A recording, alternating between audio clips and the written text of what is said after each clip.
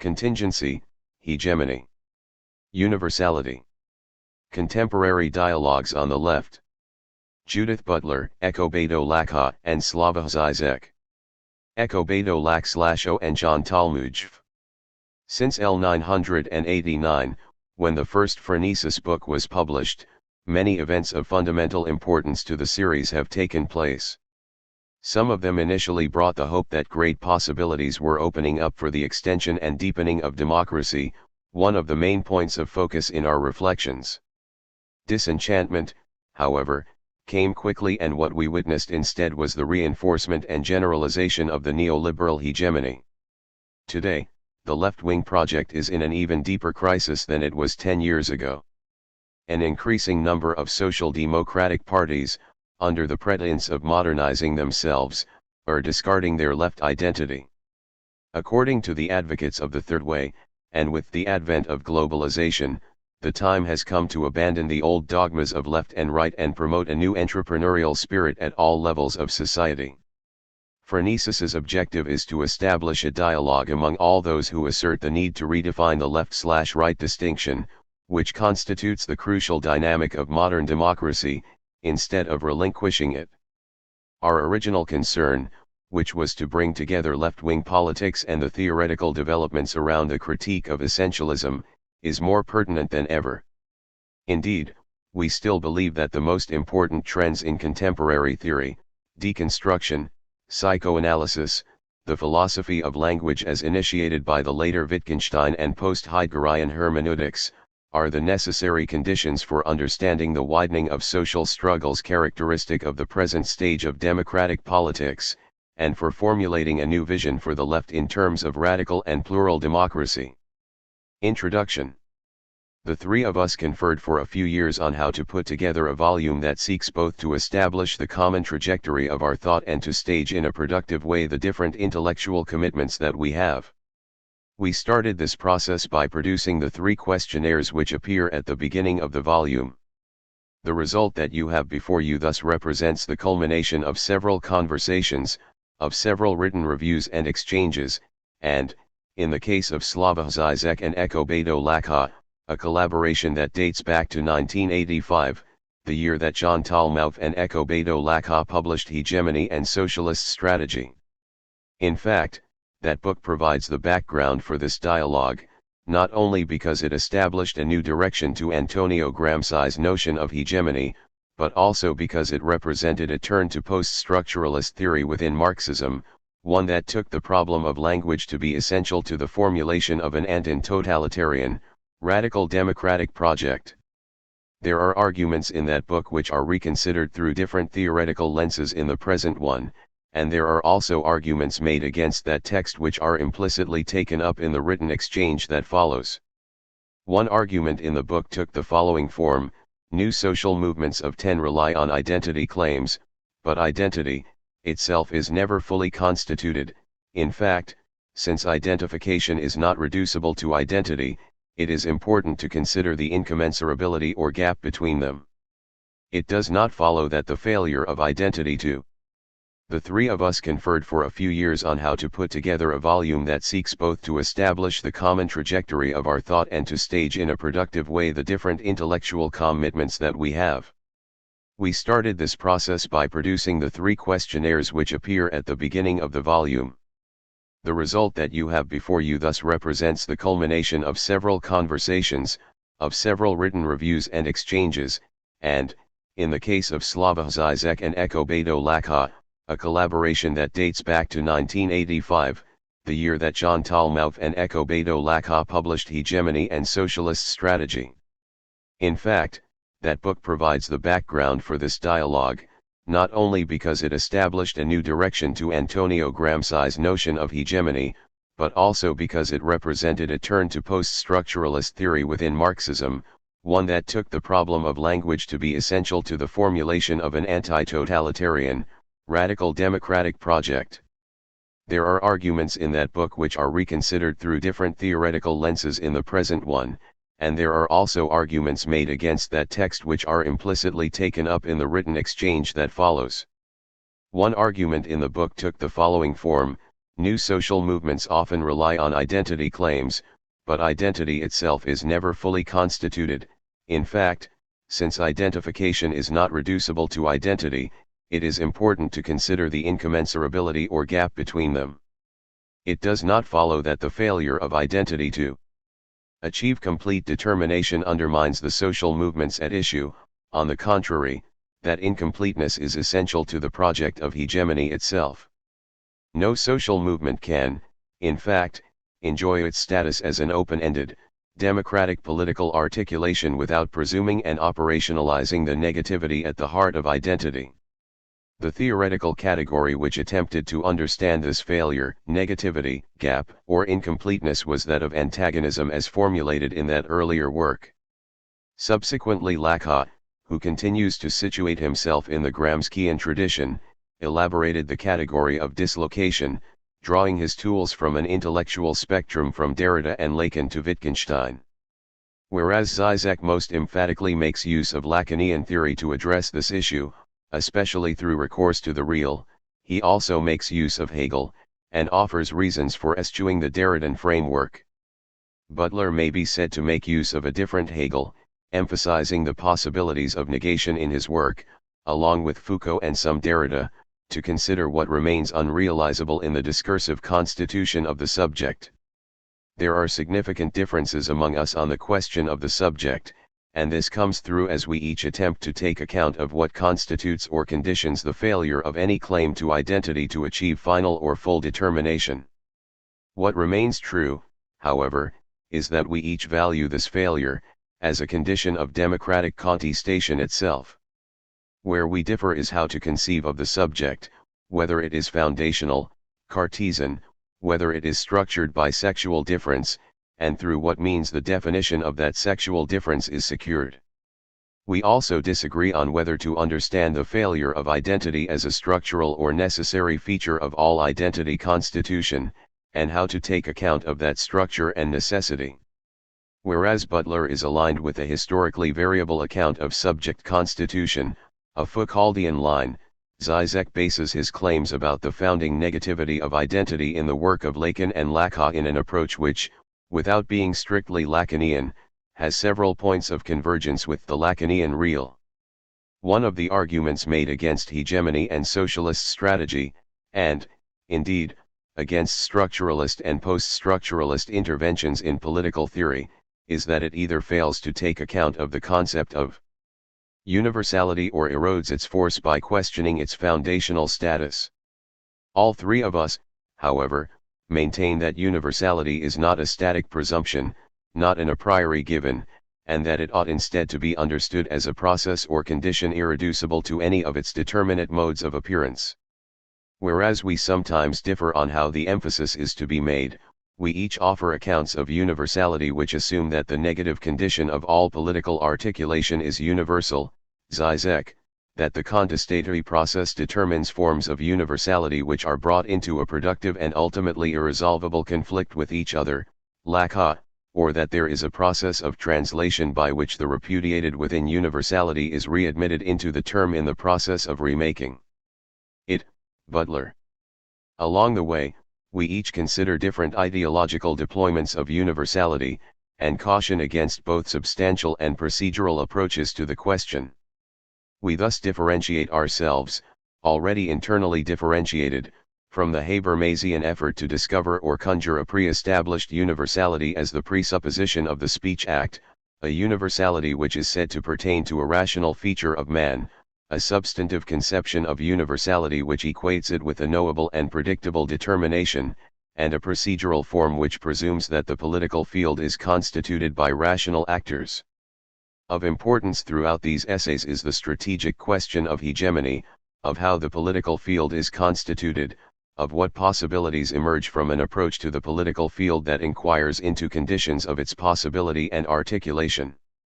Significantly, Lacan detects a movement of Marxist theory from the postulation of a universal class, which would ultimately eliminate political mediation and relations of representation, to a hegemonic universality which makes the political constitutive of the social link. The post-structuralism of his approach is thus aligned with the critique of totalitarianism and, specifically, the trope of a knowing vanguard subject who is all the social relations he articulates and mobilizes. Whereas Lacan associates Hegel with the metaphysics of closure, Zizek understands him as a theorist of reflexivity in confrontation with the real, and Butler makes use of him to inquire into the necessary limits of formalism in any account of sociality. Lacan makes clear the anti-totalitarianism of a logical and linguistic approach to the problem of representation that insists upon the irreducibility of difference. Zizek reminds us that global capital cannot be excluded from the postmodern analysis of language and culture, and continues to expose the obscene underside of power. Butler raises the question of how new social movements re-articulate the problem of hegemony, considering the challenge of recent sexual politics to the theory of sexual difference, and proposes a counter-imperialist conception of translation. We are all three committed to radical forms of democracy that seek to understand the processes of representation by which political articulation proceeds, the problem of identification, and its necessary failures, by which political mobilization takes place, the question of the future as it emerges for theoretical frameworks that insist upon the productive force of the negative. Although we do not self-consciously reflect upon the place of the intellectual on the left, perhaps this text will operate as a certain kind of placement, one that recasts, and retrieves, philosophy as a critical mode of inquiry that belongs, antagonistically, to the sphere of politics. During the course of our debates, we quote extensively from one another's contributions. Such cross-references are identified by the writer's initials, followed by the relevant page number. This volume was written mainly in the spring and summer of 1999, coordinated by editors Anna Hindel and Sebastian Budgen at Verso. We have them to thank for keeping us on track. Judith Butler also thanks Stuart Murray for his indispensable assistance with the manuscript. JB, E.L.JSZ, September 1999. Questions. These are the questions each author wanted to address to the others, they form the basis of the dialogues in the book. Questions from Judith Butler. 1. I would like to know more precisely whether the Lacanian view on the constitution of the subject is compatible with the notion of hegemony. I understand that the notion of the uncompleted subject or the barred subject appears to guarantee a certain incompletion of interpellation, but does it not do this by way of installing a bar as the condition and structure of all subject constitution? Is the incompleteness of subject formation that hegemony requires one in which the subject in process is incomplete precisely because it is constituted through exclusions that are politically salient, not structurally static? In other words, isn't the incompletion of subject formation linked to the democratic process of the contestation over signifiers? Can the ahistorical recourse to the Lacanian bar be reconciled with the strategic question that hegemony poses, or does it stand as a quasi-transcendental limitation on all possible subject formation and, hence, as indifferent to politics? 2. What constitutes a viable theory of agency for contemporary political life? Does the Derridan notion of decision suffice to explain the kinds of negotiations that political agency requires? Is decision an ethical or existential category and, if so, how is it to be related to the sphere of the political? 3. Hat is the status of logic in describing social and political process and in the description of subject formation? Does a logic that invariably results in aporias produce a kind of status that is inimical to the project of hegemony? This question is a subsidiary to question 1. Are such logics incarnated in social practice? What is the relation between logic and social practice? 4. What is the relation between psychoanalytic versions of identification and forms of political identification? Does psychoanalysis provide the theory for politics? And which psychoanalysis? 5. Is it possible to talk about the metaphysical logic of identity as if it were singular? 6. What does it mean performatively to assume a subject position, and is that ever simple? 7. If sexual difference is a deadlock, does that mean that feminism is a dead end? If sexual difference is real in the Lacanian sense, does that mean that it has no place in hegemonic struggles? Or is it the quasi-transcendental limit to all such struggle, and hence frozen in place as the pre- or ahistorical? 8. Is the recent effort to divide critical theories into universalisms and historicisms part of a failed and blinded dialectic that refuses to discriminate among nuanced positions? Does this have to do with the place of Kant in resurgent forms of deconstruction and Lacanianism? Is there also a Lacanian Dasein that prevents a heterodox appropriation of Lacan for the thinking of hegemony? B.A. Are we all still agreed that hegemony is a useful category for describing our political dispositions? Would clarifying this be a good place to start? 9. Does a serious consideration of Hegel lead us to rethink the Kantian oppositions between form and content, between quasi-transcendental claims and the historical examples that are invoked to illustrate their truth? 10. In what does the critical authority of the critical theorist consist? Are our own claims subject to an autocritique, and how does that appear at the level of rhetoric? Q. Questions from Echo Beto Lacka. L. In many contemporary debates, universalism is presented as opposed to the plurality of social actors which proliferate in the contemporary world. There is, however, in this question of the relationship universalism versus particularism, a certain polysemy regarding the two poles. Is multiculturalism, for instance, reducible to a particularistic logic which denies any right to the universal? Also, is the notion of pluralism, which evokes a variety of subject positions of the same social actor, directly assimilable to multiculturalism, which involves reference to integral cultural/social communities which do not, however, overlap with the global national community? Conversely, is it true that the only conceivable form of universalism is linked to a foundationalist or essentialist grounding? 2.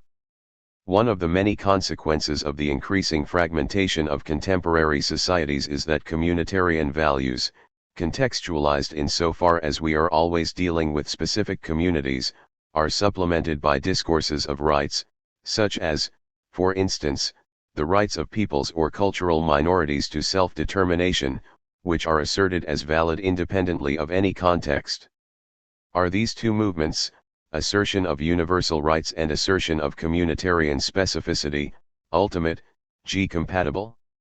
And if they are not, is not this incompatibility positive, as it opens the terrain for a variety of negotiations and a plurality of language games which are necessary for the constitution of public spaces in the societies in which we live? 3. Classical theories of emancipation postulated the ultimate homogeneity of the social agents to be emancipated. In Marxism, for instance, the condition for the proletariat to be the agent of a global emancipation was that it had no particular interests to defend, because it had become the expression of pure human essence. In the same way, in some forms of classical democratic politics, Jacobinism would be the clearest example. The of the will of the people is the precondition for any democratic transformation. Today, on the contrary, we tend to speak of emancipations, in the plural, which start from a diversity of social demands, and to identify democratic practice with the negotiated consensus among a plurality of social actors. What notion of social agency is compatible with this transformed approach? 4. The theory of hegemony presupposes, on the one hand, that the universal is an object both impossible and necessary, always requiring, as a result, the presence of an ineradicable remainder of particularity, and, on the other, that the relation between power and emancipation is not one of exclusion but, on the contrary, one of mutual, albeit contradictory, implication. Is the hegemonic relation, conceived in this way, constitutive of the political link? And if so, what are the strategic games it is possible to play starting from its internal tensions? 5. The category of different.ce, in one way or the other, is at the root of the most important theoretical approaches of the last 30 years. Nomadic identities in Deleuze and Guattari, microphysics of power in Foucault, difference in Derrida, the logic of the signifier in Lacan, are alternative ways of dealing with the constitutive character of difference. Are they incompatible with each other and, If so, where do those incompatibilities lie? How can we assess their respective productivity for political analysis? 6. The question of transcendentality has been haunting contemporary theory for a long while. What, for instance, is the status of psychoanalytic categories such as the Oedipus or castration complex? Are they historical products or, rather, the a priori conditions of any possible society? There is the widespread feeling that neither a radical historicism nor a fully fledged transcendentalism would constitute appropriate answers, and some kind of solution which avoids the pitfalls of the two extremes, such as the notion of quasi-transcendentalism, has been postulated. The status of this quasi is, however, so far insufficiently explored. What would be the preconditions for a theoretical advance in this field, and what would be the consequences of the latter for historical analysis? Questions from Slavoj Zizek. 1. The real and historicity, is the Lacanian real the ultimate bedrock, the firm referent of the symbolic process, or does it stand for its totally non-substantial inherent limit, point of failure, which maintains the very gap between reality and its symbolization, and thus sets in motion the contingent process of historicization, symbolization? 2. Lack and repetition, is the movement of repetition grounded in some primordial lack, or does the notion of a primordial, founding lack necessarily involve the reinscription of the process of repetition into the metaphysical logic of identity? 3. The social logic of identification, is disidentification necessarily subversive of the existing order, or is a certain mode of disidentification, of maintaining a distance towards one's symbolic identity, consubstantial with effective participation in social life? What are the different modes of disidentification? 4. Subjectivization, subject positions, is the subject simply the result of the process of subjectivization, of interpellation, of performatively assuming some fixed subject position, or does the Lacanian notion of the barred subject, and the German idealist notion of subject as self-relating negativity, also pose an alternative to traditional identitarian substantialist metaphysics? 5. The status of sexual difference, again, does sexual difference simply stand for man and woman as two subject positions individuals assume through repetitive performative acquisition, or is sexual difference real in the Lacanian sense, that is, a deadlock, so that every attempt at translating it into fixed subject positions fails? 6. Phallic signifier, is the notion of phallus in Lacan phallogocentrist, that is, the notion of a central signifier which, as a kind of transcendental point of reference, structures the field of sexuality, or does the fact that, for Lacan, phallus as signifier is a prosthetic supplement to the subject's lack, change something? 7. The universal and historicism, is it enough, today, to follow the Jamesonian advice historicize? What are the limits of the historicist criticism of false universals? Is it not much more productive, for inherent theoretical as well as for political reasons, to maintain the paradoxical notion of the universal as simultaneously impossible and necessary? 8. Hegel, is Hegel simply the metaphysician par excellence, so that every attempt to assert the post-metaphysical complex of temporality contingency finitude is by definition anti-Hegelian, or is the very post-metaphysical hostility against Hegel a kind of index of its own theoretical limitation, so that one should, rather, focus on bringing to the light of day another Hegel which does not fit the Dasein of panlogicism? 9. Lacan and deconstruction, is it theoretically correct to conceive of Lacan as one in the series of deconstructionists, or does the fact that a whole set of features distinguish Lacan from the deconstructionist Dasein, maintaining the notion of the subject as cogito, etc., point towards an incommensurability between the two fields? L0. The political question, should we accept the postmodern notion of the plurality of, mostly ethnic, sexual, or lifestyle, struggles for recognition, or does the recent resurgence of right-wing populism compel us to rethink the standard coordinates of postmodern radical politics, and to revive the tradition of the critique of political economy? How does all this affect the notions of hegemony and totality? Restaging the universal.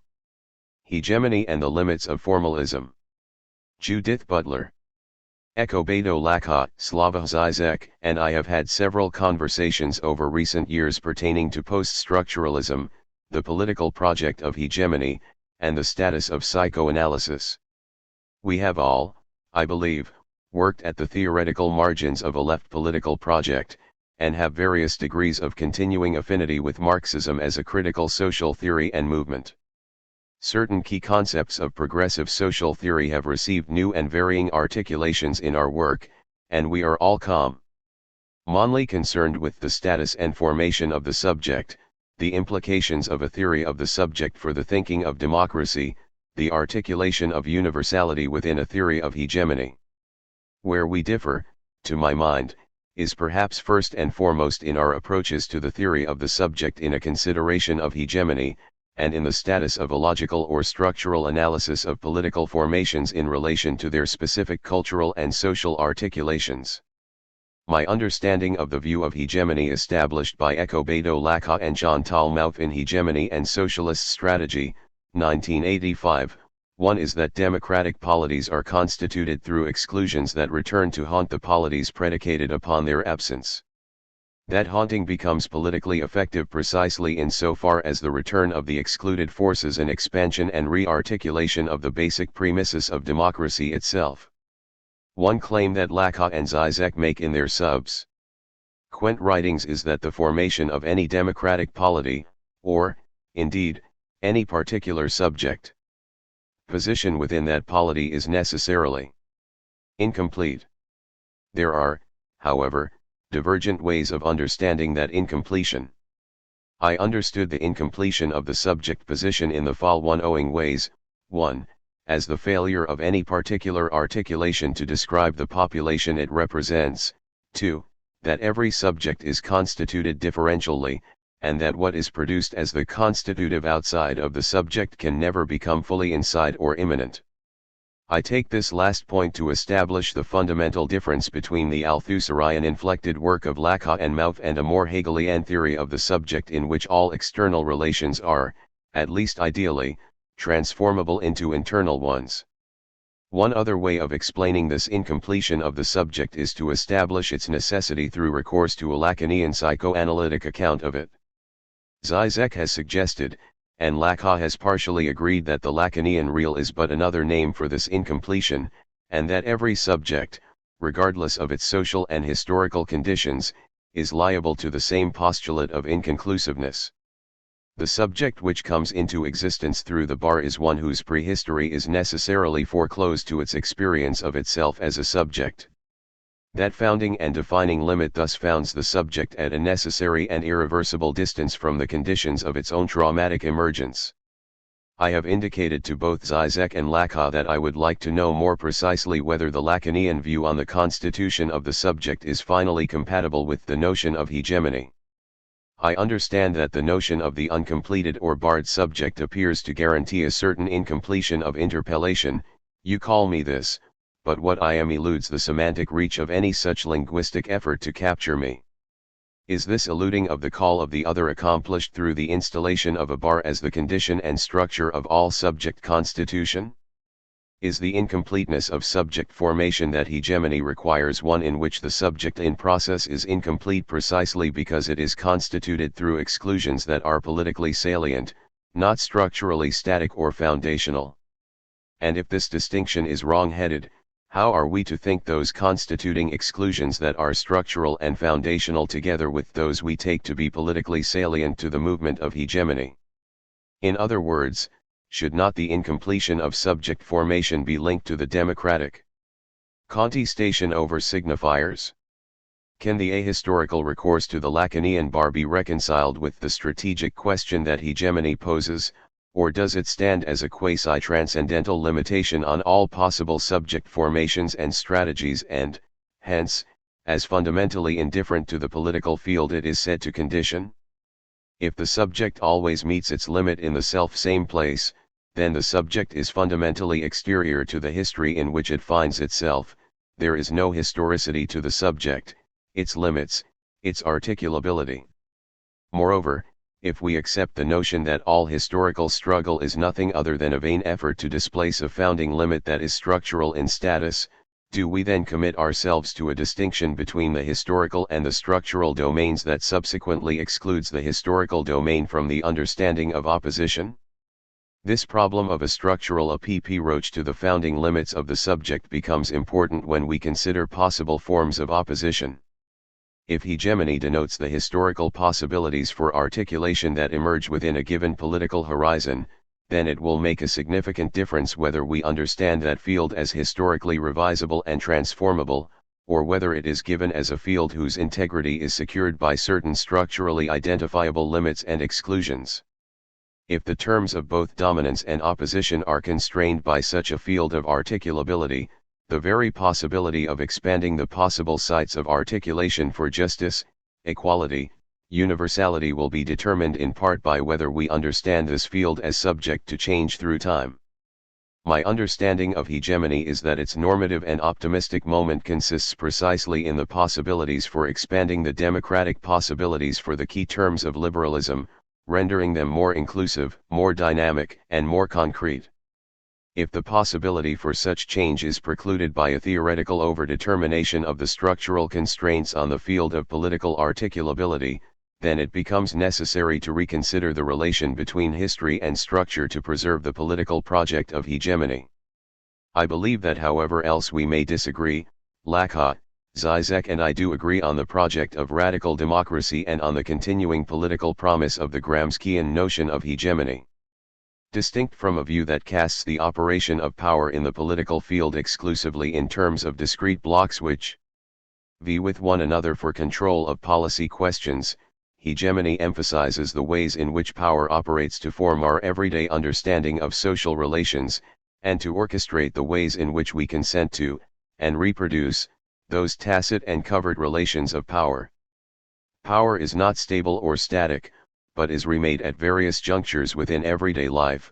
It constitutes our tenuous sense of common sense, and is ensconced as the prevailing epistemes of a culture. Moreover, social transformation occurs not merely by rallying mass numbers in favor of a cause, but precisely through the ways in which daily social relations are re-articulated, and new conceptual horizons opened up by anomalous or subversive practices. The theory of performativity is not far from the theory of hegemony in this respect. Both emphasize the way in which the social world is made, and new social possibilities emerge, at various levels of social action through a collaborative relation with power. I plan to approach these questions through two different routes. The first will be to consider the problem of constitutive exclusion from within a Hegelian perspective by focusing on the terror and its relation to postulates of universality in phenomenology of spirit. The second will be to illustrate how the notion of universality, as elaborated by Lacan, might be further restaged in terms of cultural translation. I hope to be able to clarify further, in my subsequent contributions to this volume, how I understand the relationship between psychoanalysis, social theory, and the project of hegemony. Although I am critical of certain appropriations of psychoanalysis for thinking about the limits of political self-identification, I will hope to make clear in my next contribution the centrality of psychoanalysis to any project that seeks to understand emancipatory projects in both their psychic and social dimensions. I focus on the topic of universality because it is one of the most contested topics within recent social theory. Indeed, many have voiced the fear that constructivist and post-structuralist accounts of universality fail to offer a strong substantive or procedural account of what is common to all citizen subjects within the domain of political representation. There are still some political theorists who want to know what politically relevant features of human beings might be extended to all human beings: desire, speech, deliberation, dependency, and then to base their normative views of what a political order ought to be on that universal description.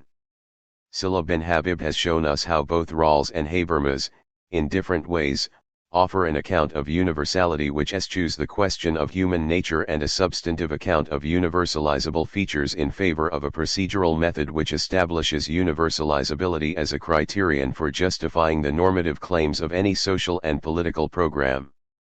2. Although the procedural method purports to make no substantive claims about what human beings are, it does implicitly call upon a certain rational capacity, and attributes to that rational capacity an inherent relation to universalizability.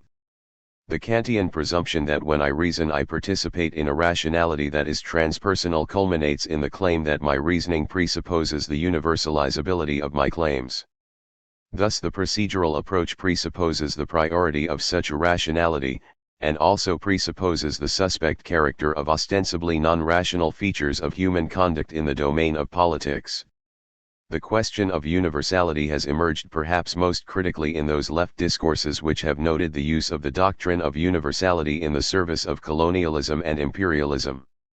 The fear, of course, is that what is named as universal is the parochial property of dominant culture, and that universalizability is indissociable from imperial expansion. The proceduralist view seeks to sidestep this problem by insisting that it makes no substantive claims about human nature, but its exclusive reliance on rationality to make its claim belies this very assertion. The viability of the proceduralist solution relies in part on the status of formal claims and, indeed, whether one can establish a purely formal method for adjudicating political claims. Here the Hegelian critique of Kantian formalism is worth reconsidering, mainly because Hegel called into question whether such formalisms are ever really as formal as they purport to be. In Hegel's Lesser Logic, Part 1 of his Encyclopedia of the Philosophical Sciences, 1833, he links the reformulation of universality with his critique of formalism. When he introduces the identification of universality with abstract thought in the section entitled Preliminary Conception, paras 19-83, he proceeds by way of several revisions of the notion of universality itself. At first he refers to the product, the form, and the character of thought together as universal, which he renders as equivalent to the abstract. He then proceeds to disaggregate and revise his definition, noting that thinking, as an activity, is the active university, and the deed, its product, what is brought forth, is precisely the universal, parad 20. Thus he offers three different names for a universality that he simultaneously identifies as singular and insists upon as various. He adds to this set of revisions the notion that the subject, which operates through the pronomial I, is also the universal, so that I is but another synonym and specification of universality itself. At this point, it is unclear whether we have arrived at the last in a series of revisions, or whether this most recently proffered definition will lead to yet another. It becomes clear in the subsequent paragraphs that Hegel is inhabiting a Kantian voice. When he finally begins his paraphrase of the Kantian view explicitly, Kant employed the awkward expression, that I accompany all my representations, and my sensations, desires, actions, etc., to I is the universal in and for itself, and communality is one more form, although an external one, of universality, parad 20. It seems important to ask what Hegel means here by external form, since it appears that he will soon invoke an internal one, and that the internal will be precisely the one that Kant overrides. The meaning of internal form is, however, on its way. Taken abstractly as such, I is pure relation to itself, in which abstraction is made from representation and sensation, from every state as well as from every peculiarity of nan.ir, of talent, of experience, and so on. To this extent, I is the existence of the entirely abstract universality, the abstractly free. Parad 20. Whatever the internal form of universality will prove to be, it will doubtless be related to the concrete form of universality as well.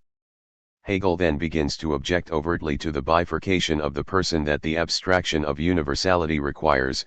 I is thinking as the subject, and since I am at the same time in all my sensations, notions, states, etc., thought is present everywhere and pervades all these determinations as their category, parad 20, brackets in translation. The positing of the universali thus requires the exclusion of what is specific and living from the self for its definition. Universality in its abstract form thus requires cutting the person off from qualities which he or she may well share with others, but which do not rise to the level of abstraction required for the term universality. What is universal is therefore what pertains to every person, but it is not everything that pertains to every person. Indeed, if we can say that conceptions, states of consciousness, feelings, what is specific and living, also pertain to every person, we have apparently identified a universal feature which does not fit under the rubric of universality. Thus, the abstract requirement on universality produces a situation in which universality itself becomes doubled. In the first instance it is abstract, in the second it is concrete. Hegel pursues this line in relation to empirical and moral judgments, showing how, in each instance when the universal is conceived as a feature of thought, it is by definition separated from the world it seeks to know. Thought is understood to have within itself the rules it needs in order to know things, or to know how to act in relation to them. The things themselves are not germane to the problem of knowledge, and thinking becomes not only abstract but self-referential. To the extent that the universality of thought guarantees freedom, freedom is defined precisely over and against all exterior influence. Hegel once again inhabits the Kantian position, only to mark his departure from it as the exposition unfolds. Thinking immediately involves freedom, because it is the activity of the universal, a self-relating that is therefore abstract, a being with itself that is undetermined in respect of subjectivity, and which in respect of its content is, at the same time, only in the matter itself and in its determinations. Parad 23, brackets in translation. Hegel then proceeds to associate this conception of abstract freedom intrinsic to the act of thought with a certain hubris, a will to mastery, we might add, that must be countered by humility and modesty. With respect to its content, he writes, thinking is only genuine, insofar as it is immersed in the matter in die Sachvertiefung ist, and with respect to its form insofar as it is not a particular being or doing of the subject, but consists precisely in this, that consciousness conducts itself as an abstract one as freed from all particularität of features, states, etc., and does only what is universal, in which it is identical with all individuals. Parad 23. Hegel does not make clear in what this universal action consists, but he does stipulate that it is not the act of the subject nicht ein besonderes Sein oder Tun des Subjects, and that it is something like the reverse of any such act. His universal action is only ambiguously active, it immerses itself in the facts or the matter. To consider ourselves as worthy of conduct of this sort, he writes, consists precisely in the giving up Vereinzulassen of our particular opinions and beliefs and in allowing the matter itself to hold sway over us in sich Walten-Usen, Parad 23. Thus, Hegel objects to the formulation of abstract universality by claiming that it is solipsistic and that it denies the fundamental sociability of humans, for that is just what freedom is, being at home with oneself in one's other, depending upon oneself, and being one's own determinant. Freedom in this abstract sense is only present where there is no other for me that is not myself, Parad 24, Zusatz 2. This, is in Hegel's view, a merely formal freedom. For freedom to become concrete, thought must immerse itself in the matter. Subsequently, he will caution against forms of empiricism which hold that one contributes nothing to the object, but merely traces the immanent features that it displays. Hegel will conclude that not only is the thinking self fundamentally related to what it seeks to know, but the formal self loses its formalism once it is understood that the production and exclusion of the concrete is a necessary precondition for the fabrication of the formal. Conversely, the concrete cannot be had on its own, and it is equally vain to disavow the act of cognition that delivers the concrete to the human mind as an object of knowledge.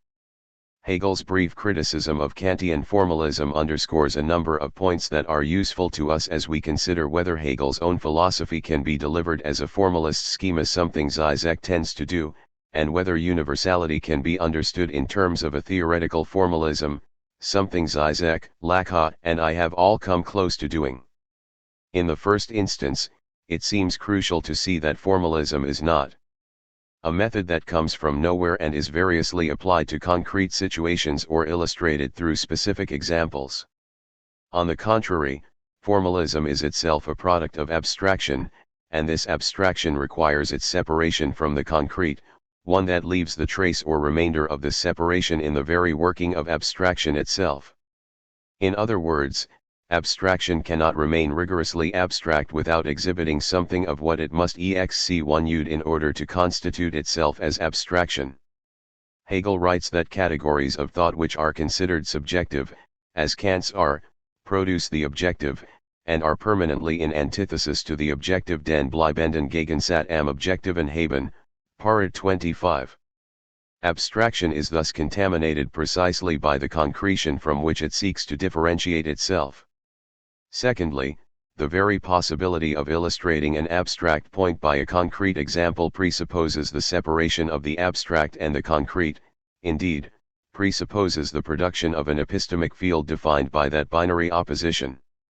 If the abstract is itself produced through separating off and denying the concrete, and the concrete clings to the abstract as its necessary contaminati_on, exposing the failure of its formalism to remain rigorously itself, then it follows that the abstract is fundamentally dependent on the concrete, and is that concrete other in a way which is systematically elided by the posterior appearance of the concrete as an illustrative example of an abstract formalism. In the greater logic, for Hegel gives the example of the person who thinks that he might learn how to swim by learning what is required before entering the water.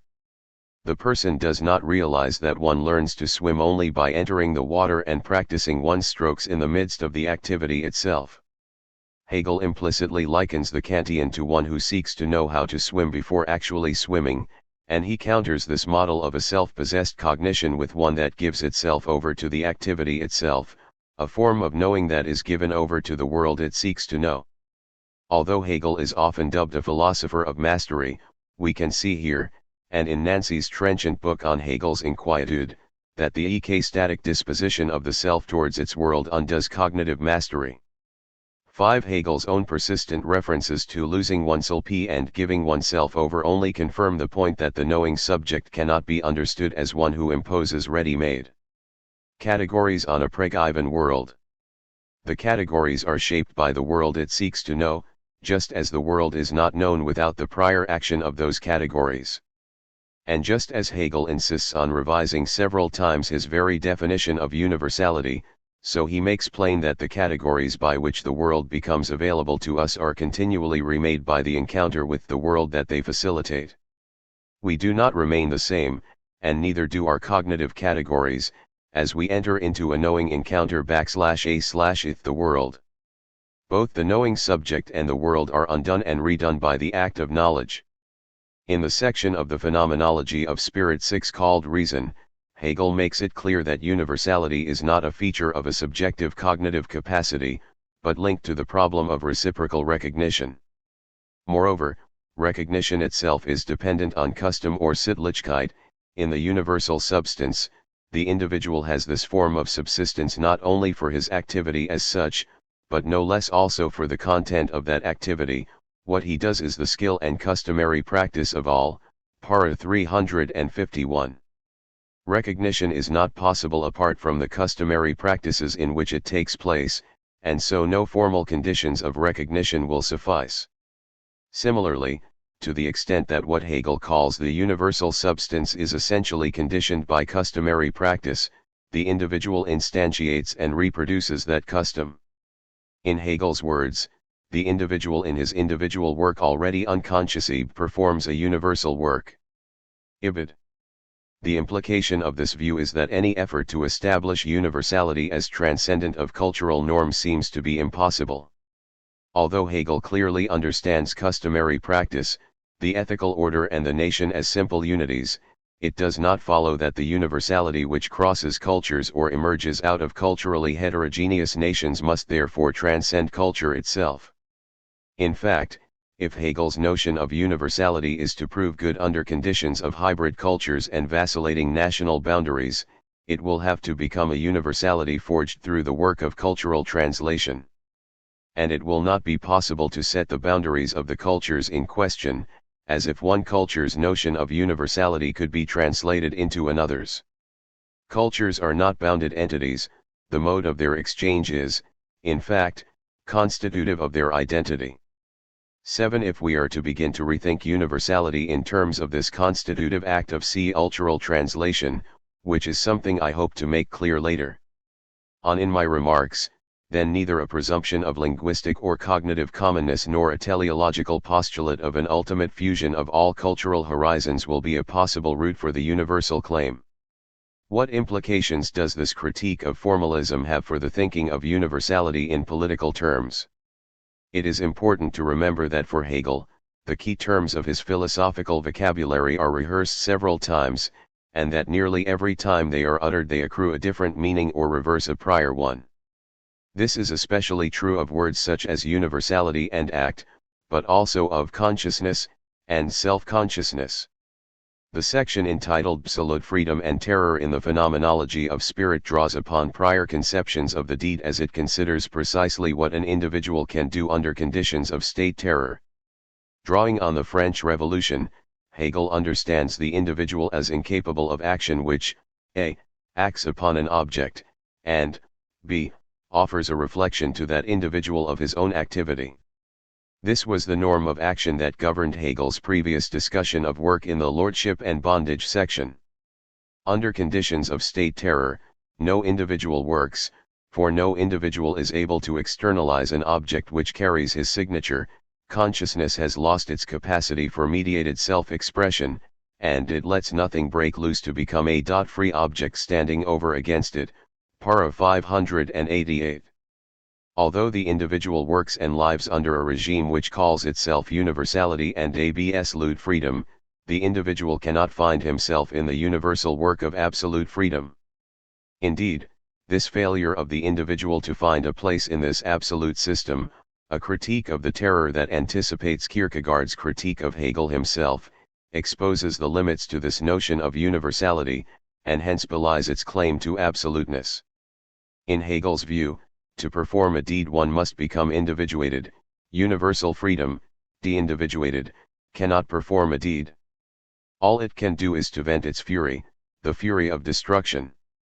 Thus, within the condition of absolute terror, actual self-consciousness becomes the opposite to universal freedom, and the universal is exposed as qualified, which is to say that the universal proves to be a false universal. Because there is no room for self-consciousness or the individual under these conditions, and because no deed can be performed that conforms with the norm of mediated self-expression, any deed that does appear is radically disfigured and disfiguring. For Hegel, the only deed that can appear is an anti-deed, destruction itself, a nothingness that comes of a nothingness. In his view, the sole work and deed of universal freedom is therefore death. Para 360.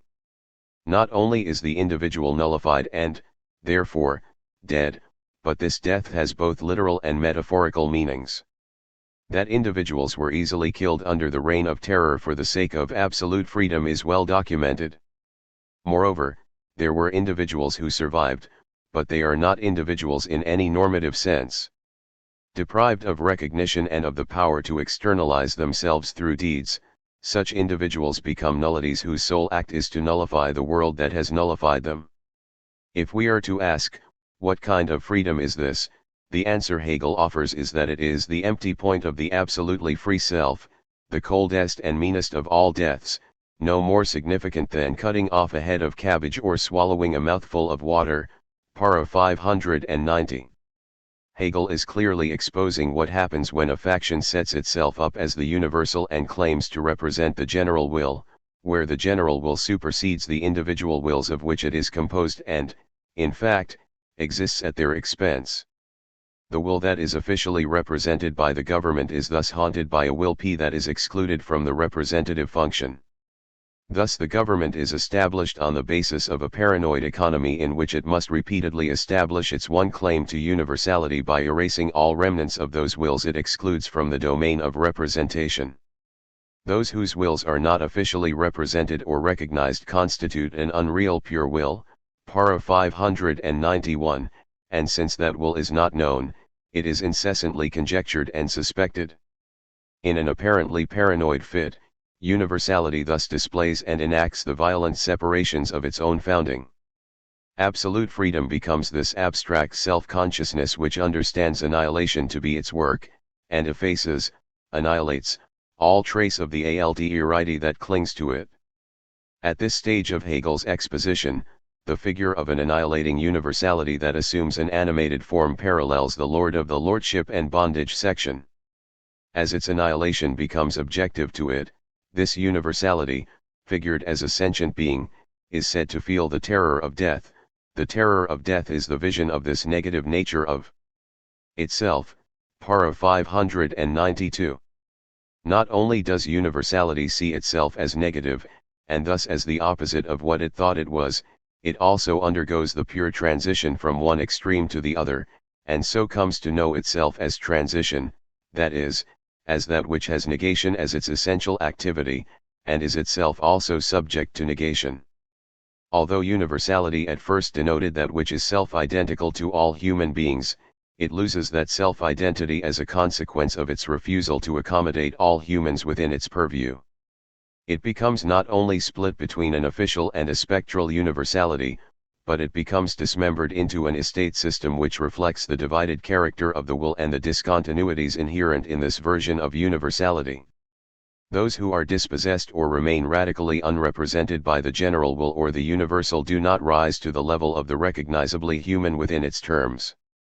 The human who is outside that general will is subject to annihilation by it, but this is not an annihilation from which meaning can be derived, its annihilation is nihilism. In Hegel's terms, its negation is the death that is without meaning, the sheer terror of the negative that contains nothing positive. Para 594. Hegel describes the nihilistic consequences of formal notions of universality in graphic terms. To the extent that universality fails to embrace all particularity and, on the contrary, is built upon a fundamental hostility to particularity, it continues to be and to animate the very hostility by which it is founded. The universal can be the universal only to the extent that it remains untainted by what is particular, concrete, and individual. Thus it requires the constant and meaningless vanishing of the individual, which is dramatically displayed by the reign of terror. For Hegel, this abstract universality not only requires that vanishing, and enacts that negation, but it is so fundamentally dependent upon that vanishing that without that vanishing it would be nothing. Without that vanishing immediacy, we might say, universality itself would vanish. But either way, universality is nothing without its vanishing, which means, in Hegelian terms, that it is that very vanishing. Once the transience of individual life is understood as crucial to the operation of abstract universality, universality itself vanishes as a concept which is said to include all such life. This vanished immediacy is the universal will itself, para 594. Although it may seem that Hegel is working towards a true and all-inclusive universality, this is not the case. Rather, what he offers is a view of universality that is inseparable from its founding negations. The all-encompassing trajectory of the term is necessarily undone by the exclusion of particularity on which it rests. There is no way to bring the excluded particularity into the universal without first negating that particularity. And that negation would only confirm once again that universality cannot proceed without destroying that which it purports to include. Moreover, the assimilation of the particular into the universal leaves its trace, an unassimilable remainder, which renders universality ghostly to itself. The reading I have been offering here presupposes that Hegel's ideas cannot be read apart from his text. In other words, it is not possible to cull the theory of universality from his text and offer it in discrete and plain propositions, because the notion is developed through a reiterative textual strategy. Not only does universality undergo revision in time, but its successive revisions and dissolutions are essential to what it is. The propositional sense of the copula must be replaced with the speculative one. It may seem that such a temporalized conception of universality has little to do with the region of politics, but consider the political risks of maintaining a static conception, one that fails to accommodate challenge, one that refuses to respond to its own constitutive exclusions. Thus we can come to some preliminary conclusions about Hegel's procedure here. Universality is a name which undergoes significant accruals and reversals of meaning, and cannot be reduced to any of its constitutive moments. 2. It is inevitably haunted by the trace of the particular thing to which it is opposed, and this takes the form, a. of a spectral doubling of universality, and b. a clinging of that particular thing to universality itself, exposing the formalism of its claim as necessarily impure. 3. The relation of universality to its cultural articulation is insuperable. This means that any transcultural notion of the universal will be spectralized and stained by the cultural norms it purports to transcend, and 4. No notion of universality can rest easily within the notion of a single culture, since the very concept of universality compels an understanding of culture as a relation of exchange and a task of translation. In terms which we might call Hegelian, but which Hegel himself did not use, it becomes necessary to see the notion of a discrete and entitative culture as essentially other to itself, in a definitional relationship with alterity. 8. And here we are not referring to one culture which defines itself over and against another, for that formulation preserves the notion of culture as a holism. On the contrary, we are seeking to approach the notion of culture in terms of a defining problem of translation, one which is significantly related to the problem of cross-cultural translation that the concept of universality has become. This juncture of my argument is one place where my differences with Lacan and Zizek might be most clearly understood. One difference that is doubtless apparent is that my approach to Hegel draws upon a certain set of literary and rhetorical presumptions about how meaning is generated in his text. I therefore oppose the effort to construe Hegel in formal terms or, indeed, to render him compatible with a Kantian formalism, which is something Zizek has done on occasion. 9. Any effort to reduce Hegel's own text to a formal schematism will become subject to the very same critique that Hegel has offered of all such formalisms, and subject to the same founderings. Reading Hegel's Logic of Essence, 10. Zizek considers the Hegelian paradox that whatever a thing is determined by its external conditions, that is, the historical conditions of its emergence, from which it acquires its specific attributes. After we decompose an object into its ingredients, we look in vain in them for some specific feature which holds together this multitude and makes of it a unique, self-identical thing. p. 148. This effort to find the defining feature internal to the object is thwarted, however, by the recognition, noted above, that a thing is conditioned by its external circumstances. What happens, according to Zizek, is that a purely symbolic, tautological gesture, posits these external conditions as the conditions components of the thing, ibid. In other words, conditions that are external to the thing are posited as internal and immanent to the thing. Furthermore, at the same time that external and arbitrary conditions are rendered as immanent and necessary features of the thing is also grounded and unified by this performative act of definition. This is what Zizek refers to as the tautological return of the thing to itself. See, ibid. This positing is a sleight of hand, no doubt, but it is a founding and necessary one, and for Zizek it takes the form of a universal feature of all selfhood. Zizek continues his exposition by suggesting a parallel between this Hegelian moment and what Lacan calls the point de capitaine, where an arbitrary sign not only appears essential to what it signifies, but actively organizes the thing under the sign itself. With characteristic humor and bravado, Zizek then suggests that this Lacanian notion can be easily illustrated by the killer shark in Spielberg's Jaws, which provides a common container for free-floating, inconsistent fears, p. 149, social in nature, such as the intrusions of government and big business, immigration, political instability. The point de capitaine or container anchors and reifies this unruly set of social meanings, and blocks any further inquiry into the social meaning, ibid. What interests me in this exposition is the formal and transposable character of the performative act that Zizek so deftly identifies.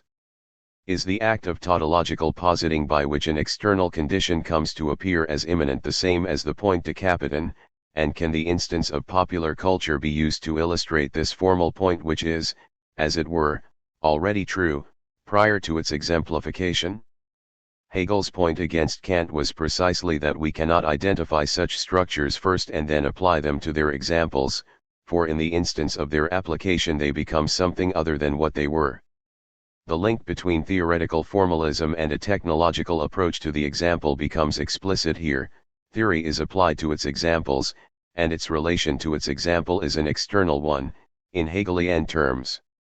The theory is articulated on its self-sufficiency, and then shifts register only for the pedagogical purpose of illustrating an already accomplished truth. Although I do have objections to a technological approach to theory, and to the link between formalism and technology that leaves its object outside, my stronger concern has to do with how we read the moment of arbitrariness and how we approach the problem of the remainder. Zizek offers us a tool which we can use in a great variety of contexts to see how a trans-exemplary identity constituting function works. A set of fears and anxieties emerges, a name is retroactively and arbitrarily attached to those fears and anxieties. Suddenly, that bundle of fears and anxieties becomes a single thing, and that thing comes to function as a cause or ground of whatever is disturbing. What first appeared as a disorganized field of social anxiety is transformed by a certain performative operation into an ordered universe with an identifiable cause. No doubt there is great analytic power to this formulation, and its brilliance no doubt accounts for Zizek's well-earned reputation as a searing social critic. But what is the place and time of this performative operation? Does it happen in all places and times? Is it an invariant feature of human culture, of language, of the name, or is it restricted to the powers of nominalism within modernity? As a tool that can be transposed from any and every context onto any and every object, it operates precisely as a theoretical fetish that disavows the conditions of its own emergence. Zizek makes it clear that this tautological gesture by which an object is formed and defined and subsequently animated as a cause, is always and only tenuous. The contingency that the name seeks to subdue returns precisely as the specter of the thing's dissolution. The relation between that contingency and the conferral of necessity is dialectical, in Zizek's view, since the one term can easily turn into the other. Moreover, the act is one that can be found in both Kant and Hegel. For Hegel, it is only the subject's free act of dotting the I which retroactively installs necessity, p. 150. Further along, Zizek argues, the same tautological gesture is already at work in Kant's analytic of pure reason, the synthesis of the multitude of sensations in the representation of the object. Involves the positing of an X as the unknown substratum of the perceived phenomenal sensations, ibid. That X is posited, but it is precisely empty, without content, an act of pure formal conversion which instates unity, and constitutes the act of symbolization that one Isaac finds equally instantiated in the work of Hegel and Kant. What is necessary for this act of symbolization to take place is a certain linguistic function of positing, which retroactively confers necessity on the object, signified, through the name, signifier, that it uses. One might speculate, the act of symbolization breaks apart when it finds that it cannot maintain the unity that it produces, when the social forces it seeks to quell and unify break through the domesticating veneer of the name. Interestingly, though, Zizek does not consider the social disruption of this act of symbolization, but centers instead on the surplus that is produced by this act of positing. There is an expectation of a meaning. A substance, that is at once produced and thwarted by the formal act of positing. The identity that the name confers turns out to be empty, and this insight into its emptiness produces a critical position on the naturalizing effects of this naming process. The emperor has no clothes, and we are somehow relieved of the prejudicial and phobic logics that establish the Jews or another ethnic minority as the cause of an array of social anxieties. For Zizek, the critical moment emerges when we are able to see the structure fall apart, and when the substantial and causative force attributed to a single thing through the name is exposed as arbitrarily attributed. Similarly, this happens when we think we have found a point of opposition to domination, and then realize that that very point of opposition is the instrument through which domination works, and that we have unwittingly enforced the powers of domination through our participation in its opposition. Dominance appears most effectively precisely as its other. The collapse of the dialectic gives us a new perspective because it shows us that the very schema by which dominance and opposition are distinguished dissimulates the instrumental use that the former makes of the latter. In these and numerous other instances, Zizek gives us a critical perspective that involves rethinking the way in which necessity, contingency, and opposition are thought within everyday life. But where does one go from here? Does the exposition of an aporia, even a constitutive aporia at the level of the linguistic performative, work in the service of a counter-hegemonic project? What is the relation of this formal exposure of false substance and false contradiction to the project of hegemony?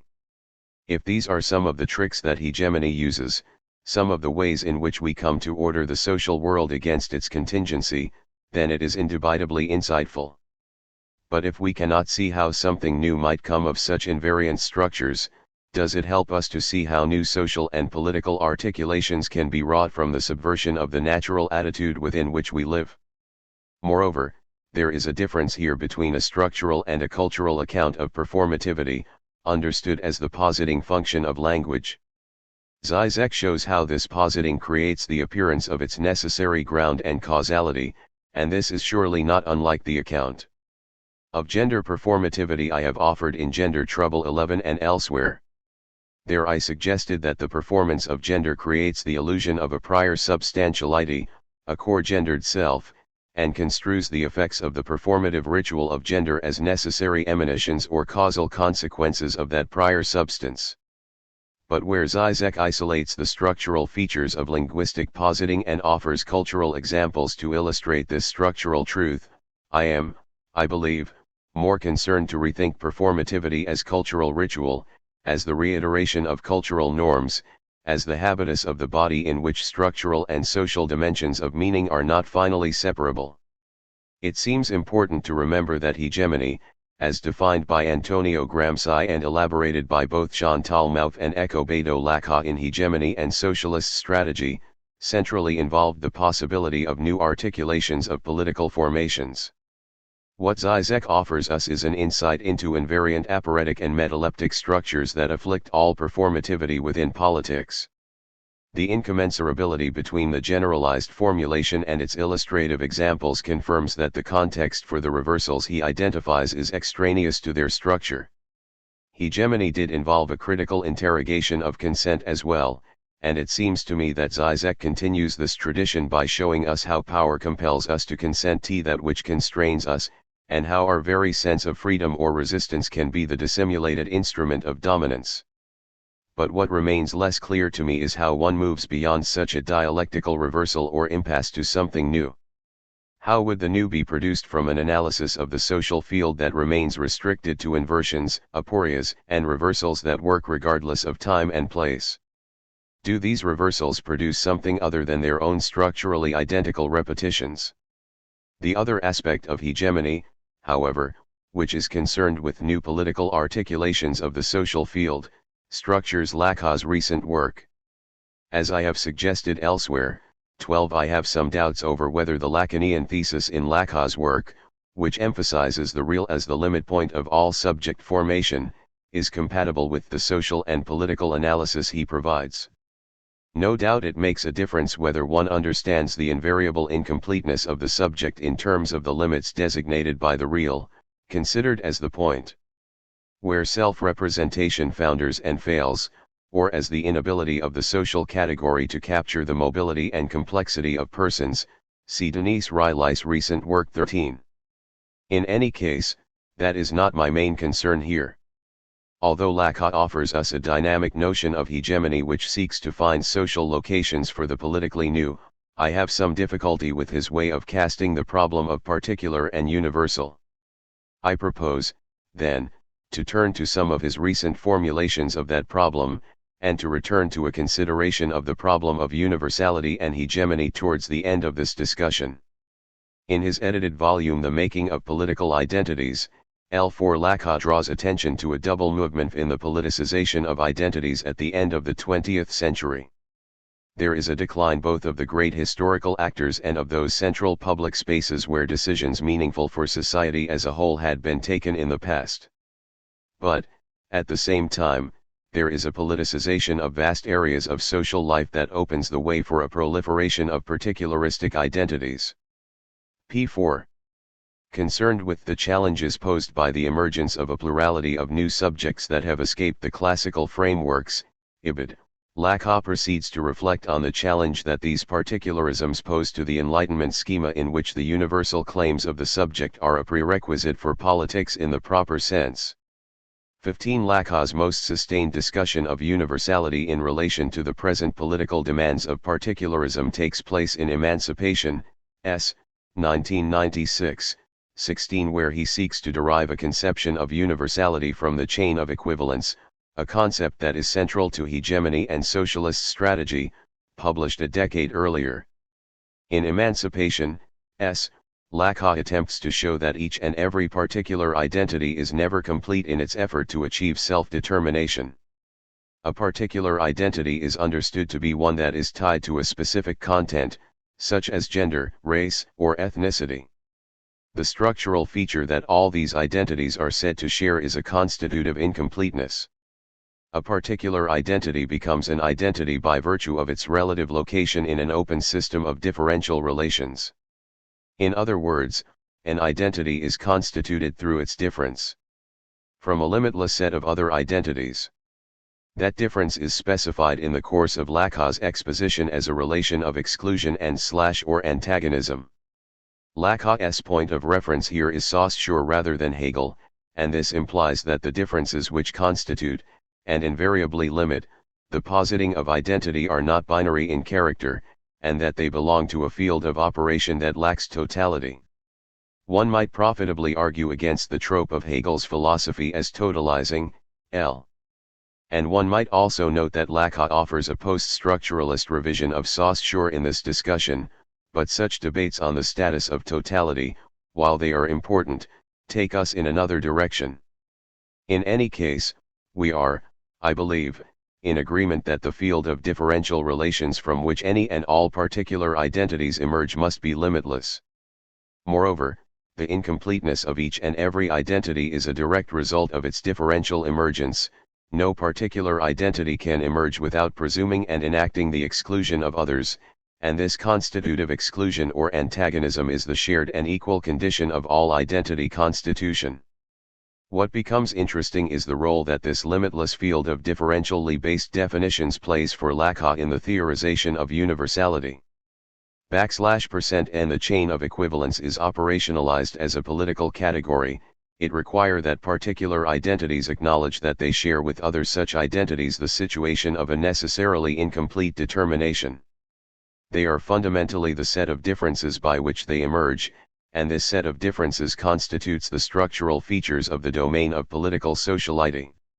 If any such particular identity seeks to universalize its own situation without recognizing that other such identities are in an identical structural situation, it will fail to achieve an alliance with other emergent identities, and will mistakenly identify the meaning and place of universality itself. The universalization of the particular seeks to elevate a specific content to a global condition, making an empire of its local meaning. Where universality is to be found, according to Lacan, it is as an empty but ineradicable place, p. 58. It is not a presumed or a priori condition that might be discovered and articulated, and it is not the ideal of achieving a complete list of any and all particularisms which would be unified by a shared content. Paradoxically, it is the absence of any such shared content that constitutes the promise of universality. If the place of the universal is an empty one and there is no a priori reason for it not to be filled by any content, if the forces which fill that place are constitutively split between the concrete politics that they advocate and the ability of those politics to fill the empty place, the political language of any society whose degree of institutionalization has, to some extent, been shaken or undermined, will also be split. p. 60. Thus Lacan identifies a condition common to all politicization, but it is precisely not a condition with a content, it is, rather, the condition by which any specific content fails fully to constitute an identity, a condition of necessary failure which not only pertains universally, but is the empty and ineradicable place of universality itself. A certain necessary tension emerges within any political formation inasmuch as it seeks to fill that place and finds that it cannot. This failure to fill the place, however, is precisely the futural promise of universality, its status as a limitless and unconditional feature of all political articulation. Inevitable as it is that a political organization will posit the possible filling of that place as an ideal, it is equally inevitable that it will fail to do so. Much as this failure cannot be directly pursued as the aim of politics, it does produce a value, indeed, the value of universality that no politics can do /r/tithe out. Thus the aim of politics must then change, it seems, in order to accommodate precisely this failure as a structural source of its alliance with other such political movements. What is identical to all terms in an equivalential chain, can only be the pure, abstract, absent fullness of the community, which lacks any direct form of representation and expresses itself through the equivalence of the differential terms. It is essential that the chain of equivalences remain open, otherwise its closure could only be the result of one more difference specifiable in its particularity, and we would not be confronted with the fullness of the community as an absence. p. 7. Linda Zarelli explains Lacan's conception of the universal in these terms: this universalism is not one, it is not a pre-existing something, essence or form, to which individuals accede, but rather the fragile, shifting, and always incomplete achievement of political action. It is not the container of a presence but the placeholder of an absence. 18 Zarelli deftly shows that, pace Isaac, incompleteness of identity in Lacan's political theory cannot be reduced to the Lacanian real, and suggests that the universal will not be founded in a linguistic or psychic condition of the subject. Moreover, it will not be found as a regulative ideal, a utopian postulation, which transcends the particular, but will always be politically articulated relations of difference. p. 15. Emphasizing what Lacan terms the parasitic attachment of the universal to some particular, Zarelli argues that the universal will be found only in the chain of particulars itself. As part of her point, Zarelli cites the work of Joan Wallach Scott, whose recent examination of French feminism in post-revolutionary France provides an implicit reformulation of Lacan's position. Zarelli explains that Scott traces the need both to accept and to refuse sexual difference as a condition of inclusion in the universal. p. 16. In On Why Paradoxes to Offer, Scott argues that French feminists in the 18th and 19th centuries had to make rights claims on the basis of their cliference, but also had to argue that their claims were a logical extension of universal enfranchisement. Reconciling sexual difference with universality took many tactical and paradoxical forms, but rarely were these positions able to overcome a certain dissonant formulation of the problem. To argue in favor of sexual difference could mean arguing in favor of particularism, but it could also be, if one accepts the foundational status of sexual difference to all humanity, appealing directly to the universal. Zarelli understands Scott to be offering a reverse, but complementary, formulation to Lacan's. Whereas Lacan shows that the structural incompleteness of every particular claim is implicated in a universal, Scott shows that there is no possibility of extricating the universal claim from the particular. I would add to this discussion only by suggesting that Scott highlights the sometimes undecidable coincidence of particular and universal, showing that the very same term, sexual difference, can denote the particular in one political context and the universal in another. Her work seems to me to provoke the following question: do we always know whether a claim is particular or universal, and what happens when the semantics of the claim, governed by political context, renders the distinction undecidable? I would like to raise two questions about the exposition above. One takes us back to Hegel and the relation between particular and universal, the other takes us forward to the question of cultural translation, mentioned briefly above.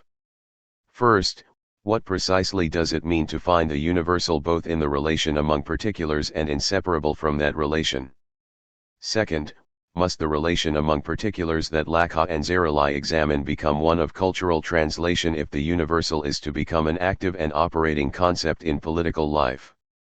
The first question requires us to consider the status of this structural incompletion of identity. What is the structural level that guarantees this incompletion? Lacan's argument is based on the Saussurian model of language and its early appropriation by Foucault in the Archaeology of Knowledge, 1901, that has surely influenced my work and that of Isaac also. The notion that all identity is posited in a field of differential relations is clear enough, but if these relations are pre-social, or if they constitute a structural level of differentiation which conditions and structures the social but is distinct from it, we have located the universal in yet another domain, in the structural features of any and all languages. Is this significantly different from identifying the universal in the structural presuppositions of the speech act, insofar as both projects elaborate a universal account of some characteristics of language? Such an approach separates the formal analysis of language from its cultural and social syntax and semantics, and this further suggests that what is said about language is said about all language users, and that its particular social and political formations will be but instances of a more generalized and non-contextual truth about language itself. Moreover, if we conceive of universality as an empty place, one that is filled by specific contents, and further understand political meanings to be the contents with which the empty place is filled, then we posit an exteriority of politics to language that seems to undo the very concept of political performativity that Lacan espouses. Why should we conceive of universality as an empty place which awaits its content in an anterior and subsequent event? Is it empty only because it has already disavowed or suppressed the content from which it emerges, and where is the trace of the disavowed in the formal structure that emerges? The claim to universality always takes place in a given syntax, through a certain set of cultural conventions in a recognizable venue. Indeed, the claim cannot be made without the claim being recognized as a claim. But what orchestrates what will and will not become recognizable as a claim? Clearly, there is an establishing rhetoric for the assertion of universality and a set of norms that are invoked in the recognition of such claims. Moreover, there is no cultural consensus on an international level about what ought and ought not to be a claim to universality, who may make it, and what form it ought to take. Thus, for the claim to work, for it to compel consensus, and for the claim, performatively, to enact the very universality it enunciates, it must undergo a set of translations into the various rhetorical and cultural contexts in which the meaning and force of universal claims are made. Significantly, this means that no assertion of universality takes place apart from a cultural norm, and, given the array of contesting norms that constitute the international field, no assertion can be made without at once requiring a cultural translation. Without translation, the very concept of universality cannot cross the linguistic borders it claims, in principle, to be able to cross. Or we might put it another way, without translation, the only way the assertion of universality can cross a border is through a colonial and expansionist logic. A recent resurgence of Anglo-feminism in the Academy has sought to restate the importance of making universal claims about the conditions and rights of women, Oken, Nussbaum, without regard to the prevailing norms in local cultures, and without taking up the task of cultural translation. This effort to override the problem that local cultures pose for international feminism does not understand the parochial character of its own norms, and does not consider the way in which feminism works in full complicity with U.S. colonial aims in imposing its norms of civility through an effacement and a decimation of local second and third world cultures.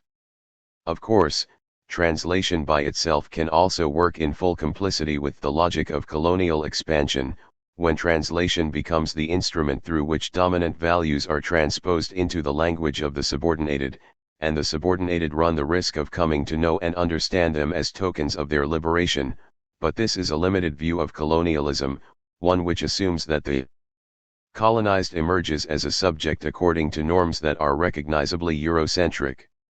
According to Gayatri Chakravorty Spivak, universalism as well as internationalism come to dominate a politics centered on the subject of rights, thereby occluding the force of global capital and its differential forms of exploitation from the theorization of subordinated peoples.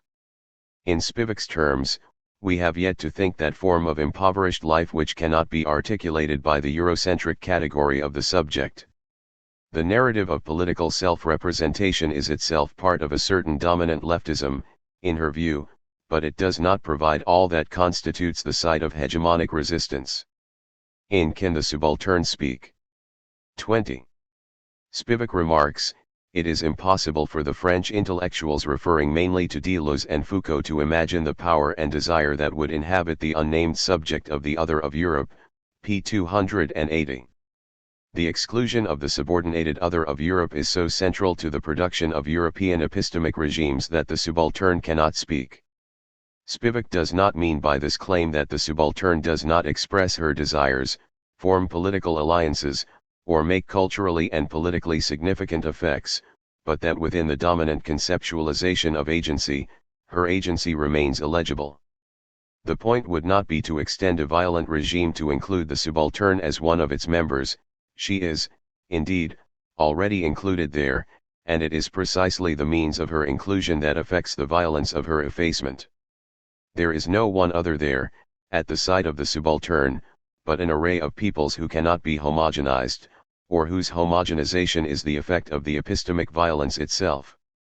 The first world intellectual cannot refrain from representing the subaltern, but the task of representation will not be easy, especially when it concerns an existence that requires a translation, because translation always runs the risk of appropriation.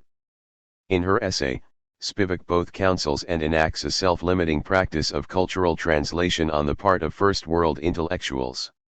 At once refusing the romanticization of the tribal and the ruse of the transparency that is the instrument of colonial reason, Spivak offers cultural translation as both a theory and practice of political responsibility. 21. She refers to Mahasveta Devi, whose feminist fiction she translated, as a subaltern who speaks. But here we ought not to think that we know what speaking is, for what becomes clear in these stories is that Devi's writing is less a synthesis of available discourses than a certain violent shuttling between discourses that shows the sharp edges of all available discourses of collectivity. Can we read for hegemony without knowing how to read for the mobility of this kind of exclusion, without assuming in advance that the translator's point will be to bring this writing into forms of agency legible to an Anglo-European audience?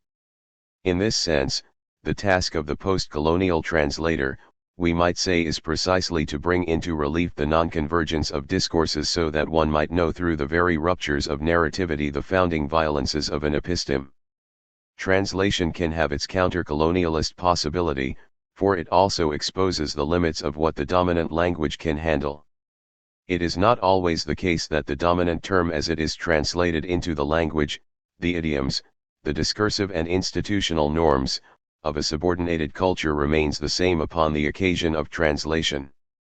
Indeed, the very figure of the dominant term can alter as it is mimed and redeployed in that context of subordination. Thus, Homi Bhabha's emphasis on the splitting of the signifier in the colonial context seeks to show that the master, to use Hegelian parlance, loses some of his claim to priority and originality precisely by being taken up by a mimetic double. Mimesis can effect a displacement of the first term or, indeed, reveal that the term is nothing other than a series of displacements that diminish any claim to primary and authentic meaning. There is, of course, no such translation without contamination, but there is no mimetic displacement of the original without an appropriation of the term that separates it from its putative authority. By emphasizing the cultural location of the enunciation of universality, one sees not only that there can be no operative notion of universality that does not assume the risks of translation, but that the very claim of universality is bound to various syntactic stagings within culture which make it impossible to separate the formal from the cultural features of any universalist claim. Both the form and the content of universality are highly contested, and cannot be articulated outside the scene of their embattlement. Using Foucault's language of genealogy, we might insist that universality is an emergence Entstehung or a non-place, a pure distance, which indicates that the adversaries do not belong to a common space.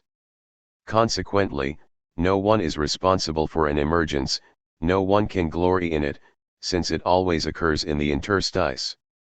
22. Maintaining that universality is a site of contest has become something of an academic truism, but considering the meaning and promise of that contest has not. On the one hand, as Lacan and Zizek know very well, and Etienne Balibar has made very clear, 23, universality has been used to extend certain colonialist and racist understandings of civilized man, to exclude certain populations from the domain of the human, and to produce itself as a false and suspect category. When we begin the critique of such notions of universality, it may seem to some, especially to the Habermasians, that we operate with another concept of universality in mind, one which would be truly all-encompassing. Lacan has argued persuasively that no concept of universality can ever be all-encompassing, and that were it to enclose all possible contents, it would not only close the concept of time, but ruin the political efficacy of universality itself. Universality belongs to an open-ended hegemonic struggle. But what does happen, then, when a disenfranchised group proceeds to claim universality, to claim that they ought properly to be included within its purview? Does that claim presuppose a broader, more fundamental notion of universality, or is it that the claim is performative, producing a notion of universality which exercises, in Zizek's terms, a retroactive necessity upon the conditions of its emergence? Does the new universality appear as if it has been true all along? This last formulation does not concede that it exists as a prior concept, but that, as a consequence of having been posited, it assumes the present quality of having always been so. But here, we must be cautious.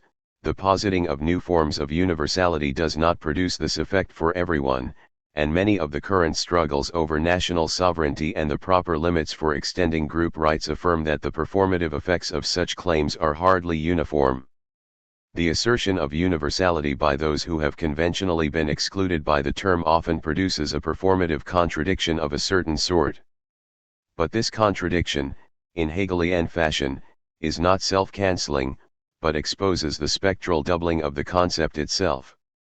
And it prompts a set of antagonistic speculations on what the proper venue for the claim of universality ought to be. Who may speak it? And how ought it to be spoken? The fact that we do not know the answers to these questions confirms that the question of universality has not been settled. As I have argued elsewhere, to claim that the universal has not yet been articulated is to insist that the not yet is proper to an understanding of the universal itself. That which remains unrealized by the universal constitutes it essentially. The universal announces, as it were, its non-place, its fundamentally temporal modality, precisely when challenges to its existing formulation emerge from those who are not covered by it, who have no entitlement to occupy the place of the who, but nevertheless demand that the universal as such ought to be inclusive of them. At stake here is the exclusionary function of certain norms of universality which, in a way, transcend the cultural locations from which they emerge. Although they often appear as transcultural or formal criteria by which existing cultural conventions are to be judged, they are precisely cultural conventions which have, through a process of abstraction, come to appear as post-conventional principles. The task, then, is to refer these formal conceptions of universality back to the contaminating trace of their content, to eschew the form/content distinction as it furthers that ideological obfuscation, and to consider the cultural form that this struggle over the meaning and scope of norms takes. When one has no right to speak under the auspices of the universal, and speaks nonetheless, laying claim to universal rights, and doing so in a way that preserves the particularity of one's struggle, one speaks in a way that may be readily dismissed as nonsensical or impossible. When we hear about lesbian and gay human rights, or even women's human rights, we are confronted with a strange neighboring of the universal and the particular which neither synthesizes the two, nor keeps them apart. The nouns function adjectively, and although they are identities and grammatical substances, they are also in the act of qualifying and being qualified by one another. Clearly, however, the human as previously defined has not readily included lesbians, gays, and women, and the current mobilization seeks to expose the conventional limitations of the human, the term that sets the limits on the universal reach of international law. But the exclusionary character of those conventional norms of universality does not preclude further recourse to the term. Although it does mean entering into that situation in which the conventional meaning becomes unconventional, or catachrestic. This does not mean that we have a priori recourse to a truer criterion of universality. It does suggest, however, that conventional and exclusionary norms of universality can, through perverse reiterations, produce unconventional formulations of universality that expose the limited and exclusionary features of the former one at the same time that they mobilize a new set of demands. This point is made in a significant way by Paul Gilroy, who, in The Black Atlantic, 25, takes issue with forms of contemporary scepticism that lead to a full-scale rejection of the key terms of modernity, including universality. Gilroy also, however, takes his distance from Habermas, noting that Habermas fails to take into account the centrality of slavery to the project of modernity. Habermas's failure, he notes, can be attributed to his preference for Kant over Hegel. Habermas does not follow Hegel in arguing that slavery is itself a modernizing force in that it leads both master and servant first to self-consciousness and then to disillusion, forcing both to confront the unhappy realization that the true, the good, and the beautiful do not have a shared origin, p. 50. Gilroy accepts the notion that the very terms of modernity, however, may be radically reappropriated by those who have been excluded from those terms. The main terms of modernity are subject to an innovative reuse, what some might call a misuse, precisely because they are spoken by those who are not authorized in advance to make use of them.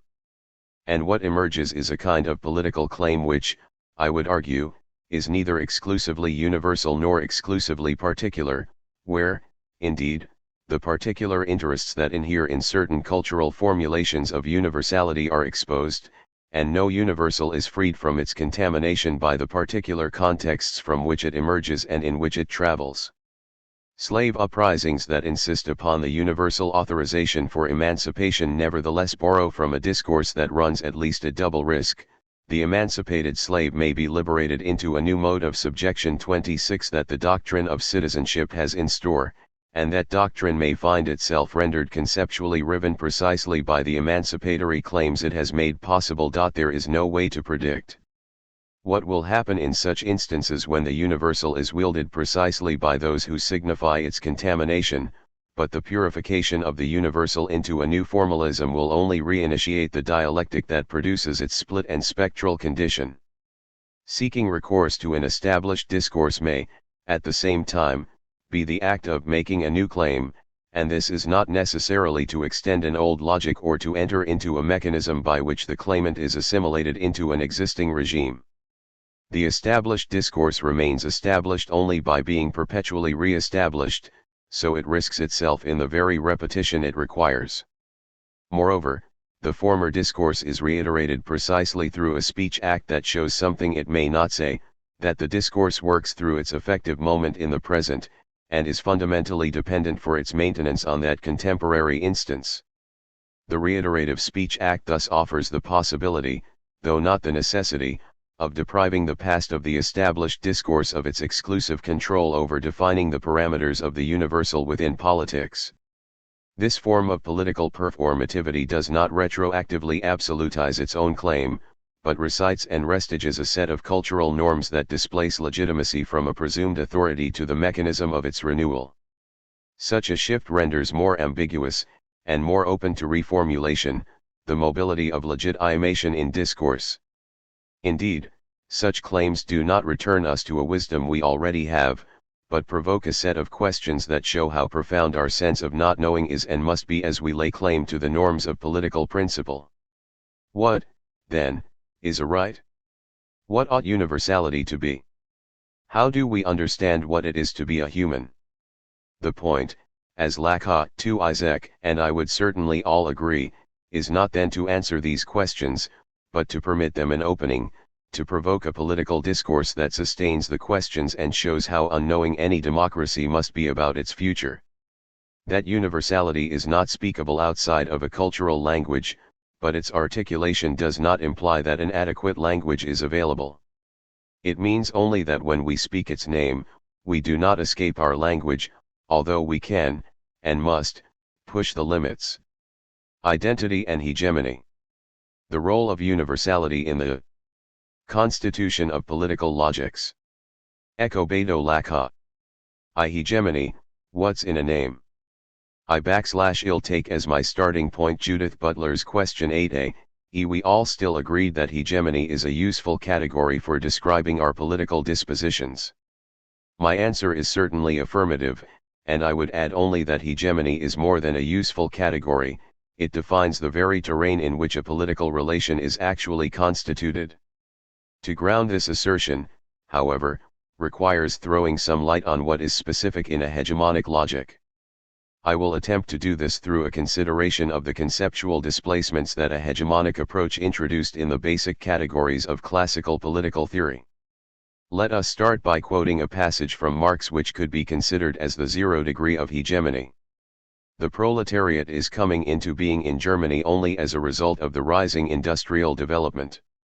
For it is not the naturally arising poor but the artificially impoverished, not the human masses mechanically oppressed by the gravity of society but the masses resulting from the drastic dissolution of society, mainly of the middle estate, that form the proletariat. By proclaiming the dissolution of the hitherto world order, the proletariat merely states the secret of its own existence, for it is in fact the dissolution of that world order.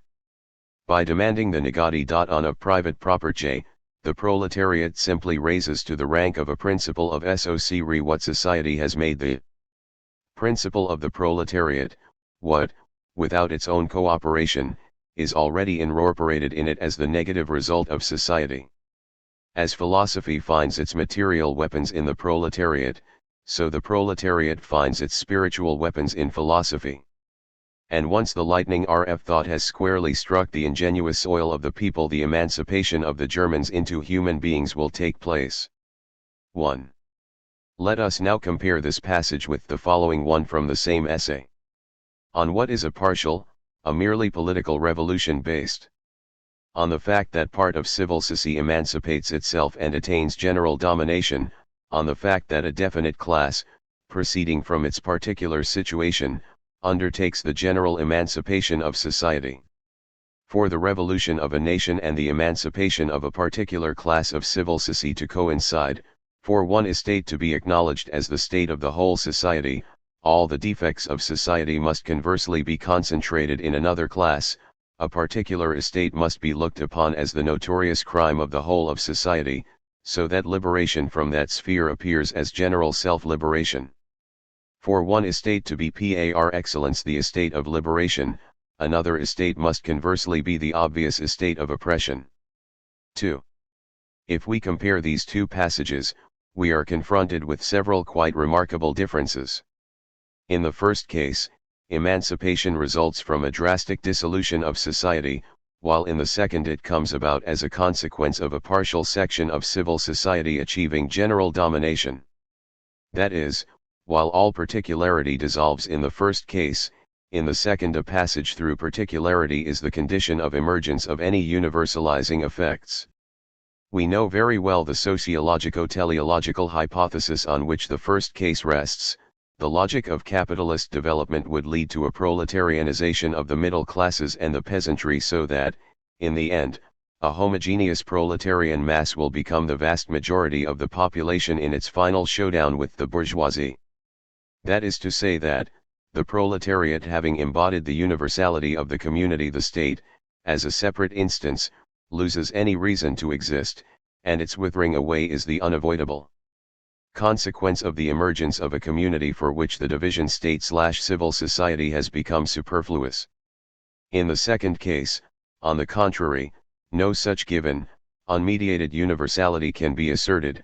Something which does not cease to be particular has to demonstrate its rights to identify its own particular aims with the universal emancipatory aims of the community. Moreover, while in the first case power becomes superfluous, inasmuch as the actual being of civil society realizes universality in and for itself. In the second case, any potential universalizing effect depends on the antagonistic exclusion of an oppressive sector, which means that power and political mediation are inherent to any universal emancipatory identity. Thirdly, emancipation, in the first case, leads to an unmediated fullness, the retrieval of an essence which does not require anything external to itself to be what it is. In the second case, on the contrary, two mediations are needed in order to constitute the emancipatory discourse.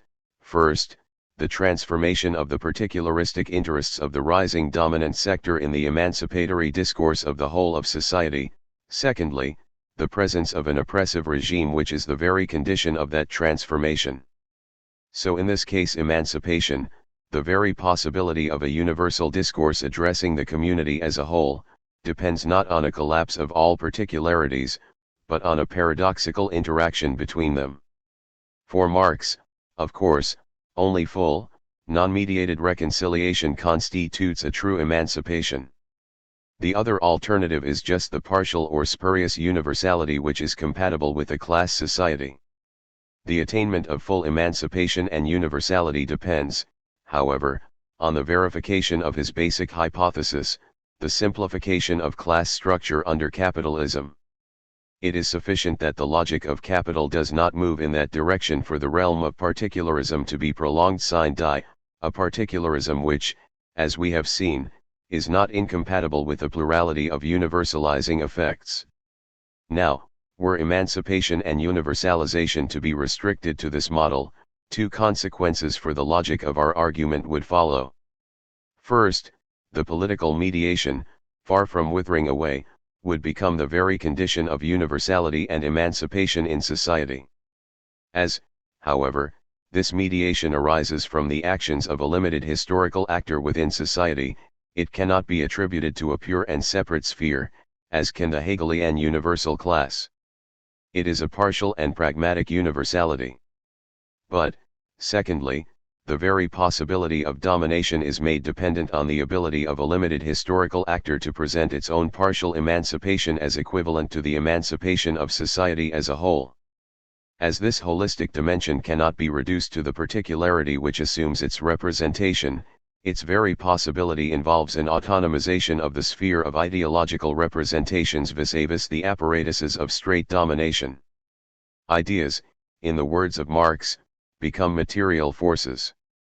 If domination involves political subordination, the latter in turn can be achieved only through processes of universalization which make all domination unstable. With this we have all the dimensions of the political and theoretical situation which make possible the hegemonic turn in emancipatory politics. Let us start by considering the theoretical displacements that the hegemonic intervention of Gramsci introduces in relation to both Marx's and Hegel's political thought. As Norberto Bobbio asserts in a classic essay on Gramsci's conception of civil society, civil society in Gramsci does not belong to the structural moment, but to the superstructural one. 3. In Gramsci's own terms. V hat we can do, for the moment, is to fix two major superstructural levels, the one that can be called civil society, that is the ensemble of organisms commonly called private and the political society or the state. These two levels correspond on the one hand to the function of hegemony which the dominant group exercises throughout society and on the other hand to that of direct domination or command exercised through the state and juridical government. 4. The typical example of civil society's hegemony given by Gramsci is the Church during the Middle Ages. Both Marx and Gramsci privilege, against Hegel, civil society over the state, but while Marx's reversal of Hegel involves the subordination of the superstructure to the structure, for Gramsci the reversal takes place entirely within the superstructure. The matter is further complicated by the fact that Gramsci's concept of civil society is openly derived from Hegel, but it is still considered as a superstructural one. This is possible, according to Bobbio, only if Gramsci is referring not to Hegel's notion of a system of needs but to that other moment of civil society which involves a rudimentary form of organization, corporation and police. That is, even when he privileges civil society as against the state conceived as domination, force, there is in Gramsci an emphasis on organization on something depending on the intervention of a will. It is this emphasis that Babayo stresses. As he points out, there are in the prison notebooks three dichotomies: economic moment/ethico, political moment, necessity/freedom, objective/subjective, in which the second term always plays the primary and subordinating role. The dichotomy base/superstructure would be the source of Gramsci's polemic against economism and his privileging of the political dimension crystallized in the party. The dichotomy institution/ideology within the superstructure leads, on the other hand, to his notion that subordinated classes have to win their battle, first, on the level of civil society. From this derives the centrality given by Gramsci to the category of hegemony. There is no doubt that Gramsci, on the whole, opposes civil society to the state conceived as domination. What should we do, however, with passages such as the following? But what does that signify if not that by state should be understood not only the apparatus of government, but also the private apparatus of hegemony or civil society? 5. In politics, the error occurs as a result of an inaccurate understanding of what the state, in its integral meaning, dictatorship plus hegemony, really is. 6. We could also add his analysis of statolatry, in which he refers to the two forms in which the state presents itself in the language and culture of specific epochs, i.e. as civil society and as political society. 7. I think we have to inscribe these apparent, or perhaps real, textual hesitations within the context of a wider question: to what extent does a collective will belong to the state or to civil society, to the pre-political or to the political sphere? Let us consider Babayo's assertion that for Gramsci the ethico-political is the moment of freedom conceived as consciousness of necessity. This assimilation, whether we can attribute it to Gramsci or not, is clearly too hasty. The notion of freedom as consciousness of necessity is a Spinozan Hegelian notion which explicitly excludes an active subject of history who could operate in a contingent or instrumental way over given material conditions. In its Hegelian version, it involves the idea of freedom as self-determination, and this presupposes the abolition of the subject/object distinction and the necessary determination by a whole which has nothing external to itself and cannot operate instrumentally in relation to anything. Now, if the Gramscian subject is in a contingent relation to its own material conditions, two necessary consequences follow. 1. There is no longer any question of an objectivity which necessarily imposes its own diktats, for the contingent interventions of the social actors partially determine such a structural objectivity. The most we can have is the transient objectivity of a historical block which partially stabilizes the social flux, but there is no necessity whose consciousness exhausts our subjectivity, political or otherwise. 2. In the same way, on the side of the active subject of history we find only ultimate contingency. But the problem then arises: where and how is that subject constituted? What are the places and logics of its constitution which make the actions that subject is supposed to perform compatible with the contingent character of this intervention? As Babayo has indicated, those movements presuppose, a.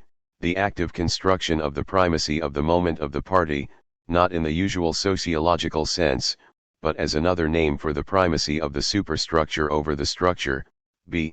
the primacy of the moment of hegemony, which is equivalent to the prevalence of the ideological over the institutional.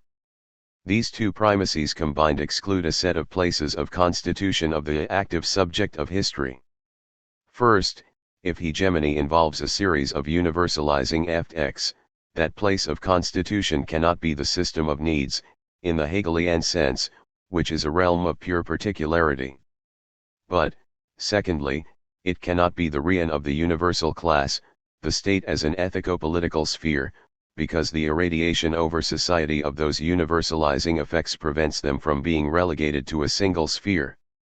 Thirdly, and for the same reasons, civil society cannot be constituted as a truly separate instance, for its functions both anticipate and extend the state's role. The state would be the name or the hypostasis of a function which far exceeds its institutional frontiers. Perhaps the ambiguities of Gramsci vis-a-vis the frontier state/civil society lie not so much in Gramsci's thought but in social reality itself.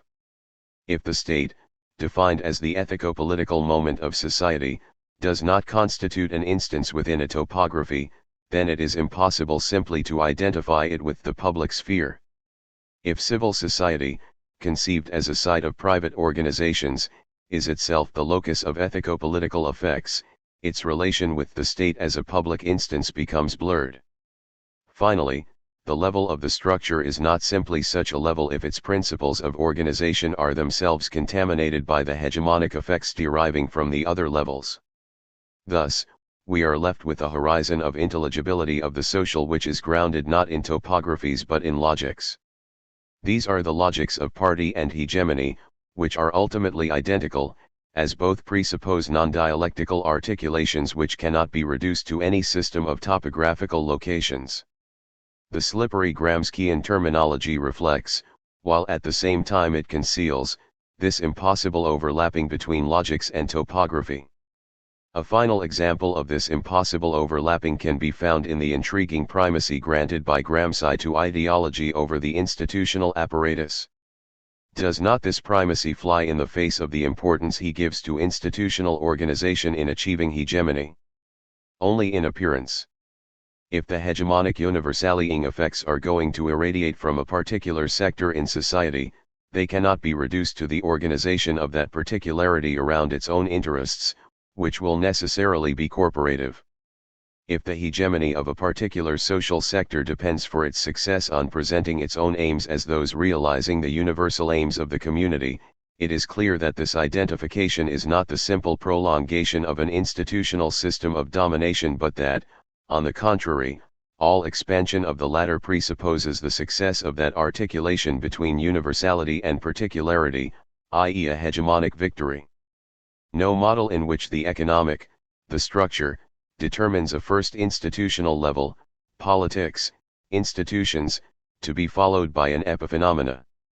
World of ideas will do the trick, given that society is configured as an ethico-political space, and that the latter presupposes contingent articulations. The centrality of the intellectual, equals ideological, function in grounding the social link necessarily follows from this. At this point the various displacements that Gramsci makes, in relation to Hegel and Marx, become fully intelligible.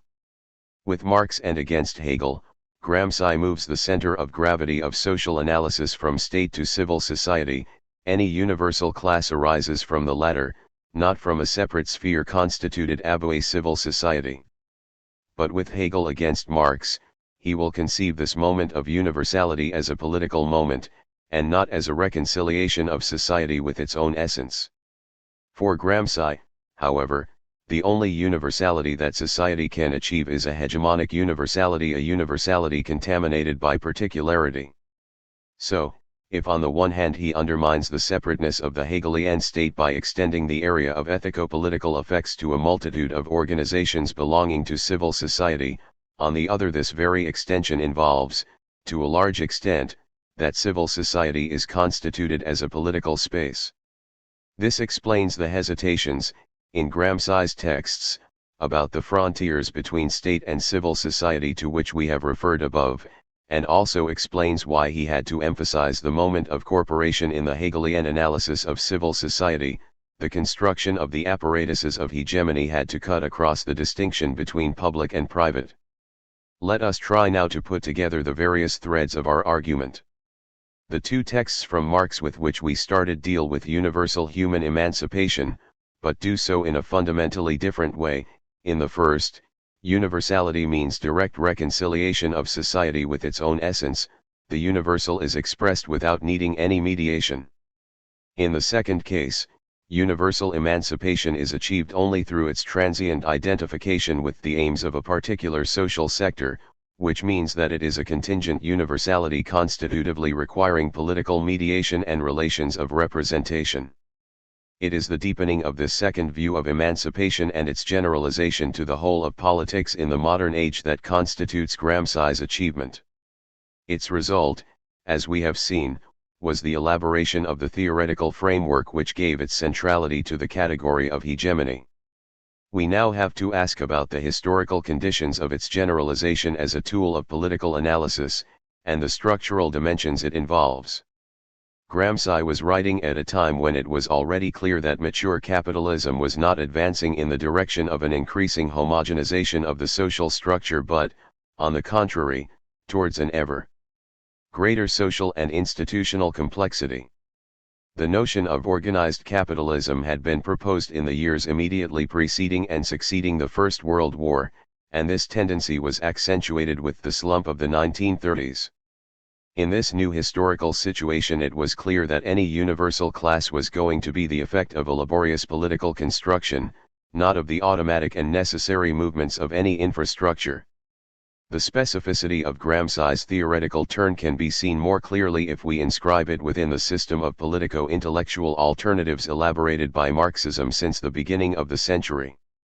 Let us take Searle and Trotsky as two thinkers who were at least partially aware of the problems Gramsci was addressing. Searle understood that the main trends of capitalist development were not leading in the direction predicted by Marxism but were generating, on the contrary, an increasing social complexity incompatible with the emergence in civil society of any universal class.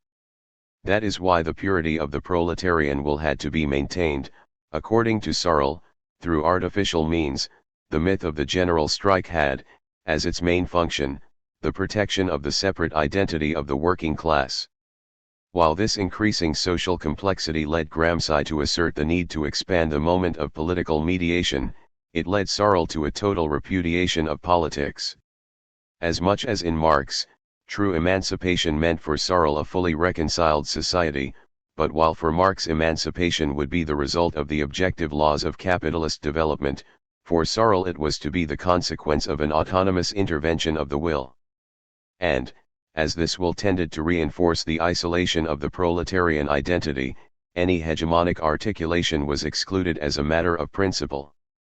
Something similar happens in the case of Trotsky. His thought starts with the realization that the relation between global emancipation and its possible agents is unstable, the Russian bourgeoisie is too weak to carry out its democratic revolution, and the democratic tasks have to be carried out under the leadership of the proletariat. This is what he called permanent revolution. But while for Gramsci this hegemonic transference led to the construction of a complex collective will, for Trotsky it was simply the strategic occasion for the working class to carry out its O/6L class revolution.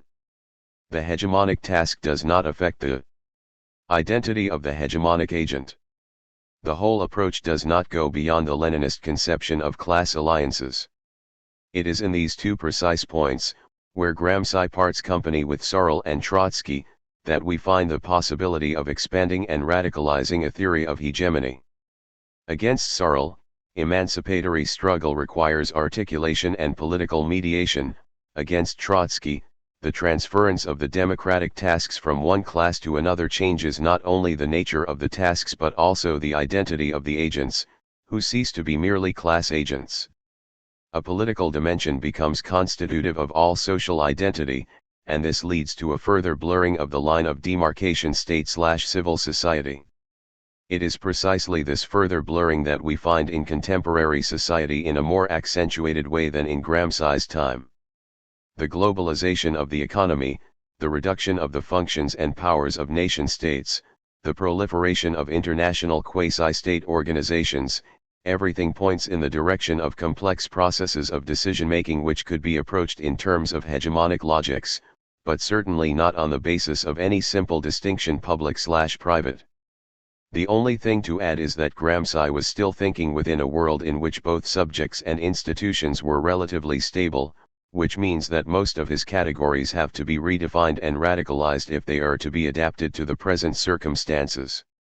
This further refinement and radicalization require us to engage in a very precise task, to move from a purely sociologistic and descriptive account of the concrete agents involved in hegemonic operations to a formal analysis of the logics involved in the latter. 8. We gain very little, once identities are conceived as complexly articulated collective wills, by referring to them through simple designations such as classes, ethnic groups, and so on. which are at best names for transient points of stabilization. The really important task is to understand the logics of their constitution and dissolution, as well as the formal determinations of the spaces in which they interrelate. It is to the question of these formal determinations that I will devote the rest of this section. Let us now return to our text by Marx on political emancipation, and consider the logical structure of its different moments. We have, in the first place, the identification of the aims of a particular group with the emancipatory aims of the whole community. How is this identification possible? Are we dealing with a process of alienation of the community, which abandons its true aims to embrace those of one of its component parts? Or would lie an act of demagogic manipulation by the latter, which succeeds in rallying the vast majority of society under its own banners? Not at all. The reason for that identification is that this particular sector is the one which is able to bring about the downfall of an estate which is perceived as a general crime. Now, if the crime is a general one and, however, only a particular sector or constellation of sectors, rather than the people as a whole, is able to overthrow it, this can only mean that the distribution of power within the popular pole is essentially uneven. While in our first quotation from Marx universality of the content and formal universality exactly overlapped in the body of the proletariat, we have in the so-called political emancipation a split between the particularism of the contents and the formal universalization deriving from their irradiation over the whole of society. This split is, as we have seen, the effect of the universality of the crime combined with the particularity of the power capable of abolishing it. Thus we see a first dimension F. The hegemonic relation, unevenness of power is constitutive of it. We can easily see the difference with a theory like Hobbes's. For Hobbes, in the state of nature power is evenly distributed among individuals, and, as each tends towards conflicting aims, society becomes impossible. So the covenant which surrenders total power to the Leviathan is an essentially non-political act in that it totally excludes the interaction between antagonistic wills. A power which is total is no power at all. If, on the contrary, we have an originally uneven distribution of power, the possibility of ensuring social order can result from that very unevenness and not from any surrender of total power into the hands of the sovereign. In that case, however, the siege aim of a sector to rule will depend on its ability to present its own particular aims as the ones which are compatible with the actual functioning of the community, which is, precisely, what is intrinsic to the hegemonic operation. This, however, is not enough. For if the generalized acceptance of the hegemony of the force carrying out political emancipation depended only on its ability to overthrow a repressive regime, the support it would get would be strictly limited to such an act of overthrowing, and there would be no coincidence between the revolution of the nation and the emancipation of a particular class of civil society. So, what can bring about this coincidence? I think that the answer is to be found in Marx's assertion that a particular estate must be looked upon as the notorious crime of the whole of society, so that liberation from that sphere appears as general self-liberation. For this to be possible, several displacements become necessary, all of which point towards an increasing complexity in the relation between universality and particularity. In the first place, a system of domination is always, ontically speaking, a particular one, but if it is to be seen as the notorious crime of the whole of society, its own particularity has in turn to be seen as a symbol of something different and incommensurable with it, the obstacle which prevents society from coinciding with itself, from reaching its fullness. There is no concept, of course, which would correspond to that fullness and, as a result, no concept corresponding to a universal object blocking it, but an impossible object, to which no concept corresponds, can still have a name. It borrows it from the particularity of the oppressive regime, which thus becomes partially universalized. In the second place, if there is a general crime, there should be a general victim. Society, however, is a plurality of particularistic groups and demands. So if there is going to be the subject of a certain global emancipation, the subject antagonized by the general crime, it can be political y constructed only through the equivalence of a plurality of demands. As a result, these particularities are also split. Through their equivalence they do not simply remain themselves, but also constitute an area of universalizing effects, not exactly Rousseau's general will, but a pragmatic and contingent version of it. Finally, what about that impossible object, the fullness of society, against which the notorious crime sins, and which emancipation tries to reach? It obviously lacks any form of direct expression, and can accede to the level of representation, as in the two previous cases, only by a passage through the particular.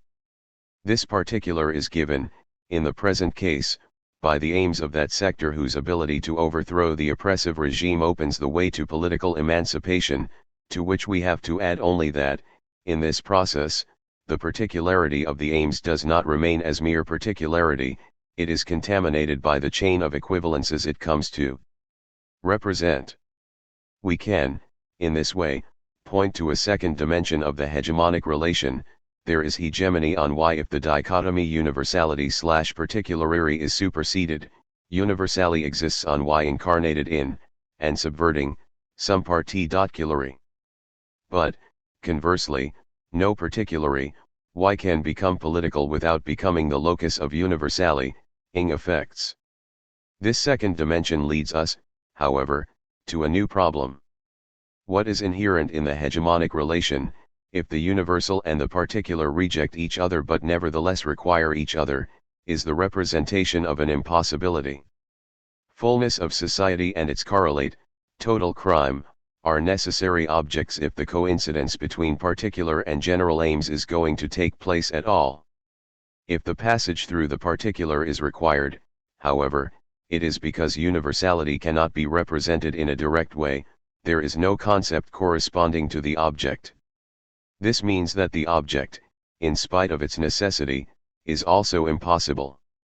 If its necessity requires access to the level of representation, its impossibility means that it is always going to be a distorted representation, that the means of representation are going to be constitutively inadequate.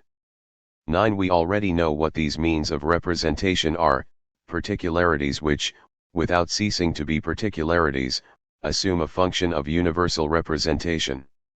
This is what is at the root of hegemonic relations.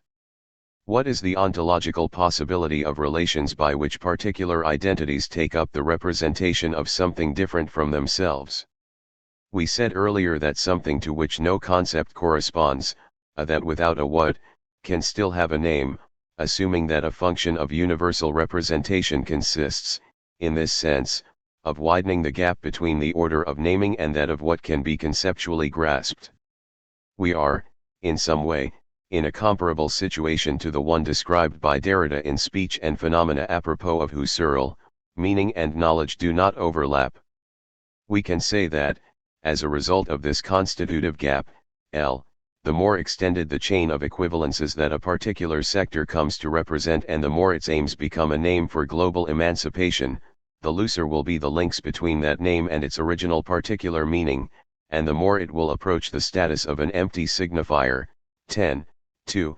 As this total coincidence of the universal with the particular is, however, ultimately impossible, given the constitutive inadequacy of the means of representation, a remainder of particularity cannot be eliminated. The process of naming itself, as it is not constrained by any a priori conceptual limits, is the one that will retroactively determine, depending on contingent hegemonic articulations, what is actually named. This means that the transition from Marx's political emancipation to total emancipation can never arrive. This shows us a third dimension of the hegemonic relation. It requires the production of tendentially empty signatures WMCH, while maintaining the incommensurability between universal and particulars, enables the latter to take up the representation of the former. Finally, a corollary of our previous conclusions is that representation is constitutive of the hegemonic relation. The elimination of all representation is the illusion accompanying the notion of a total emancipation. But, insofar as the universality of the community is achievable only through the mediation of a particularity, the relation of representation becomes constitutive. We have, as inherent to the representative link, the same dialectic between name and concept that we have just mentioned. If the representation was total, if the representative moment was entirely transparent to what it represents, the concept would have an unchallenged primacy over the name. In Saussurean terms, the signified would entirely subordinate to itself the order of the signifier. But in that case there would be no hegemony, for its very requisite, which is the production of tendentially empty signifiers, would not obtain. In order to have hegemony we need the sectorial aims of a group to operate as the name for a universality transcending them. This is the synecdoche constitutive of the hegemonic link. But if the name, the signifier, is so attached to the concept, signified, that no displacement in the relation between the two is possible, we cannot have any hegemonic re-articulation. The idea of a totally emancipated and transparent society, from which all topological movement between its constitutive parts would have been eliminated, involves the end of all hegemonic relation, and also, as we will see later, of all democratic politics. Here we have a fourth dimension of hegemony. The terrain in which it expands is that of the generalization of the relations of representation as condition of the constitution of a social order. This explains why the hegemonic form of politics tends to become general in our contemporary, globalized world. As the descent ring of the structures of power tends to increase, any centrality requires that its agents are constitutively overdetermined, that is, that they always represent something more than their mere particularistic identity. To conclude, I would like to make two remarks. First, insofar as this complex dialectic between particularity and universality, between ontic content and ontological dimension, structures social reality itself, it also structures the identity of the social agents. As I will try to argue later, it is the very lack within the structure that is at the origin of the subject. This means that we do not simply have subject positions within the structure, but also the subject as an attempt to fill these structural gaps. That is why we do not have just identities but, rather, identification. If identification is required, however, there is going to be a basic ambiguity at the heart of all identity.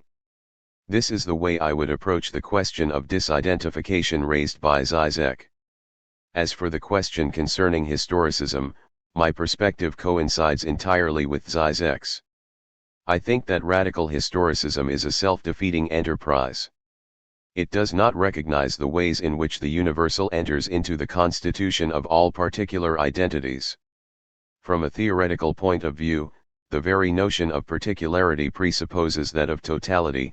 Even total separation cannot escape the fact that separation is still a type of relation between entities.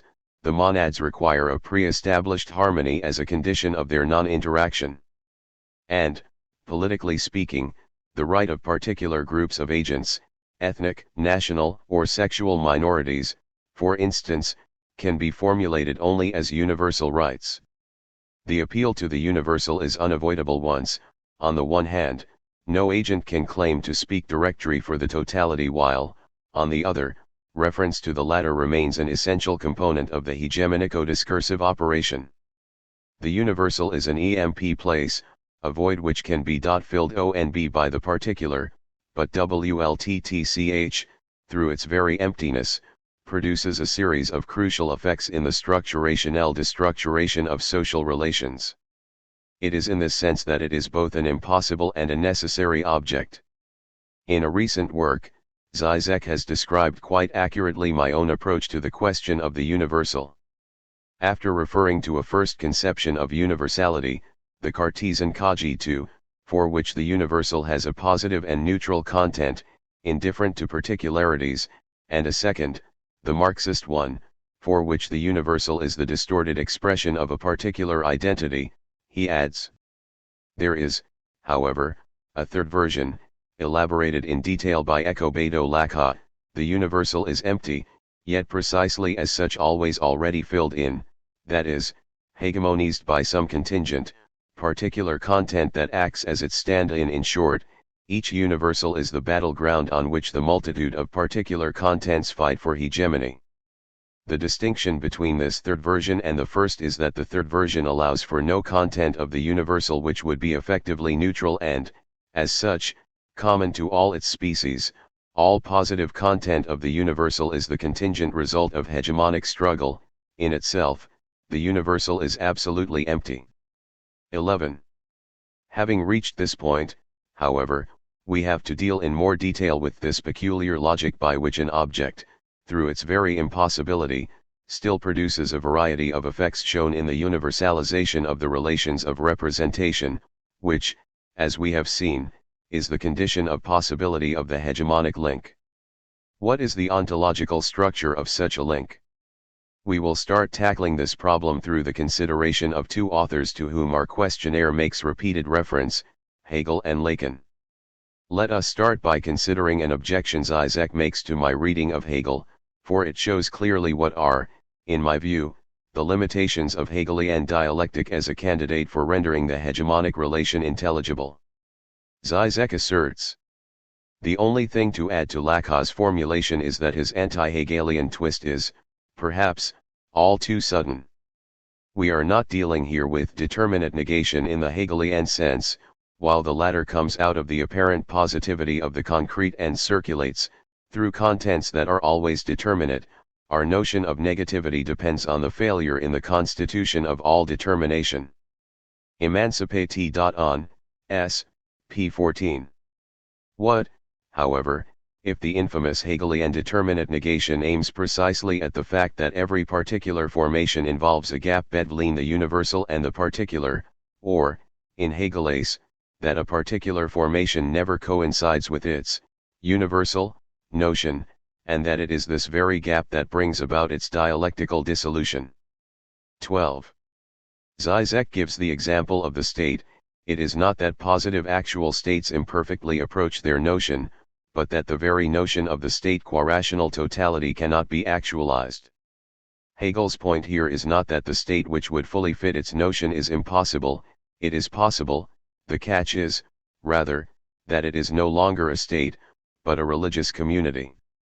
13. I would like to make 2 points to Zizek. The first is that he is entirely right in asserting that, for Hegel, no particular formation ever coincides with its own notion, simply because the notion itself is internally split, and brings about its own dialectical dissolution. I never put this into doubt. But, secondly, the dialectical pattern of this dissolution requires it to be a pattern made of necessary transitions. It is, to take the example, a religious community and nothing else that results from the non-coincidence of the state with its notion.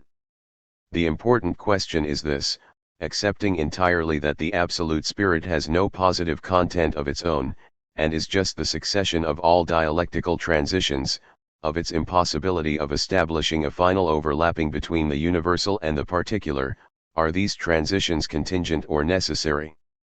If the latter, the characterization of the whole Hegelian project, as opposed to what he actually did, as panlogicist can hardly be avoided. From this point of view, the evidence is overwhelming. Let me just stress a few points. As in most post-Kantian idealist systems, Hegel aspires to a presuppositionless philosophy. This means that the irrational, and ultimately contradictory, moment of the thing in itself has to be eliminated. Furthermore, if reason is going to be its own grounding, the Hegelian list of categories cannot be a catalogue.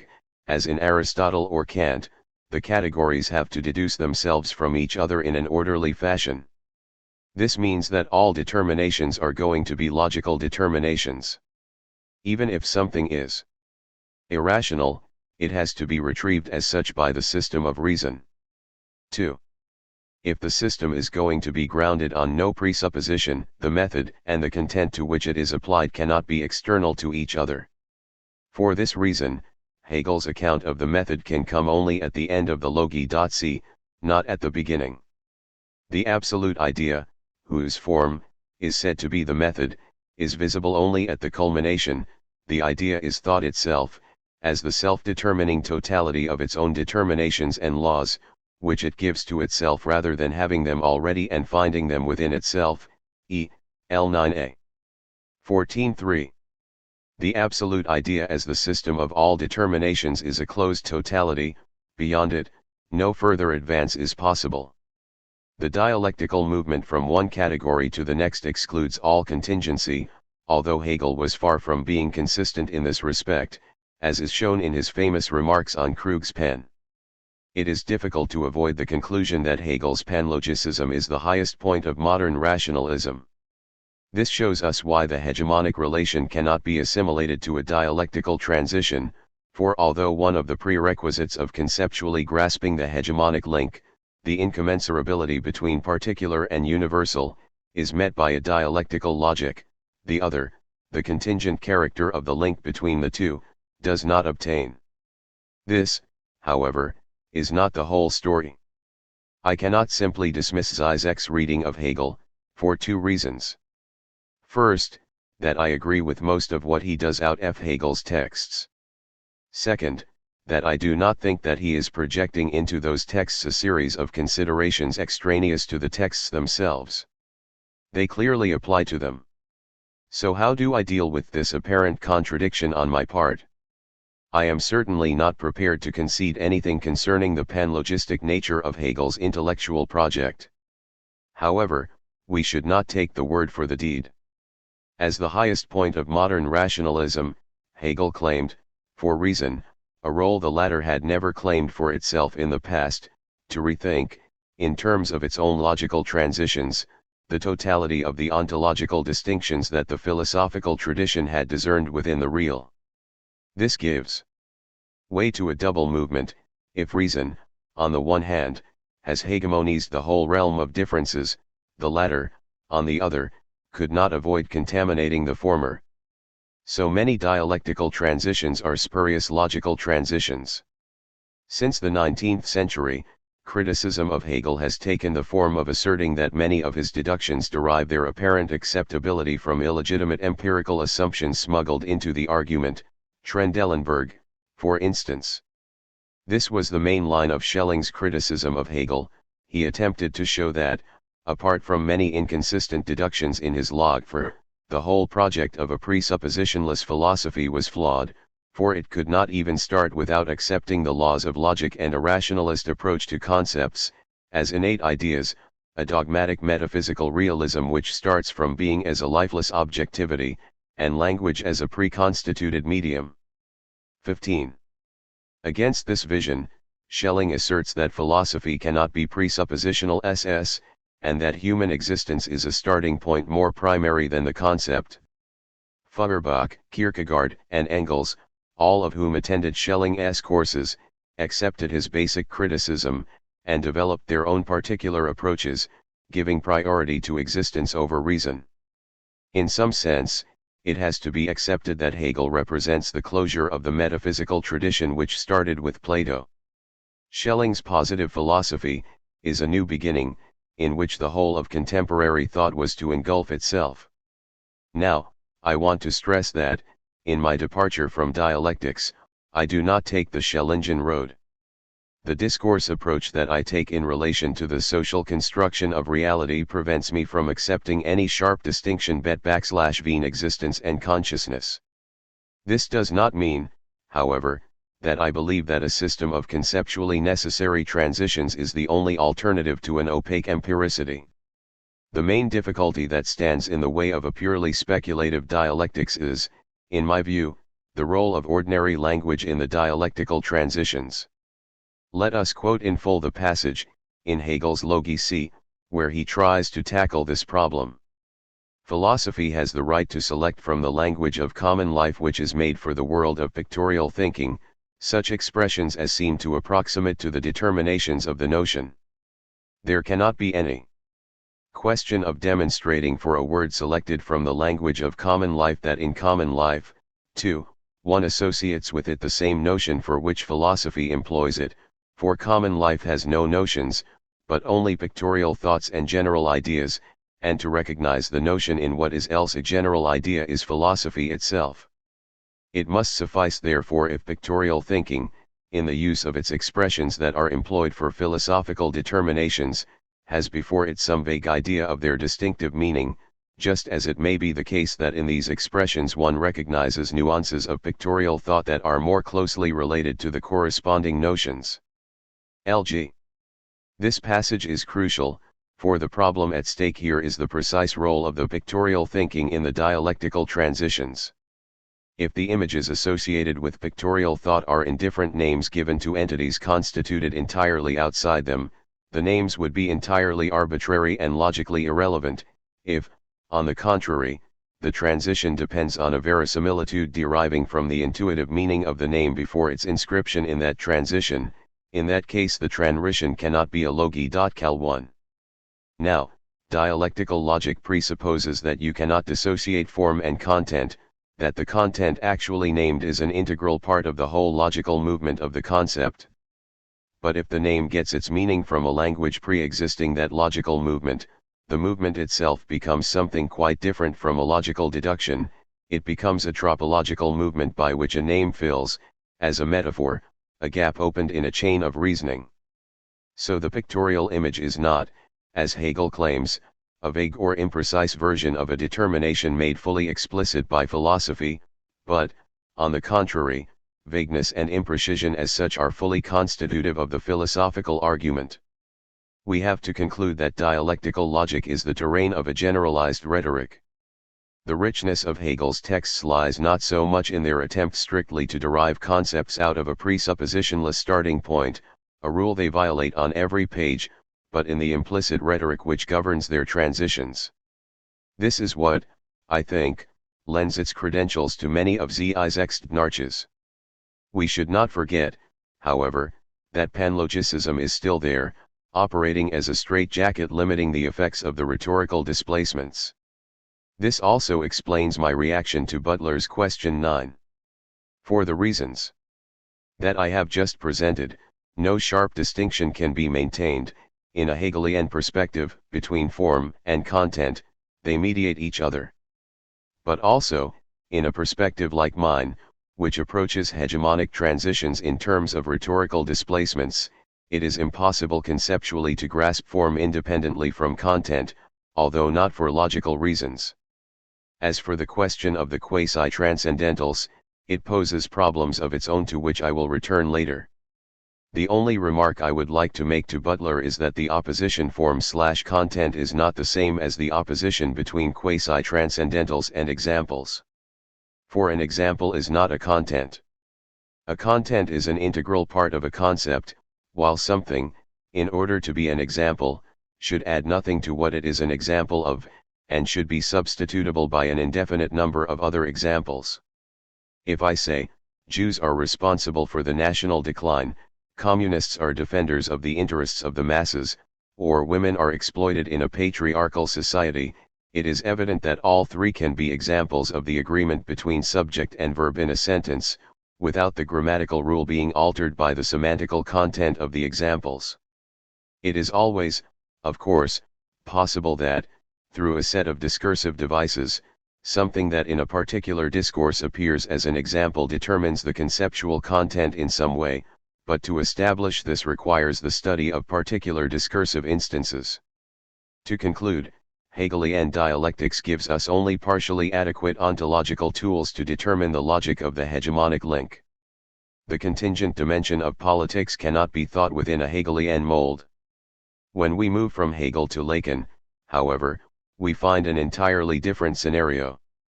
Let me say, to start with, that I would not establish the opposition between orthodox Lacanian Dasein and heterodox appropriation of Lacan for the thinking of hegemony in the sharp terms in which Butler does. Any appropriation of a theoretical approach will be more or less orthodox, depending on the degree of identification that one finds with the appropriated author. But if by orthodox Dasein one understands philological obsession and mechanical repetition of the same categories without developing them as required by new contexts, it is clear that any intellectual intervention worth the name will be heterodox. So, let us fully engage in a heterodox game. Judith Butler is essentially concerned with the question of whether Lacan's barred subject imposes or does not impose structural limitations to the strategic movements required by a hegemonic logic. The kernel of her skepticism about the potential fruitfulness of a Lacanian approach to politics is neatly stated: can the ahistorical recourse to the Lacanian bar be reconciled with the strategic question that hegemony poses, or does it stand as a quasi-transcendental limitation on all possible subject formation and, hence, as indifferent to politics? Question I. Now, to some extent Zizek hints to what would be my own answer to Butler's question when he refers to the Lacanian real as it's the symbolic's totally non-substantial inherent limit, point of failure, which maintains the very gap between reality and its symbolization and thus sets in motion the contingent process of historicization symbolization. Question 1.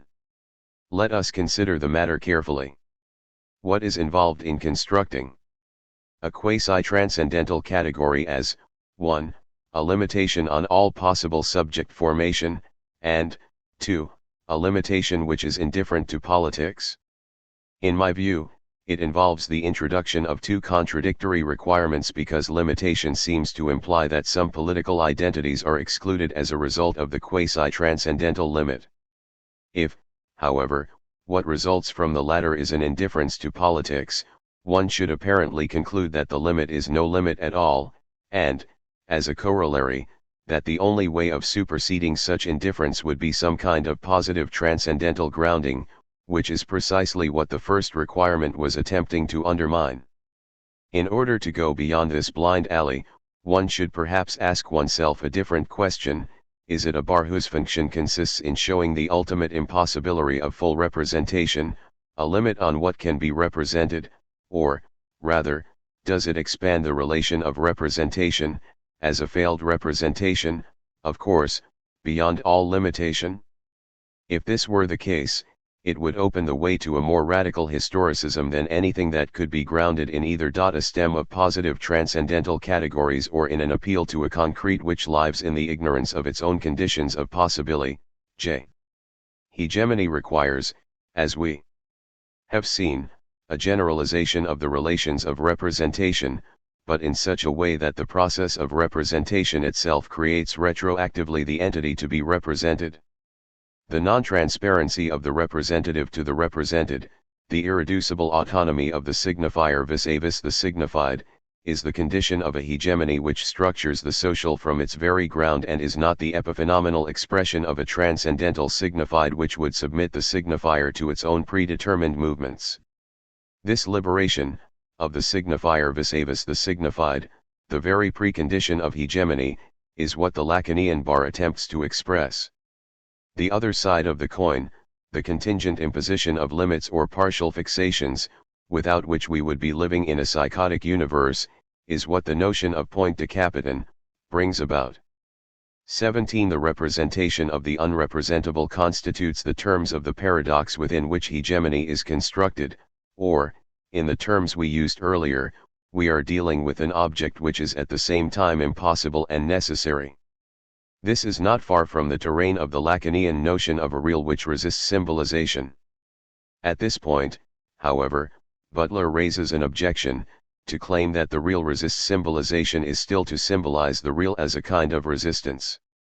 The former claim, the real resists symbolization, can only be true if the latter claim, the real resists symbolization, is a symbolization, is true, but if the second claim is true, the first is necessarily false. 18. Butler presents her argument in terms of Russell's paradox: the class of all classes which are not members of themselves, is it a member of itself, etc., but the very way she formulates it evokes, quite easily, the standard idealist criticism of Kant's thing in itself: if categories apply only to phenomena, I cannot say that the thing is the external cause of my sensations, that it exists, etc. Now, if her assertion was of this last type, she would be advocating total representability, pure transparency of thought to itself, and in that case unrepresentability could be conceived only as radical unawareness, but to admit even the possibility of existence of something of which we are essential, unaware, that is, not even potentially mediated by thought, would break the link between representability and actuality. As Hegel said in the Encyclopedia, only when we discern that the content, the particular, is not self-subsistent, but derivative from something else, are its finitude and untruth shown in their proper light. The only content which can be held to be the truth is one not mediated with something else, not limited by other things, or, otherwise expressed, it is one mediated by itself, where mediation and immediate reference to self coincide. Abstract thought, the scientific form used by reflective, metaphysic, and abstract intuition, the form used by immediate knowledge, are one and the same. 19. But perhaps Butler is not advocating total representability, although it is difficult to see how the sublation of any non-representable within the field of representation could lead to any different reading. Perhaps what she intends to point to is not a contradiction sensu stncto but a paradox. In that case she would be referring to an aporia of thought, and we would be back to the terms of Russell's dilemma. The question there would be, what can we do when we are confronted with a discursive space organized around logically unanswerable aporias? We can do several things, but there is one especially that I want to stress. Given its centrality for what I have to say later on, we can initiate a tropological, rhetorical, movement between the categories establishing the terms of the aporia. Let us consider, as an example, the analysis made by Paul de Man of the role of the zero in Pascal's allegory of persuasion. 20 Pascal was confronted with the objection to his principle of infinite smallness, that, if the postulate of a homogeneity between space and number was to be maintained, it would be possible to conceive of an extension composed of parts that are not extended, given that we have numbers made of units which are devoid of number, the one. Pascal's answer consists of two movements. On the one hand, he tried to dissociate the order of number from the order of space, by showing that if the one is, strictly speaking, not a number, for it is exempt from plurality, it still belongs to the order of number because, through reiterated multiplication, all other numbers are obtained from, made of units which include, the one. On the other hand, however, if the homology between, number, time, and motion is to be maintained, the equivalent of instant, or stasis has to be found in the order of number. Pascal finds it in the zero.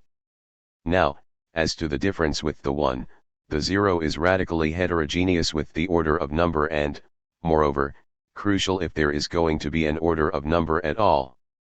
In de Man's words, there can be no one without zero, but the zero always appears in the guise of a one, of a, some, thing.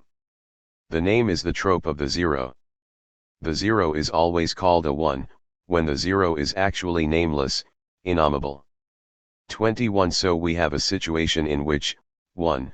A systemic totality cannot be constituted without appealing to something radically heterogeneous vis-a-vis what is representable within it. 2. This something has, anyway, to be somehow represented if there is to be a system at all. 3. As this will, however, be the representation of something which is not representable within the system, even more, the representation of the radical impossibility of representing the latter, that representation can take place only through tropological substitution. This is the point Butler's argument is really missing. If the representation of the real was a representation of something entirely outside the symbolic, this representation of the unrepresentable as unrepresentable would amount, indeed, to full inclusion. This was, for instance, the way in which Hegel was able to include the contingent within his logical system. But if what is represented is an internal limit of the process of representation as such, the relationship between internality and externality is subverted, the real becomes a name for the very failure of the symbolic in achieving its own fullness. The real would be, in that sense, a retroactive effect of the failure of the symbolic. Its name would be both the name of an empty place and the attempt to fill it through that very naming of what, in de Man's words, is nameless, innominable. This means that the presence of that name within the system has the status of a suturing tropos. Bruce Fink has shown that there are, in Lacan, two different orders of the real: 1, a real before the letter, that is, a presymbolic real, which, in the final analysis, is but our own hypothesis, R1, and, 2, a real after the letter which is characterized by impasses and impossibilities due to the relations among elements of the symbolic order itself, R2, that is, which is generated by the symbolic point 22. Thus we can start seeing how the hegemonic operation involves both the presence of a real, which subverts signification, and the representation of real through topological substitution. The bar in the relation is the very precondition of a primacy of the signifier, without which hegemonic displacements would be inconceivable. There are, however, two concomitant aspects that I want to stress because they have capital importance in understanding the workings of the hegemonic logic. The first concerns the break of the isomorphism postulated by Saussure between the order of the signifier and the order of the signified. It was very quickly realized that such an isomorphism led to a contradiction with the principle that language is form, and not substance, which was the cornerstone of Saussurean linguistics. For if there was total isomorphism between the order of the signifier and the order of the signified, it was impossible to distinguish one from the other in purely formal terms, so that the only alternatives were either to maintain a strict formalism which would necessarily lead to the collapse of the distinction between signifier and signified, and the dissolution of the category of sign, or to smuggle, inconsistently, the substances, phonic and conceptual, into linguistic analysis.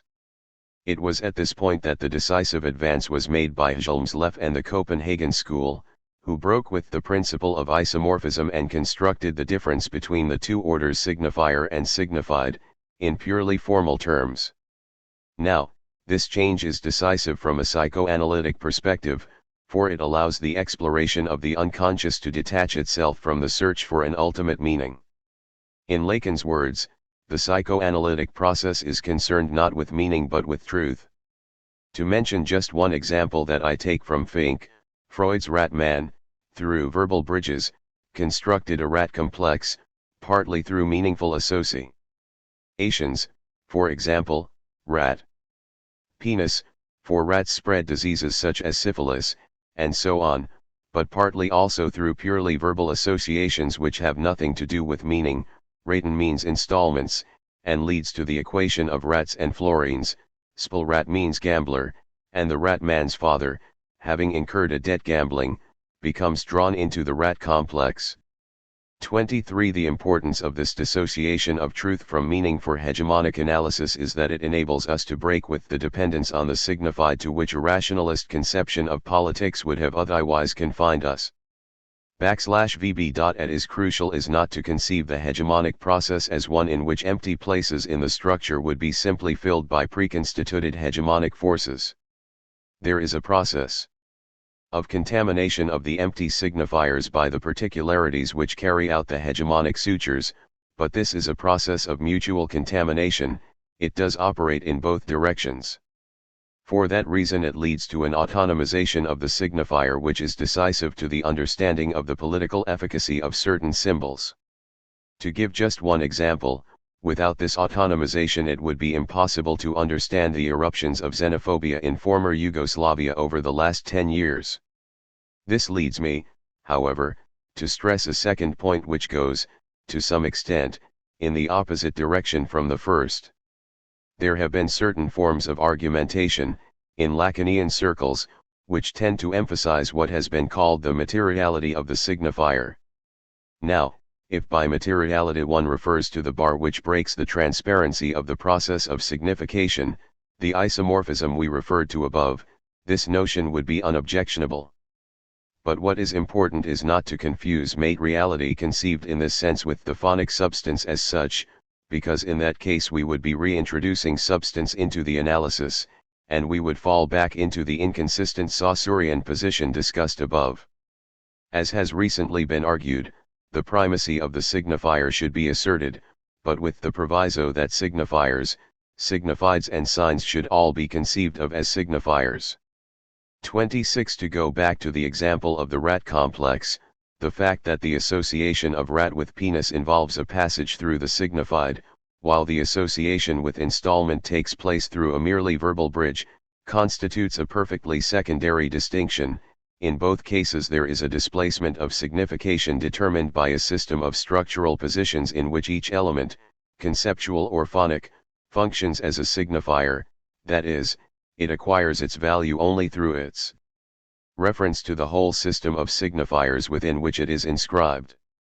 This point is important for political analysis, because some rationalistic attempts to domesticate the theory of hegemony assert that it is a remainder at the level f the signified which provides a necessary anchoring point to what would otherwise be a limitless flux, unable to signify anything.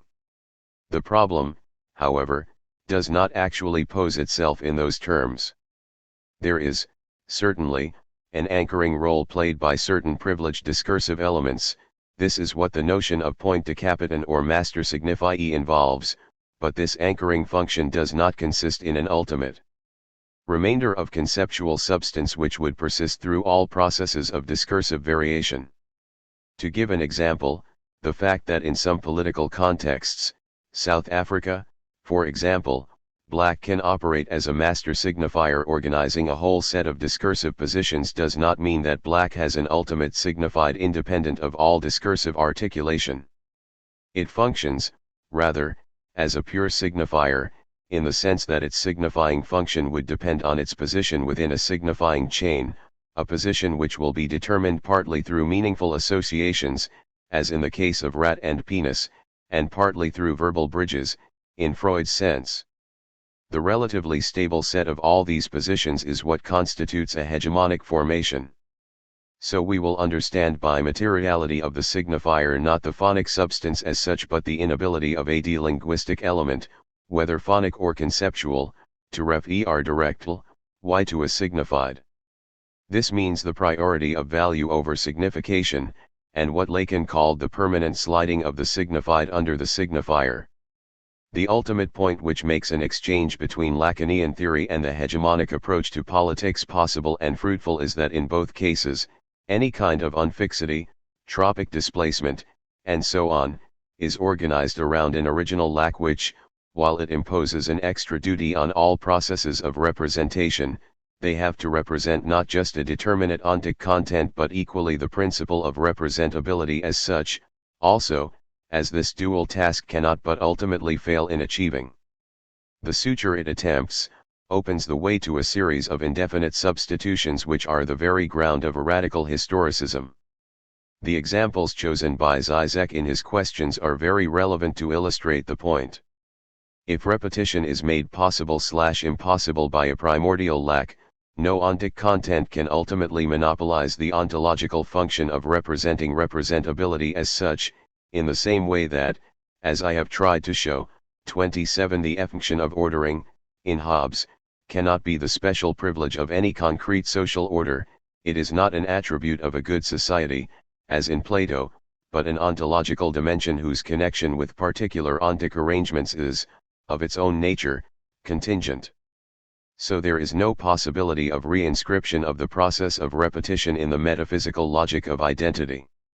For the same reason the barred subject, which prevents the process of interpellation from chaining the individual entirely to a subject position, introduces an area of indeterminacy which makes possible, among other things, Butler's parodic performances. The same can be said of the status of sexual difference, which, as Zizek has convincingly shown, is linked not to particular sexual roles but to a real/impossible kernel which can enter the field of representation only through tropological displacements/incarnations. 28. In terms of the theory of hegemony, this presents a strict homology with the notion of antagonism as a real kernel preventing the closure of the symbolic order. As we have repeatedly argued, antagonisms are not objective relations but the point where the limit of all objectivity is shown. Something at least comparable is involved in Lacan's assertion that there is no such thing as a sexual relationship. Finally, I want to add that I agree entirely with Zizek that the notion of phallus in Lacan does not have any necessary phallogocentric implications. Phallus, as the signifier of desire, has largely been replaced in Lacan's later teaching by the objet petit, and this makes possible, even more clearly, the study of its whole range of effects on the structuration of the field of representation. I would like to conclude this section by referring to Butler's question about the relation between politics and psychoanalysis. Let me just say that a theoretical intervention, when it really makes a difference, is never restricted to the field of its initial formulation. It always produces some kind of restructuration of the ontological horizon within which knowledge had moved so far. Mentioning some examples of which Althusser was fond, we can say that behind Platonic philosophy is Greek mathematics, behind 17th-century rationalisms, Galileo's mathematization of nature, and behind Kantianism, Newton's physics. We can similarly say that we are still living in the century of Freud, and I would go as far as to say that most of what is fruitful and innovative in contemporary philosophy is, to a large extent, an attempt to come to terms with Freud's discovery of the unconscious. This transformation, however, should not be conceived so much as the incorporation, for philosophical consideration, of a new regional field but, rather, as the opening of a new transcendental horizon within which the whole field of objectivity has to be thought again, as a widening, on the ontological level, of the kind of relations between objects which it is possible to think about. What, for instance, involves asserting that an object is impossible, and, at the same time, necessary. What effects would such an object have in the restructuration of the whole field of representation? Seen from this perspective, Lacanian theory should be considered a radicalization and development of what was in nous contained in the Freudian discovery. But, considered from this angle, psychoanalysis is not alone, it is, rather, the epicentre of a wider transformation embracing contemporary thought as a whole. It is to this aspect of our discussion that I now want to move. For objectivity and rhetoric. In his work, Zizek has tried, forcefully and repeatedly, to present the image of a Lacan entirely outside the field of a post-structuralism that he identifies mainly with deconstruction.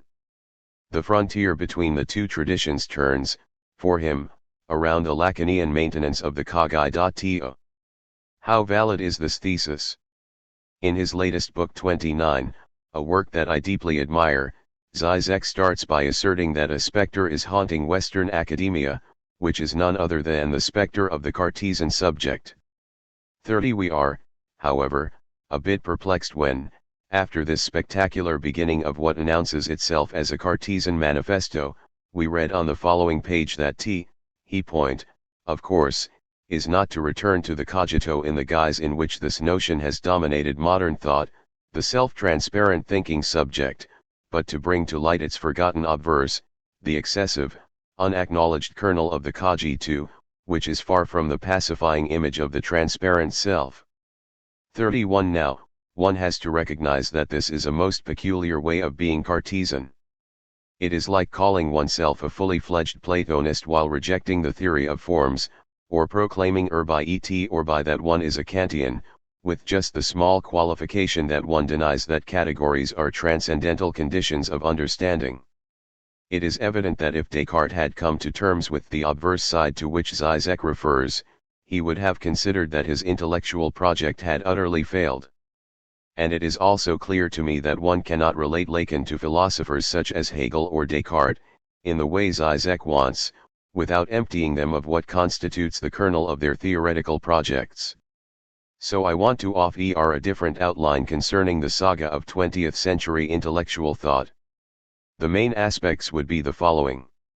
The century started with three illusions of immediacy, of the possibility of an immediate access to the things themselves.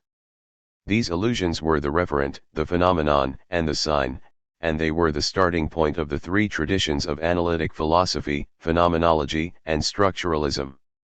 Since then, the history of these three traditions has been remarkably similar. At some stage, in all three, the illusion of immediacy disintegrates and gives way to one or other form of thought in which discursive mediation becomes primary and constitutive. This is what happens to analytic philosophy after Wittgenstein's philosophical investigations, to phenomenology after Heidegger's existential analytic, and to structuralism after the post-structuralist critique of the sign.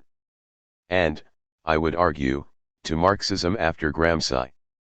Within this historical framework, it is clear to me that one of the most important moments in the critique of the transparency of the linguistic sign is to be found in Lacan's linguisteries, in his notion of the primacy of the signifier to which we referred earlier. So Lacan is not only, for me, a post-structuralist, but also one of the two crucial moments in the emergence of a post-structuralist theoretical terrain.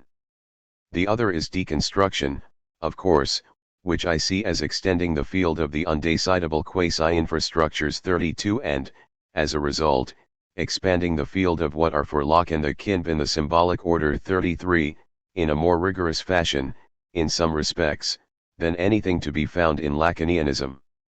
The way which I am proposing of establishing the dominant break governing the emergence of a thought that we can properly call contemporary is clearly very different from that suggested by Zizek, and it explains our partially divergent intellectual allegiances. This does not mean, however, that I reject in toto the criterion Zizek uses in defining his intellectual frontiers. The criterion is valid, but I would deny that one can establish, on this basis, a dominant frontier in the way Zizek does. Zizek's frontier is established by asserting the need, in Lacanian theory, for an object which is simultaneously impossibly and necessary. The deduction of its possibility from its necessity, the non-acknowledgement of its obverse, obscene side, to use Zizek's words, would be the inner limitation of modernity's logic of transparency. While the opposite move, the denial of its necessity out of its impossibility, would be the stigma of postmodernity and post-structuralism, a rather forced assimilation, for it can hardly be claimed of, for instance, Derrida. Now, with the need to assert both sides' necessity and impossibility, I could hardly be in disagreement, for it is the cornerstone of my own approach to hegemonic logics, the latter not involving a flat rejection of categories of classical political theory such as sovereignty, representation, interest, and so on, but conceiving of them, instead, as objects presupposed by hegemonic articulatory logics, but, however, always ultimately unachievable by them. I am a Gramscian, not a Baudrillardian. This double condition of necessity and impossibility makes possible, among other things, three endeavors: to understand the logics by which each of the two dimensions subverts the other; 2. To look at the political productivity of this mutual subversion, that is, what it makes possible to understand about the workings of our societies which goes beyond what is achievable by unilateralizing either of the two poles; 3. To trace the genealogy of this undecidable logic, the way it was already subverting the central texts of our political and philosophical tradition. An always open intertextuality is the ultimately undecidable terrain in which hegemonic logics operate. Zizek, however, has constructed his discourse through a different intellectual strategy. He has privileged the moment of necessity, and on the basis of that he has constructed a genealogy which locates Lacan within the rationalist tradition of the Enlightenment, weakening in this way his links with the whole intellectual revolution of the 20th century, to which he really belongs. As, however, the moment of impossibility is really working in the Lacanian texts, and Zizek would be the last to deny it, he has Lacanianized the tradition of modernity, most visibly in the case of Hegel, 34, in a way which I see as hardly legitimate. Instead of exploring the logics of what follows from the relationship necessity/impossibility, we are confronted with an, in my view, arbitrary decision of privileging one pole of this dichotomy, while the effects of the other are severely limited from the outset by this initial privilege. This is not without some consequences for Zizek's discourse concerning politics, as we will see later. Indulging for once in one of those jokes Zizek is so fond of, I would say that I am an intellectual bigamist trying to exploit this ambiguity by drawing on its best strategic possibilities, while Zizek is a staunch monogamist, Lacanian, in theory, who, however, makes all kinds of practical concessions. This is his obverse, obscene side, to his never publicly recognized mistress, deconstruction. With this conclusion in mind, we can now move to some more general matters concerning social knowledge. Let us refer, first, to the question of the status of the transcendental. I would argue that the transcendental dimension is unavoidable, but that transcendentality, in the full sense of the term, is impossible. That is why that we can speak of quasi-transcendentals. 35. Why this impossibility? Because full transcendentality would require, to start with, a neat demarcatory frontier from the empirical, which is not available. There is no object without conditions of possibility transcending it. This is the unavoidable transcendental horizon, but, as this horizon consists of undecidable infrastructures, iteration, supplementarity, remark, and so on, the empirical moment of the decision is in a complex relation internality/externality to the transcendental horizon. The category of difference has undergone a considerable process of inflation in contemporary thought, but, of its many uses, there is one which I think is particularly fruitful, the one which sees it as what closes a structure while remaining utterly heterogeneous vis-a-vis it. This is why my answer to Butler's question concerning the unicity or plurality of the metaphysical logic of identity would be that, irrespective of its many variations, a hard nucleus of meaning remains in all of them, which is the denial of the constitutive character of difference, the assertion of the possibility of a closure of the structure through its own internal resources. We can now move to Butler's various questions concerning social logics and their relation to social practices. 1 / that, in the first place, is a social logic.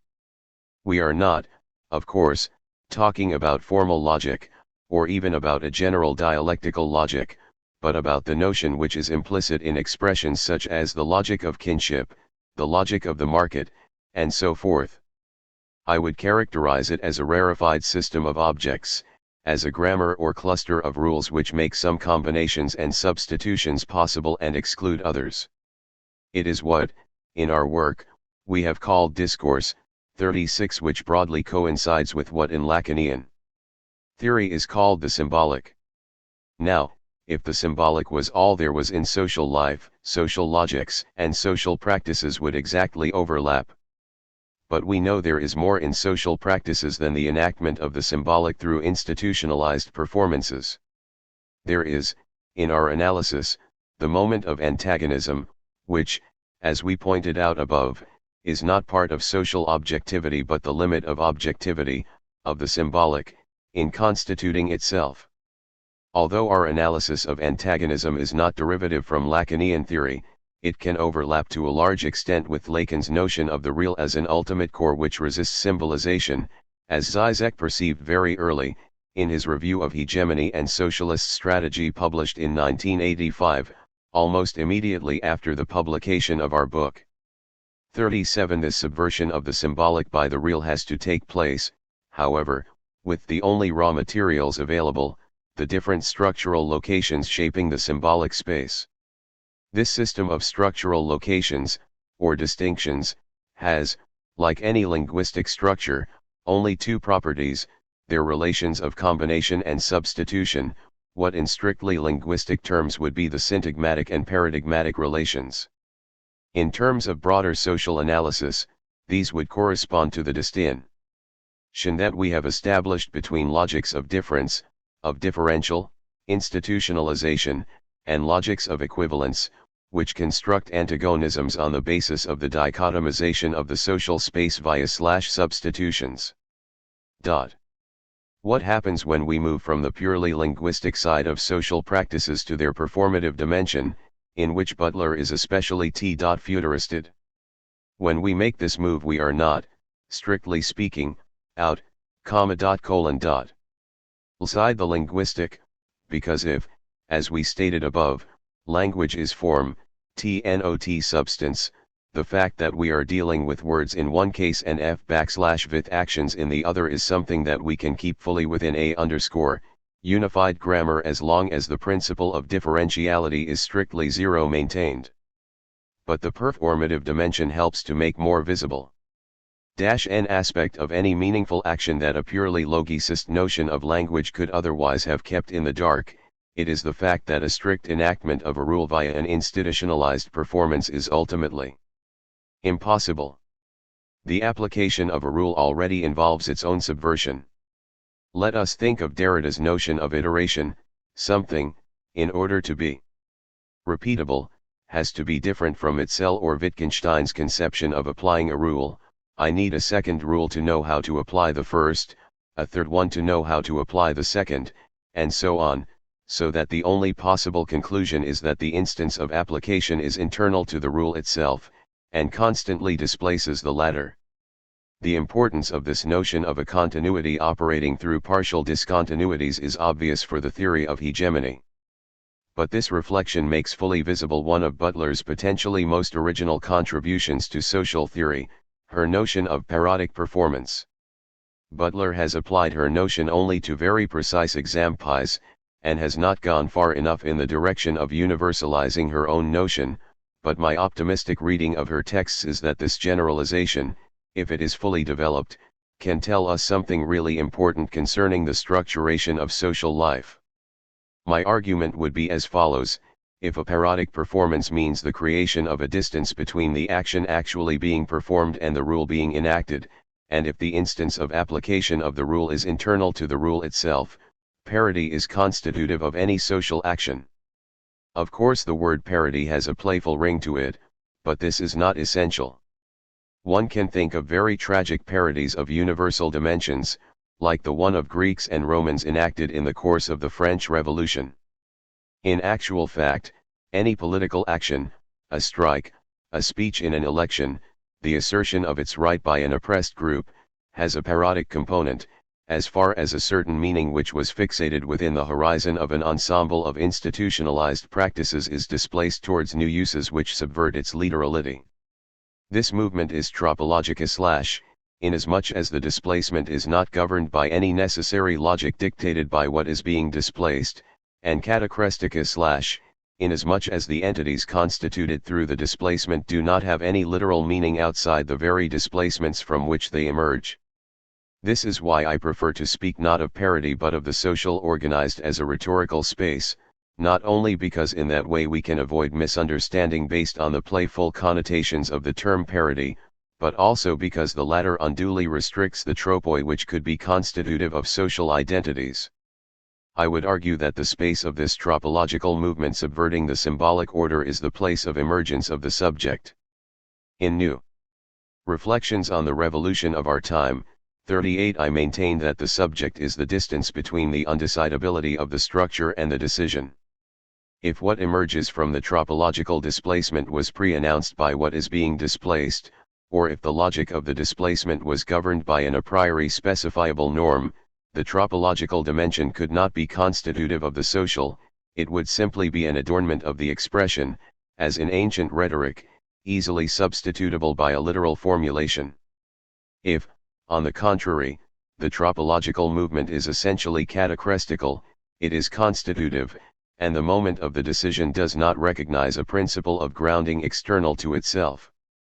As Kierkegaard, quoted by Derrida, said, the moment of the decision is the moment of madness. And as I would add, which Derrida wouldn't, this is the moment of the subject before subjectivation. This point is crucial because it shows us the basic distinction on which, I think, all political, and, finally, social, analysis is grounded. If we conceive of the decision in the terms just presented, all decision is internally split. It is, on the one hand, this decision, a precise ontic content, but it is, on the other hand, a decision.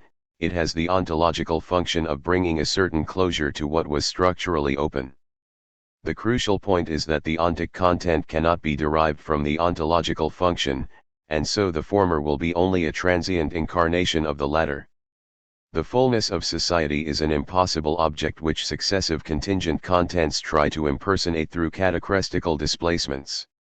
This is exactly what hegemony means. And it is also the source of whatever freedom can exist in society.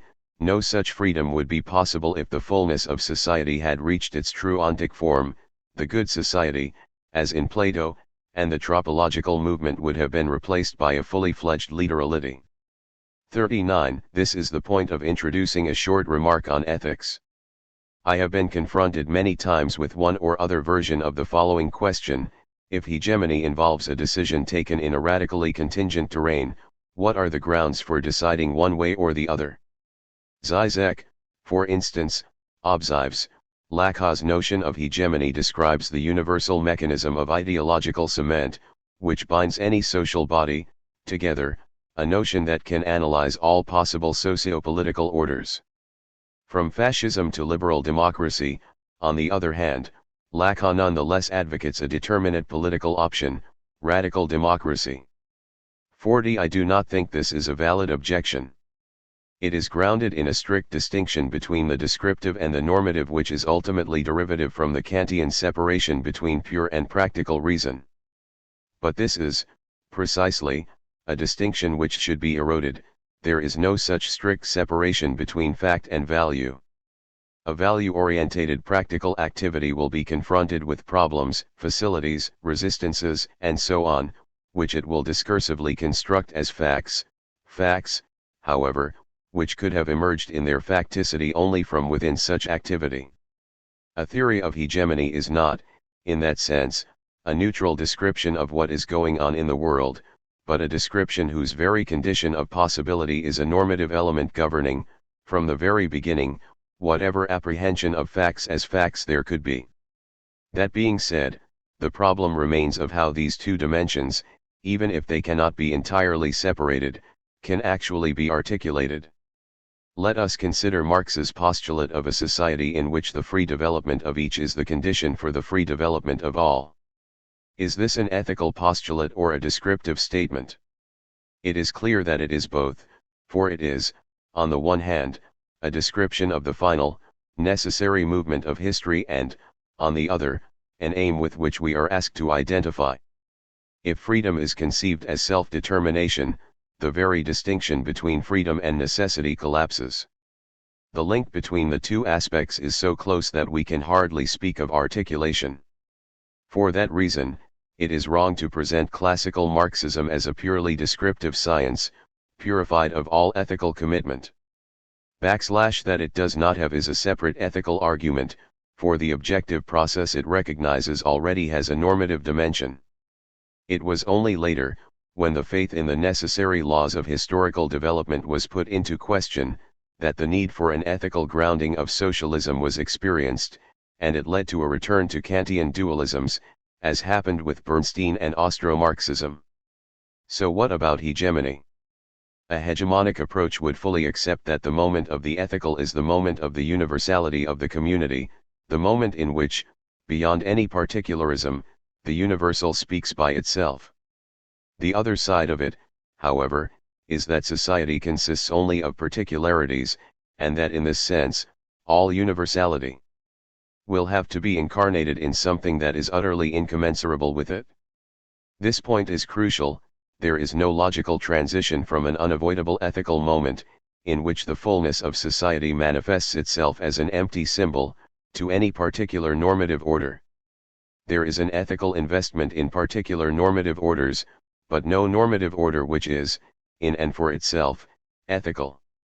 So the true question of a contemporary ethics is not the old-fashioned debate on the articulation between the descriptive and the normative, but the much more fundamental question of the relationship between the ethical, as the moment of madness in which the fullness of society shows itself as both impossible and necessary, and the descriptive/normative complexes which are the ontic raw materials incarnating, in a transient way, that universality, that elusive fullness.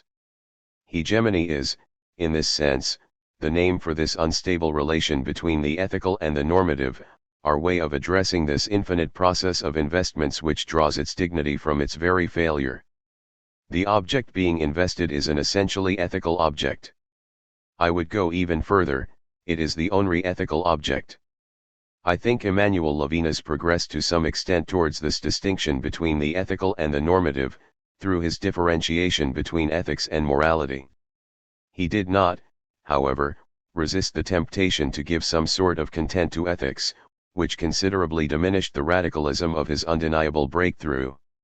So, going back to our original question, I would say that hegemony is a theoretical approach which depends on the essentially ethical decision to accept, as the horizon of any possible intelligibility, the incommensurability between the ethical and the normative, the latter including the descriptive.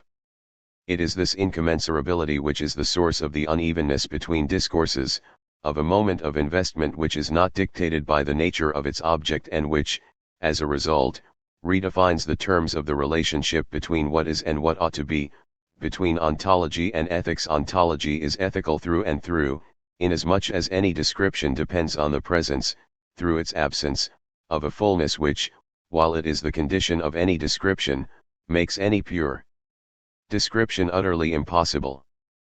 But if, with these considerations, we have displaced the terms of the debate from the normative/descriptive distinction to one grounded in the incommensurability between ethics and the normative order, we have said very little about the ways in which this incommensurability is negotiated. So we have to start speaking about politics. Politics and the negotiation of universality. If the moment of the ethical is the moment of a radical investment, in the sense that there is nothing in the ontic characteristics of the object receiving the investment that predetermines that it, rather than other objects, should be such a recipient, two important conclusions follow. First, only that aspect of a decision which is not predetermined by an existing normative framework is, properly speaking, ethical.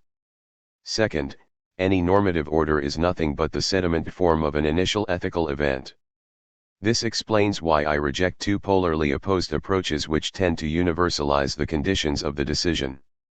The first consists of the different variants of a universalistic ethics which attempt to reintroduce some normative content in the ethical moment, and to subordinate the decision to such a content, however minimal it could be, Rawls, Habermas, etc.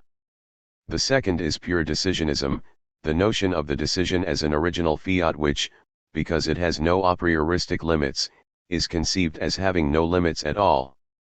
So what are those limits which are other than a prioristic? The answer is, the ensemble of sediment practices constituting the normative framework of a certain society. This framework can experience deep dislocations requiring drastic recompositions, but it never disappears to the point of requiring an act of total refoundation. There is no place for lycurguses of the social order. This leads to other aspects which require consideration. First, that if the radical ethical investment looks, on one side, like a pure decision, on the other it has to be collectively accepted. From this point of view it operates as a surface for the inscription of something external to itself, as a principle of articulation. To give just one example, Antonio Conselheiro, a millenarian preacher, had wandered for decades in the Brazilian Sertão, at the end of the 19th century, without recruiting too many followers. Everything changed with the transition from the empire to the republic, and the many administrative and economic changes it brought about which, in various ways, dislocated traditional life in the rural areas. One day Conselheiro arrived in a village where people were rioting against the tax collectors, and pronounced the words which were to become the key equivalents of his prophetic discourse: "The Republic is the Antichrist." From that point onwards his discourse provided a surface of inscription for all forms of rural discontent, and became the starting point of a mass rebellion which took several years for the government to defeat. We see here the articulation between the two dimensions mentioned above. The transformation of the signifiers of good and evil in those of the opposition empire/republic is something which was not predetermined by anything inherent in the two pairs of categories. It was a contingent equivalence and, in that sense, a radical decision. People accepted it because it was the only available discourse addressing their plight. 2. But if that discourse had clashed with important unshakable beliefs of the rural masses, it would have had no effectivity at all. This is the way in which I would establish distances with decisionism. The subject who takes the decision is only partial a subject, he is also a background of sediment practices organizing a normative framework which operates as a limitation on the horizon of options. But if this background persists through the contamination of the moment of the decision, I would also say that the decision persists through the subversion of the background. This means that the construction of a communitarian normative background, which is a political and in no way a merely ethical operation, takes place through the limitation of the ethical by the normative and the subversion of the normative by the ethical. Isn't this one more way of stating what hegemony is about? So inscription means an investment not based on any preceding rationality. It is constitutive. But could we not say that the opposite move, an investment which is always already contaminated by normative particularity, is also operating from the outset? For what has to be invested, in order to have actual historical effectivity, subverts the object of the investment as much as it needs the latter for that process of subversion to take place. Let us give another historical example to illustrate the point. Searle's notion of the constitution of the historical will through the myth of the general strike. 41. That myth has all the characteristics of an ethical principle. In order to function as a proper myth, it has to be an object devoid of any particular determination, an empty signifier. But in order to be empty, it has to signify emptiness as such. It has to be like a body which can show rookedness only by the very absence of dress. 42. Let us assume that I participate in a demonstration for particular aims, in a strike for a rise in wages, in a factory occupation for improvements in working conditions. All these demands can be seen as aiming at particular targets which, once achieved, put an end to the movement. But they can be seen in a different way. What the demands aim for is not actually their concretely specified targets, these are only the contingent occasion of achieving, in a partial way, something that utterly transcends them, the fullness of society as an impossible object which, through its very impossibility, becomes thoroughly ethical. The ethical dimension is what persists in a chain of successive events insofar as the latter are seen as something which is split from their own particularity from the very beginning.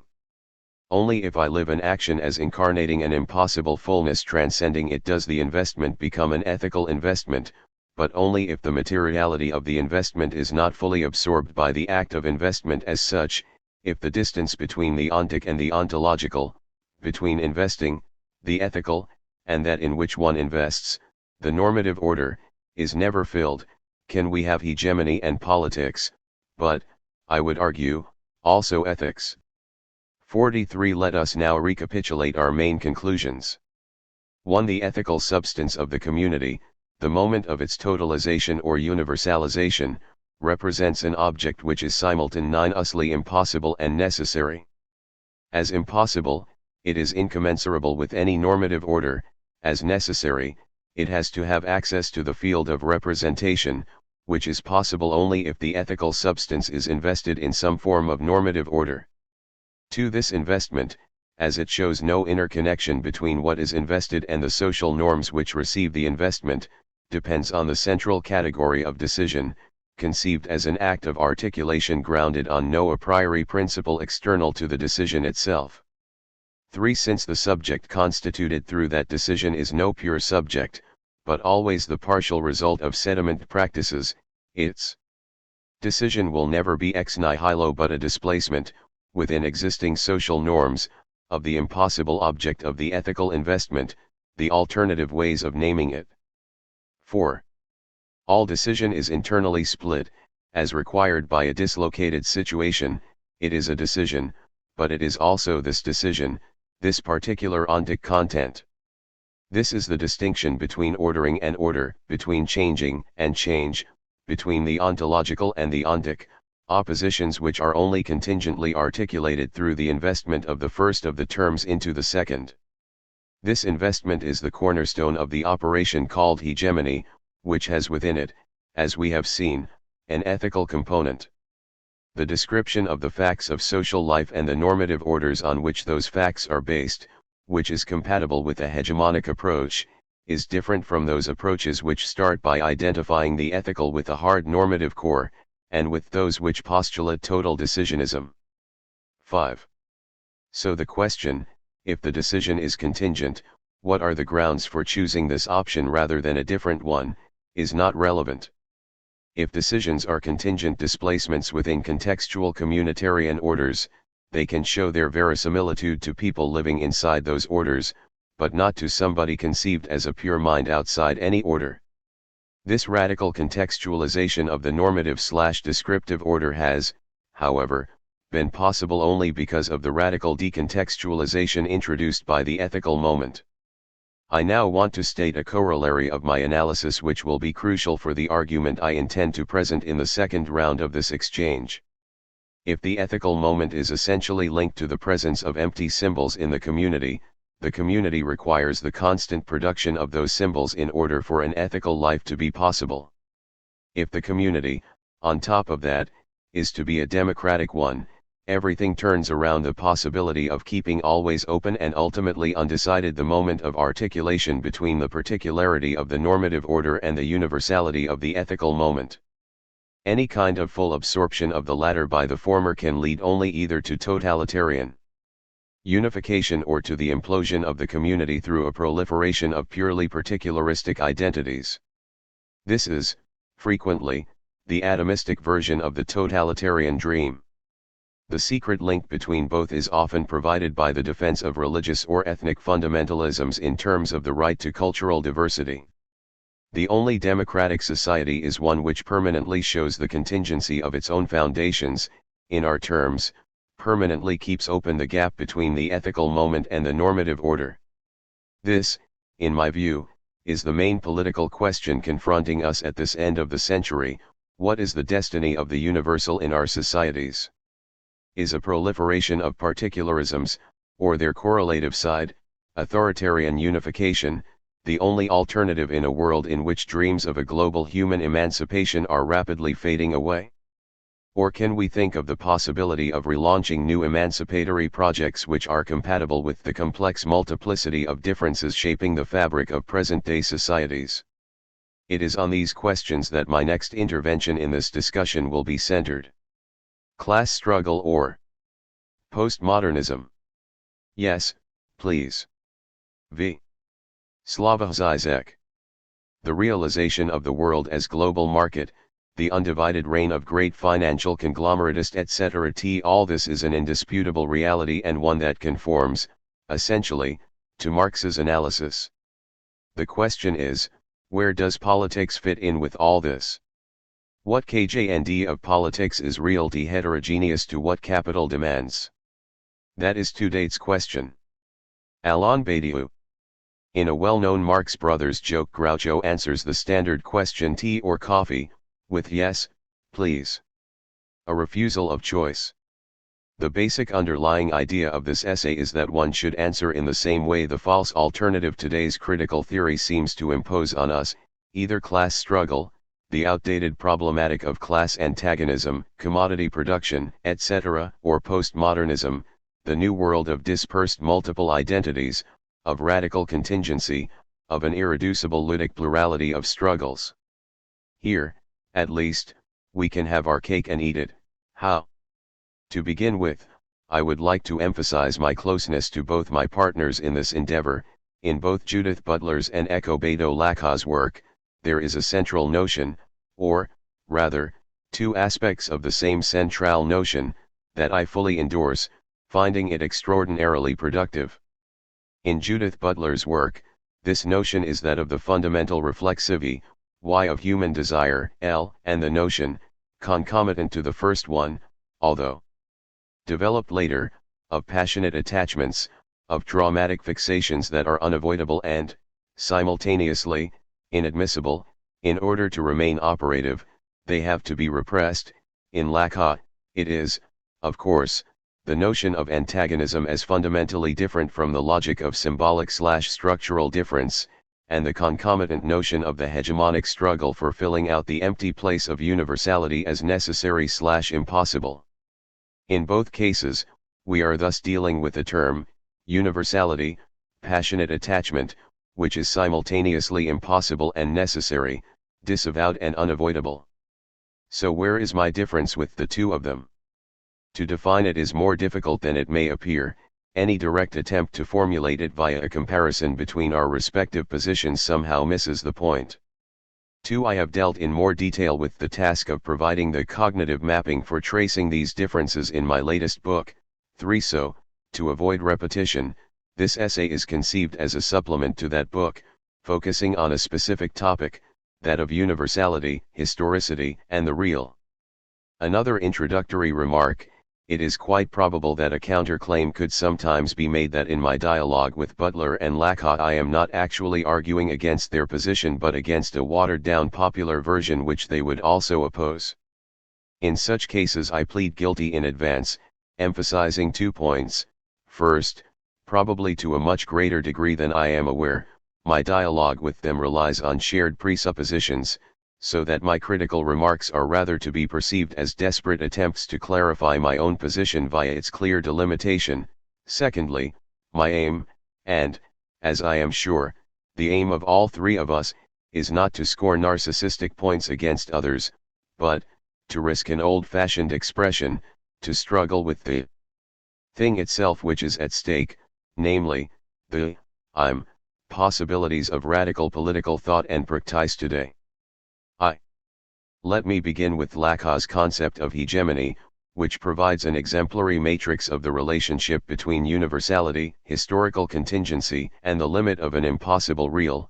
One should always bear in mind that we are dealing here with a distinct concept whose specificity is of mist, or reduced to some vague proto-Gramscian generality, by those who refer to it.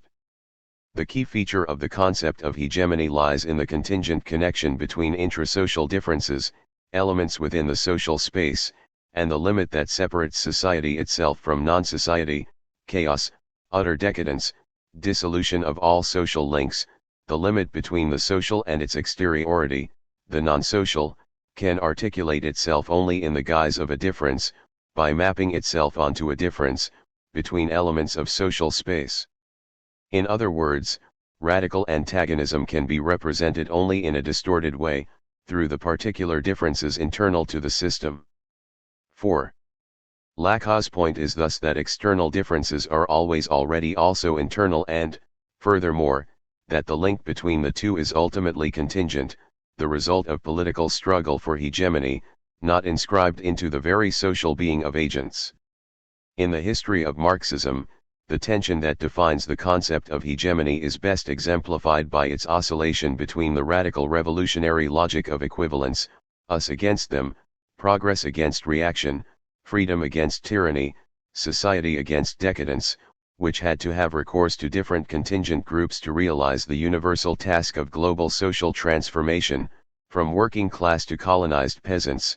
See also Soros' oscillation from leftist syndicalism to fascism, and the revisionist reduction of the progressive agenda to a series of particular social problems to be resolved gradually via compromises. More generally, we are suspended between a pure corporate vision of society as a body with each part occupying its proper place, and the radical revolutionary vision of antagonism between society and antisocial forces. The people is split into friends and enemies of the people, and, as Lacan emphasizes, both these extremes ultimately coincide. A pure corporate vision has to eject forces that oppose its organic notion of the social body into pure externality, the Jewish plot, etc., thus reasserting radical antagonism between the social body and the external force of decadence, while radical revolutionary practice has to rely on a particular element, class, which embodies universality, from Marxist proletariat to Pol Pot's peasants. The only solution to this deadlock seems to be to accept it as such, to accept that we are condemned to the unending struggle between particular elements to stand in for the impossible totality. If hegemony means the representation, by a particular social sector, of an impossible totality with which it is incommensurable, then it is enough that we make the space of topological substitutions fully visible, to enable the hegemonic logic to operate freely. If the fullness of society is unachievable, the attempts at reaching it will necessarily fail, although they will be able, in the search for that impossible object, to solve a variety of partial problems. 5. Here, however, a series of questions arises from my perspective. Does not this solution involve the Kantian logic of the infinite approach to the impossible fullness as a kind of regulative idea? Does it not involve the resigned/cynical stance of although we know we will fail, we should persist in our search, of an agent which knows that the global goal towards which it is striving is impossible, that its ultimate effort will necessarily fail, but which nonetheless accepts the need for this global specter as a necessary lure to give it the energy to engage in solving partial problems. Furthermore, and this is just another aspect of the same problem, is not this alternative, the alternative between achieving fullness of society and solving a variety of partial problems, too limited? Is it not that, here, at least, there is a third way, although definitely not in the sense of the risk society theorists?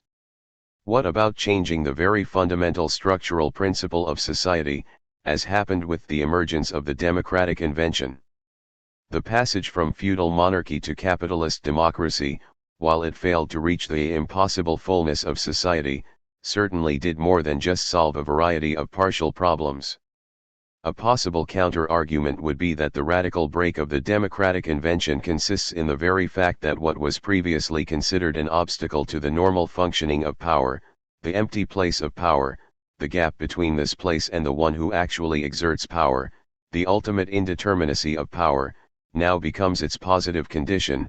What was previously experienced as a threat, the struggle between more subjects agents to fill in the place of power, now becomes the very condition of the legitimate exercise of power.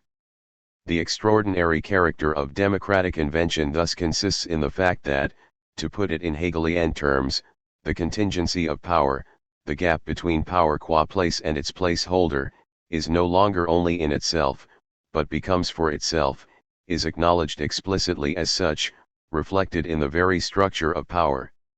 6. What this means is that, to put it in the well-known Derridan terms, the condition of impossibility of the exercise of power becomes its condition of possibility, just as the ultimate failure of communication is what compels us to talk all the time.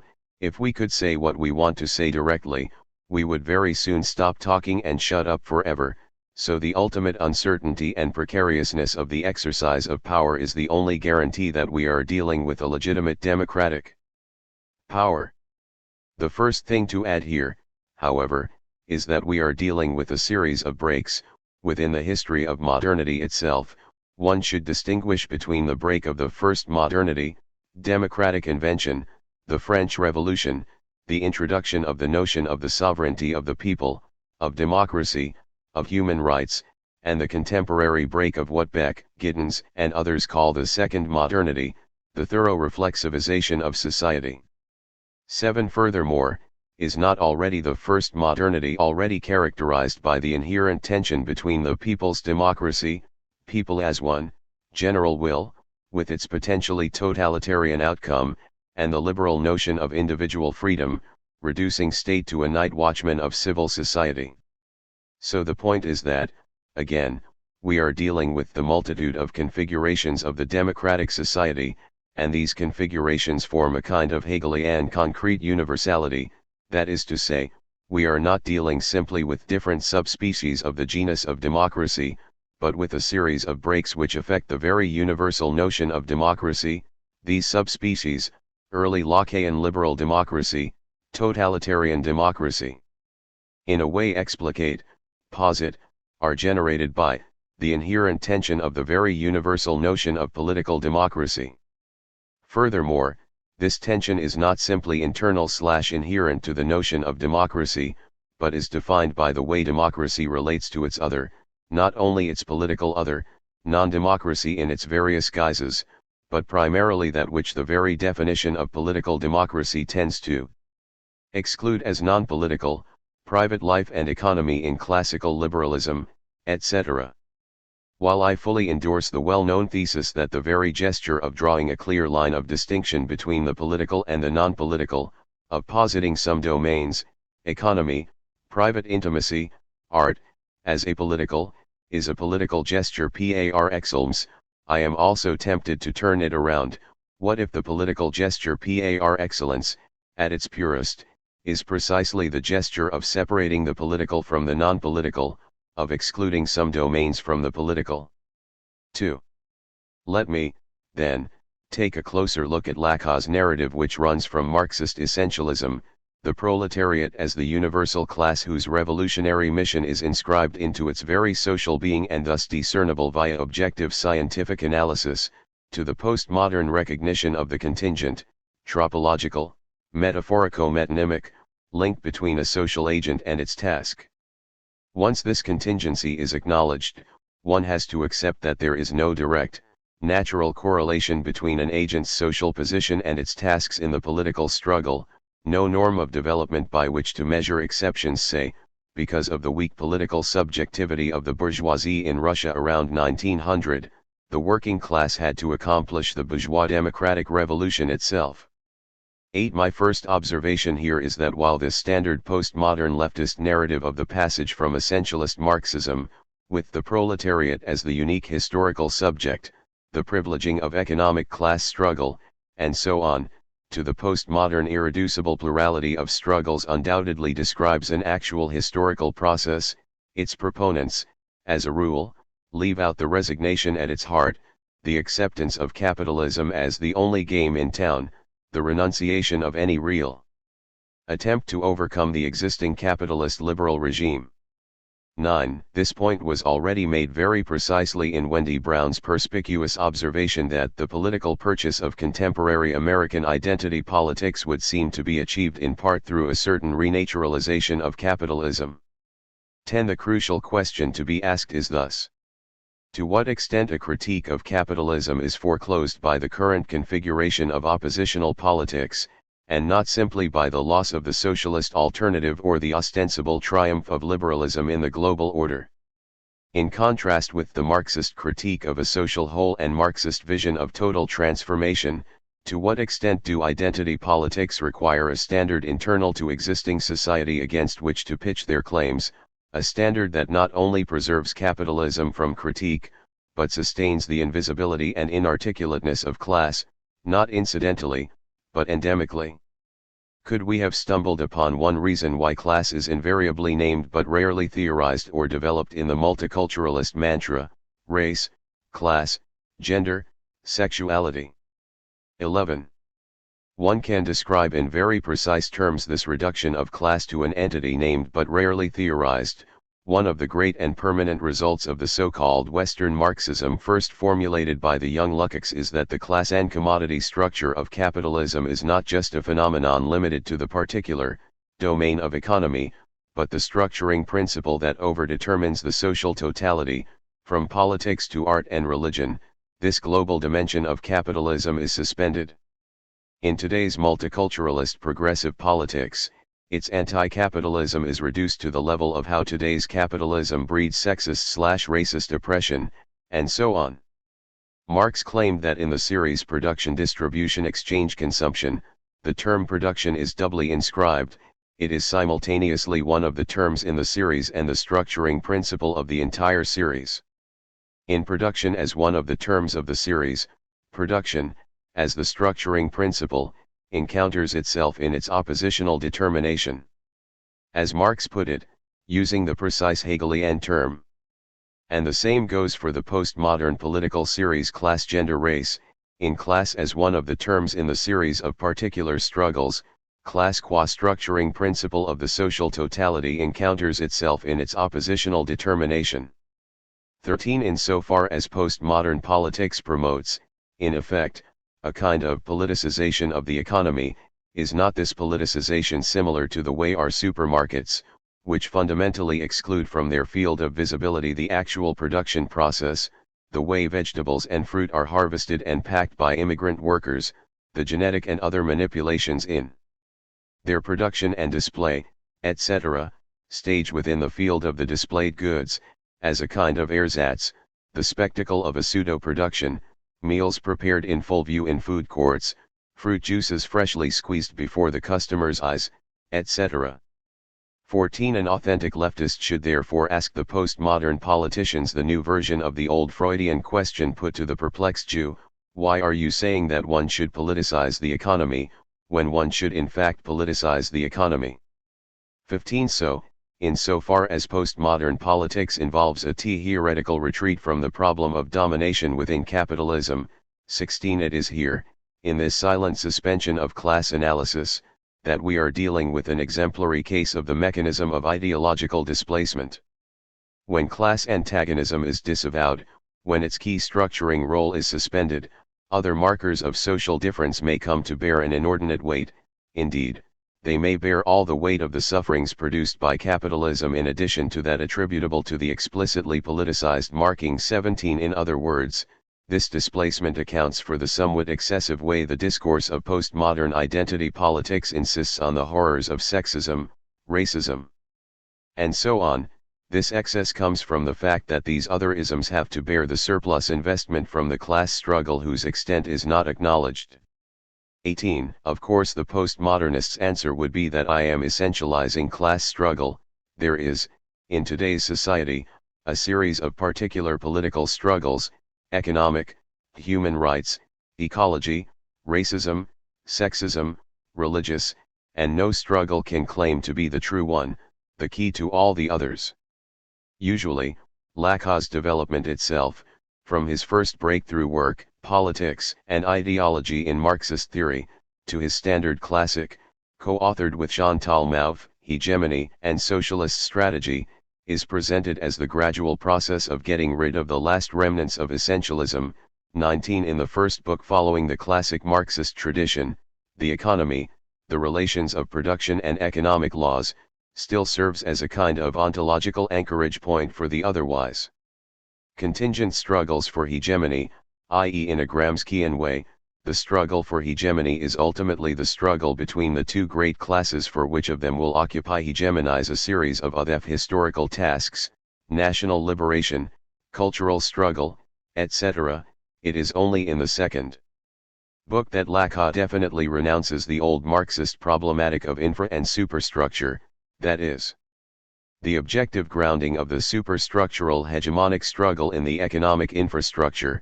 Economy itself is always already political, a discursive site, one of the sites, of political struggles, of power and resistance, a field penetrated by pre-ontological undecidability of irrevocable dilemmas and aporias.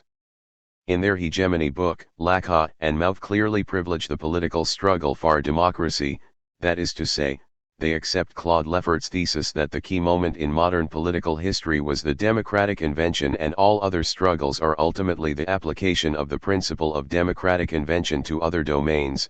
Race, why should other races not also be equal? Sex, religion, the economy. In short, when we are dealing with a series of particular struggles, is there not always one struggle which, although it appears to function as one in the series, effectively provides the horizon of the series as such? Is this not also one of the consequences of the notion of hegemony? So, insofar as we conceive radical plural democracy as the promise that plural democracy, and the struggles for freedom and equality it engenders, should be deepened and extended to all spheres of society. 21. Is it possible simply to extend it to the economy as another new terrain? When Brown emphasizes that if Marxism had any analytical value for political theory, was it not in the insistence that the problem of freedom was contained in the social relations implicitly declared unpolitica, that is, naturalized, in liberal discourse?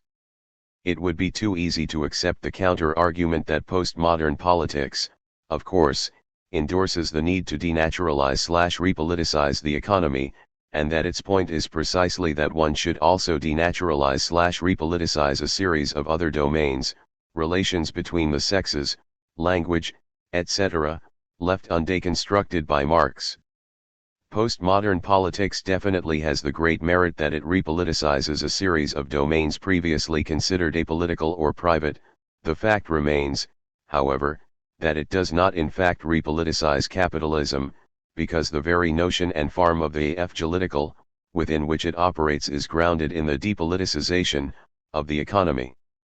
If we are to play the postmodern game of plurality of political subjectivizations, it is formally necessary that we do not ask certain questions, about how to subvert capitalism as such, about the constitutive limits of political democracy and/or the democratic state as such. So, again, apropos of Lacan's obvious counter-argument that the political, for him, is not a specific social domain but the very set of contingent decisions that ground the social, I would answer that the postmodern emergence of new multiple political subjectivities certainly does not reach this radical level of the political act proper. What I am tempted to do here is to apply the lesson of Hegelian concrete universality to radical democracy. Lacan's notion of hegemony is in fact close to the Hegelian notion of concrete universality, in which the specific difference overlaps with the difference constitutive of the genus itself, as in Lacan's hegemony, in which the antagonistic gap between society and its external limit, non-society, the dissolution of social links, is mapped onto an intrasocial structural difference. But what about the infamous Hegelian reconciliation between universal and particular rejected by Lacan on account of the gap that forever separates the empty/impossible universal from the contingent particular content that hegemonizes it? 23. If we take a closer look at Hegel, we see that, insofar as every particular species of a genus does not fit its universal genus, when we finally arrive at a particular species that fully fits its notion, the very universal notion is transformed into another notion. No existing historical shape of state fully fits the notion of state. The necessity of dialectical passage from state, objective spirit, history, into religion, /absolute spirit, involves the fact that the only existing state that effectively fits its notion is a reology us communivi, which, precisely, is no longer a state. Here we encounter the properly dialectical paradox of concrete universality qua historicity. In the relationship between a genus and its subspecies, one of these subspecies will always be the element that negates the very universal feature of the genus. Different nations have different versions of soccer. Americans do not have soccer, because baseball is their soccer. This is analogous to Hegel's famous claim that modern people do not pray in the morning, because reading the newspaper is their morning prayer. In the same way, in disintegrating socialism, writers and other cultural clubs did act as political parties. Perhaps, in the history of cinema, the best example is the relationship between Western and sci-fi space operas. Today, we no longer have substantial Westerns, because space operas have taken their place, that is, space operas are Todke's Westerns. So, in the classification of Westerns, we would have to supplement the standard subspecies with space opera as today's non-Western stand-in for the Western. Crucial here is this intersection of different genuses, this partial overlapping of two universals.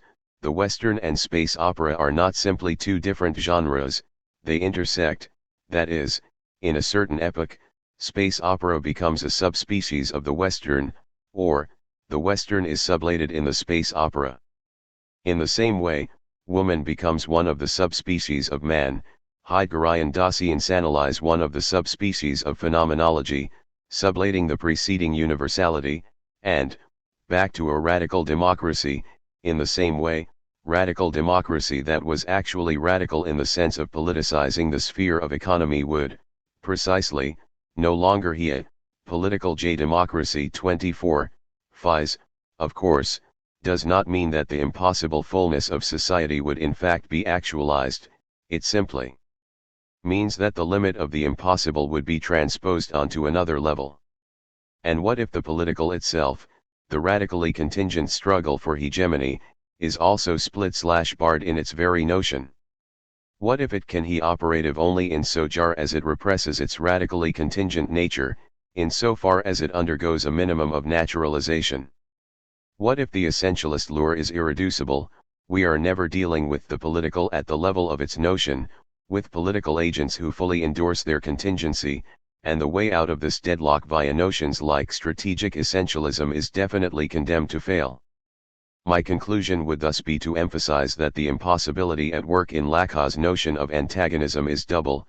Not only does radical antagonism mean that it is impossible adequately to represent/articulate the fullness of society, on an even more radical level, it is also impossible adequately to represent/articulate this very antagonism/negatio that prevents society from achieving its full ontological realization. This means that ideological fantasy is not simply the fantasy of the impossible fullness of society. Not only is society impossible, this impossibility itself is distortedly represented positivized within an ideological field. That is the role of ideological fantasy, say, of the Jewish plot. When this very impossibility is represented in a positive element, inherent impossibility is changed into an external obstacle. Ideology is also the name for the guarantee that the negativity which prevents society from achieving its fallness does actually exist, that it has a positive existence in the guise of a big other, who pulls the strings of social life, like Thurges in the anti-Semitic notion of the Jewish plot. In short, the basic operation of ideology is not only the dehistoricizing gesture of transforming an empirical obstacle into the eternal condition, women, blacks, are by nature subordinated, etc., but also the opposite gesture of transposing the a priori closure/impossibility of a field into an empirical obstacle. Lacan is well aware of this paradox when he denounces as ideological the very notion that after the successful revolution, a non-antagonistic self-transparent society will come about. However, this justified rejection of the fullness of post-revolutionary society does not justify the conclusion that we have to renounce any project of a global social transformation, and limit ourselves to partial problems to be solved. The jump from a critique of the metaphysics of presence to anti-utopian reformist gradualist politics is an illegitimate short circuit. Like Lacan's notion of universality as impossible/necessary, Butler's elaboration of universality is much more refined than the standard historicist denouncing of each universality as false, that is, secretly privileging some particular content, while repressing or excluding another. She is well aware that universality is unavoidable, and her point is that, while, of course, each determinate historical figure of universality involves a set of inclusions/exclusions, universality simultaneously opens up and sustains the space for questioning these inclusions/exclusions, for renegotiating the limits of inclusion/exclusion as part of the ongoing ideologico-political struggle for hegemony.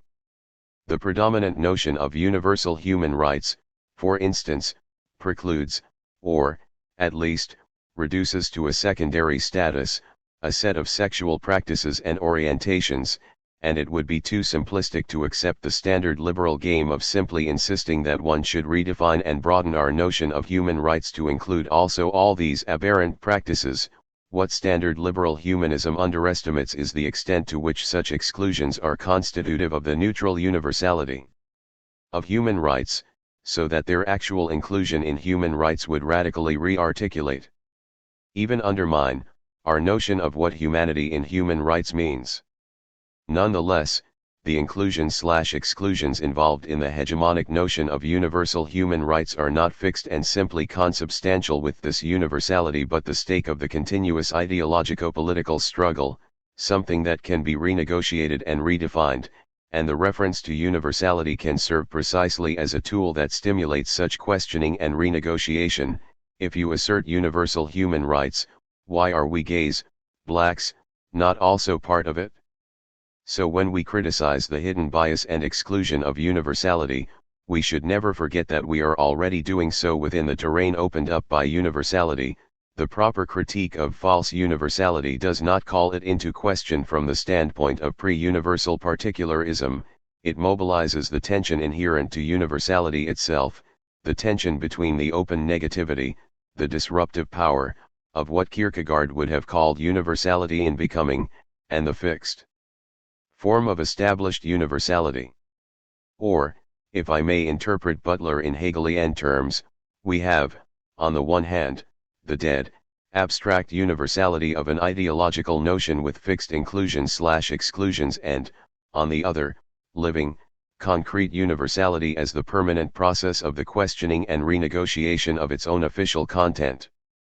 Universality becomes actua p precisely and only by rendering thematic the exclusions on which it is grounded, by continuously questioning, renegotiating, displacing them, that is, by assuming the gap between its own form and content, by conceiving itself as unaccomplished in its very notion. This is what Butler's notion of the politically salient use of performative contradiction is driving at. If the ruling ideology performatively cheats by undermining, in its actual discursive practice and the set of exclusions on which this practice relies, its own officially asserted universality, progressive politics should precisely openly practice performative contradiction, asserting on behalf of the given universality the very content this universality, in its hegemonic form, excludes. Here I should just like to emphasize two further points. The exclusionary logic is always redoubled in itself. Not only is the subordinated other, homosexuals, non-white races, excluded/repressed, but hegemonic universality itself also relies on a disavowed obscene, particular content of its own, say, the exercise of power that legitimizes itself as legal, tolerant, Christian, relies on a set of publicly disavowed obscene rituals of violent humiliation of the subordinated 26. More generally, we are dealing here with what one is tempted to call the ideological practice of disidentification. That is to say, one should turn around the standard notion of ideology as providing a firm identification to its subjects, constraining them to their social roles. What if, on a different but no less irreversible and structurally necessary level, ideology is effective precisely by constructing a space of false disidentification, of false distance towards the actual coordinates of those subjects' social existence?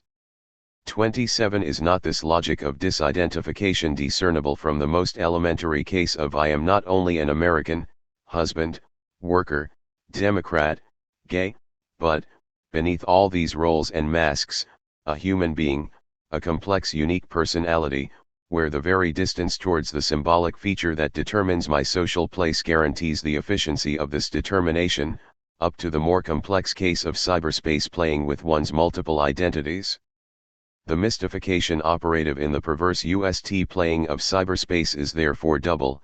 Not only are the games we are playing in it more serious than we tend to assume, is it not that, in the guise of a fiction, of it's just a game, a subject can articulate and stage features of his symbolic identity, sadistic, perverse, and so on, which he would never be able to admit in his real intersubjective contacts, but the opposite also holds, that is, the much celebrated playing with multiple, shifting personas, freely constructed identities, tends to obfuscate, and thus falsely liberate us from, the constraints of social space in which our existence is trapped.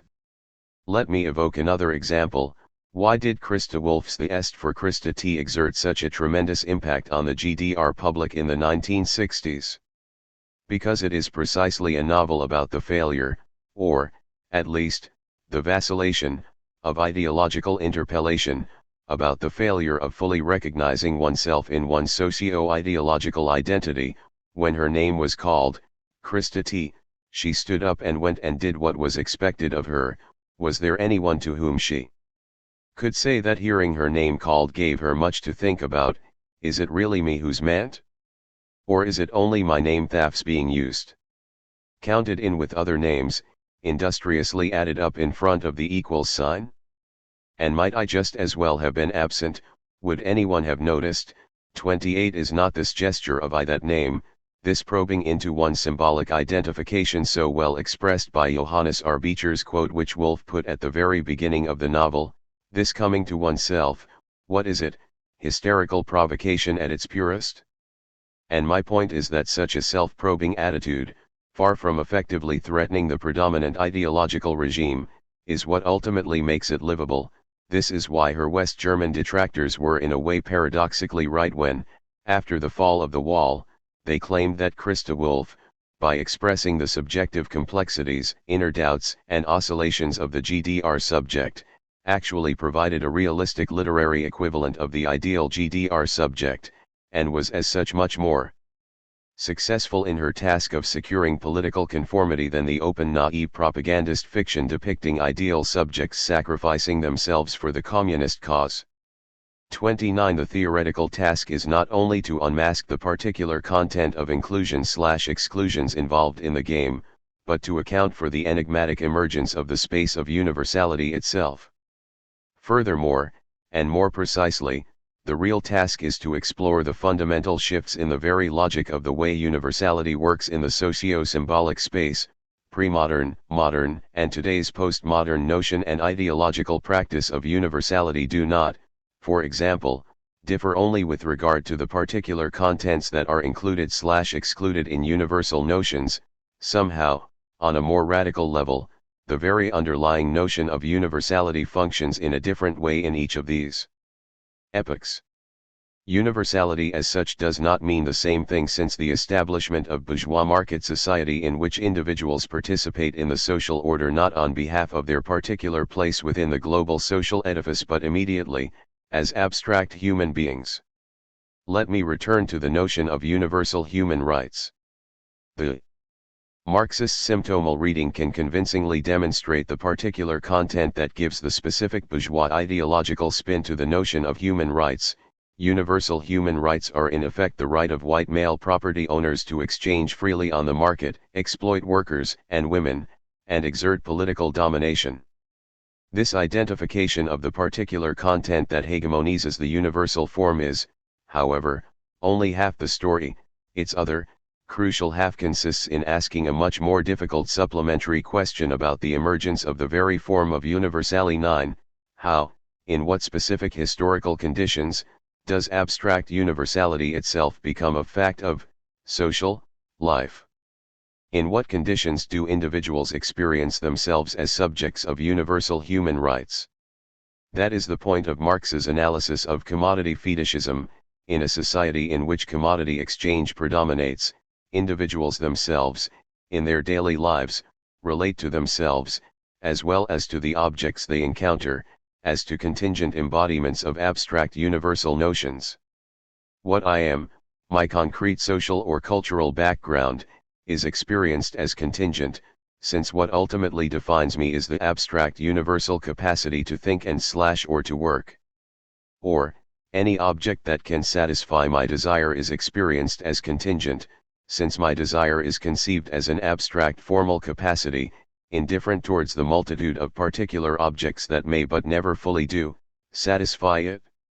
Or take the already mentioned example of profession. The modern notion of profession implies that I experience myself as an individual who is not directly born into his social role. What I will become depends on the interplay between contingent social circumstances and my free choice. In this sense, today's individual has the profession of electrician or professor or waiter, while it is meaningless to claim that a medieval serf was a peasant by profession. The crucial point here is, again, that in certain specific social conditions, of commodity exchange and a global market economy, abstraction becomes a direct feature of actual social life, the way concrete individuals behave and relate to their fate and to their social surroundings. Here Marx shares Hegel's insight into how universality becomes for itself only insofar as individuals no longer fully identify the kernel of their being with their particular social situation, only insofar as they experience themselves as forever out of joint with regard to this situation. The concrete, effective existence of the universality is the individual without a proper place in the global edifice. In a given social structure, universality becomes for itself only in those individuals who lack a proper place in it. The mode of appearance of an abstract universality, its entering into actual existence, is thus an extremely violent move of disrupting the preceding organic balance. My claim is thus that when Butler speaks of the unending political process of renegotiating the inclusions/exclusions of the predominant ideological universal notions, or when Lacan proposes his model of the unending struggle for hegemony, the universal status of this very model is problematic. Are they providing the formal coordinates of every ideologico-political process, or are they simply elaborating the notional structure of today's, postmodern, specific political practice which is emerging after the retreat of the classical left? 30. They, more often than not, in their explicit formulations, appear to do the first. For Lacan, say, the logic of hegemony is somewhat unambiguously articulated as a kind of Heideggerian existential structure of social life, although one can also argue that they are merely theorizing a very specific historical moment of the postmodern left. 3t In other words, the problem for me is how to historicize historicism itself. The passage from essentialist Marxism to postmodern contingent politics, in Lacan, or the passage from sexual essentialism to contingent gender formation, in Butler, or, a further example, the passage from metaphysician to ironist in Richard Rorty, is not a simple epistemological progress but part of the global change in the very nature of capitalist society. It is not that before, people were stupid essentialists and believed in naturalized sexuality, while now they know that genders are performatively enacted. One needs a kind of meta-narrative that explains this very passage from essentialism to the awareness of contingency, the Heideggerian notion of the epochs of being, or the Foucauldian notion of the shift in the predominant episteme, or the standard sociological notion of modernization, or a more Marxist account in which this passage follows the dynamic of capitalism. So, again, crucial in Lacan's theoretical edifice is the paradigmatically Kantian codependency between the timeless existential a priori of the logic of hegemony and the historical narrative of the gradual passage from the essentialist traditional Marxist class politics to the full assertion of the contingency of the struggle for hegemony, just as the Kantian transcendental a priori is codependent with his anthropologico-political evolutionary narrative of humanity's gradual progression towards enlightened maturity. The role of this evolutionary narrative is precisely to resolve the above-mentioned ambiguity of the formal universal frame, of the logic of hegemony, implicitly to answer the question, is this frame really a non-historical universal, or simply the formal structure of the specific ideologico-political constellation of Western late capitalism? The evolutionary narrative mediates between these two options, telling the story of how the universal frame was posited as such, became the explicit structuring principle of ideologico-political life. The question nonetheless persists, is this evolutionary passage a simple passage from error to true insight?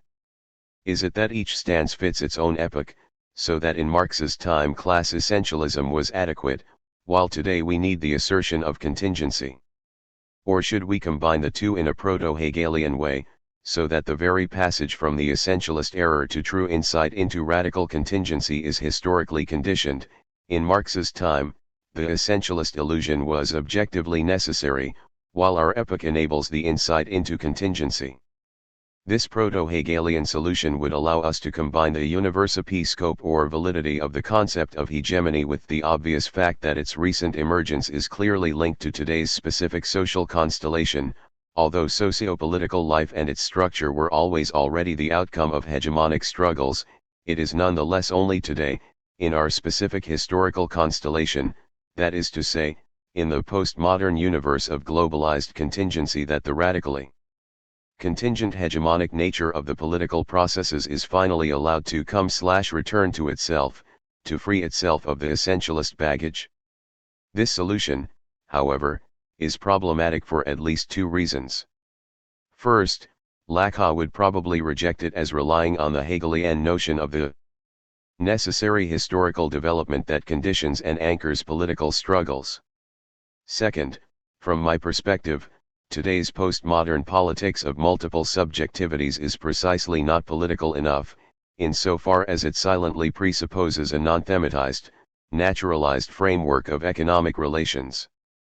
Against the postmodern political theory, which tends increasingly to prohibit the very reference to capitalism as essentialist, one should assert that the plural contingency of postmodern political struggles and the totality of capital are not opposed, with capital somehow limiting the free drift of hegemonic displacements. Today's capitalism, rather, provides the very background and terrain for the emergence of shifting, dispersed, contingent, xeronic and so on, political subjectivities. Was it not Deleuze who in a way made this point when he emphasized how capitalism is a force of deterritorialization? And was he not following Marx's old thesis on how, with capitalism, all that is solid melts into air?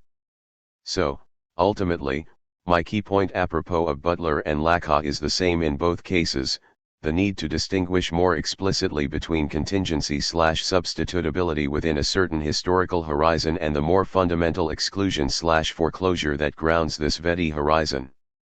When Lacan claims that if the fullness of society is unachievable, the attempts at reaching it will necessarily fail, although they will be able, in the search for that impossible object, to solve a variety of partial problems, does he not, potentially, at least, conflate two levels, the struggle for hegemony within a certain horizon and the more fundamental exclusion that sustains this very horizon?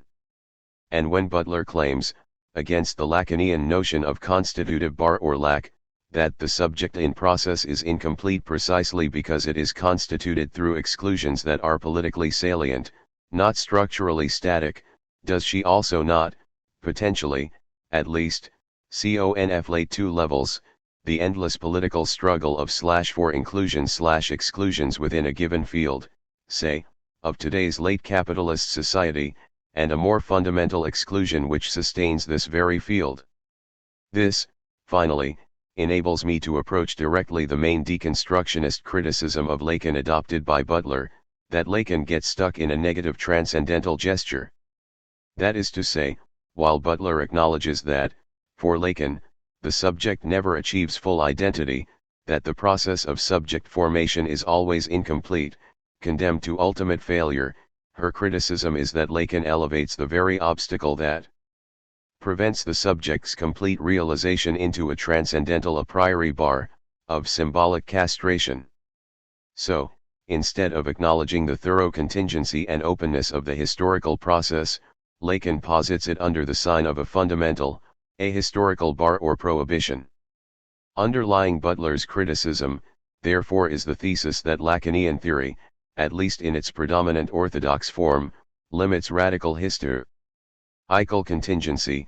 It underpins the historical process by evoking some quasi-transcendental limitation, some quasi-transcendental a priori that is not itself caught in the contingent historical process.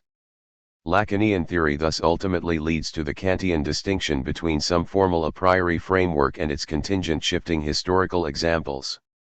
She evokes the Lacanian notion of the barred subject, while she recognizes that this notion implies the constitutive, necessary, unavoidable incompletion and ultimate failure of every process of interpellation, identification, subject constitution. She nonetheless claims that Lacan elevates the bar into an ahistorical a priori prohibition or limitation which circumscribes every political struggle in advance. My first, almost automatic reaction to this is Butler herself relying here on a silent proto-Kantian distinction between form and content? Insofar as she claims that the subject in process is incomplete precisely because it is constituted through exclusions that are politically salient, not structurally static, is not her criticism of Lacan that Lacan ultimately confounds the dot form of exclusion? There will always be exclusions, some form of exclusion is the necessary condition of subjective identity, with some particular, specific content that is excluded?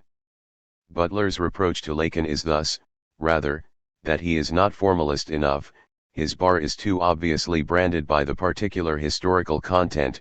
In an illegitimate short circuit, he elevates into a quasi-transcendental a priori a certain bar that emerged only within specific, ultimately contingent historical conditions, the Oedipus complex, sexual difference. This is especially clear apropos of sexual difference. Butler reads Lacan's thesis that sexual difference is real as the assertion that it is an ahistorical, frozen opposition, fixed as a non-negotiable framework that has no place in hegemonic struggles. I claim that this criticism of Lacan involves a misrepresentation of his position, which here is much closer to Hegel. That is to say, the crucial point is that the very form, in its universality, is always rooted, like an umbilical cord, in a particular content, not only in the sense of hegemony.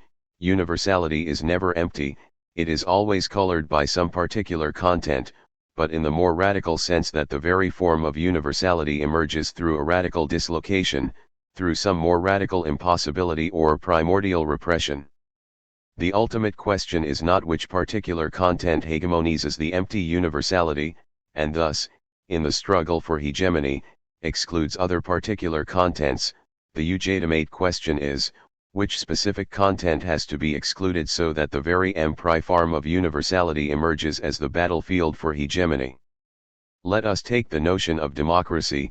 Of course the content of this notion is not predetermined, what democracy will mean, what this term will include and what it will exclude, that is, the extent to which and the way women, gays, minorities, non-white races, etc., are included/excluded, is always the result of contingent hegemonic struggle.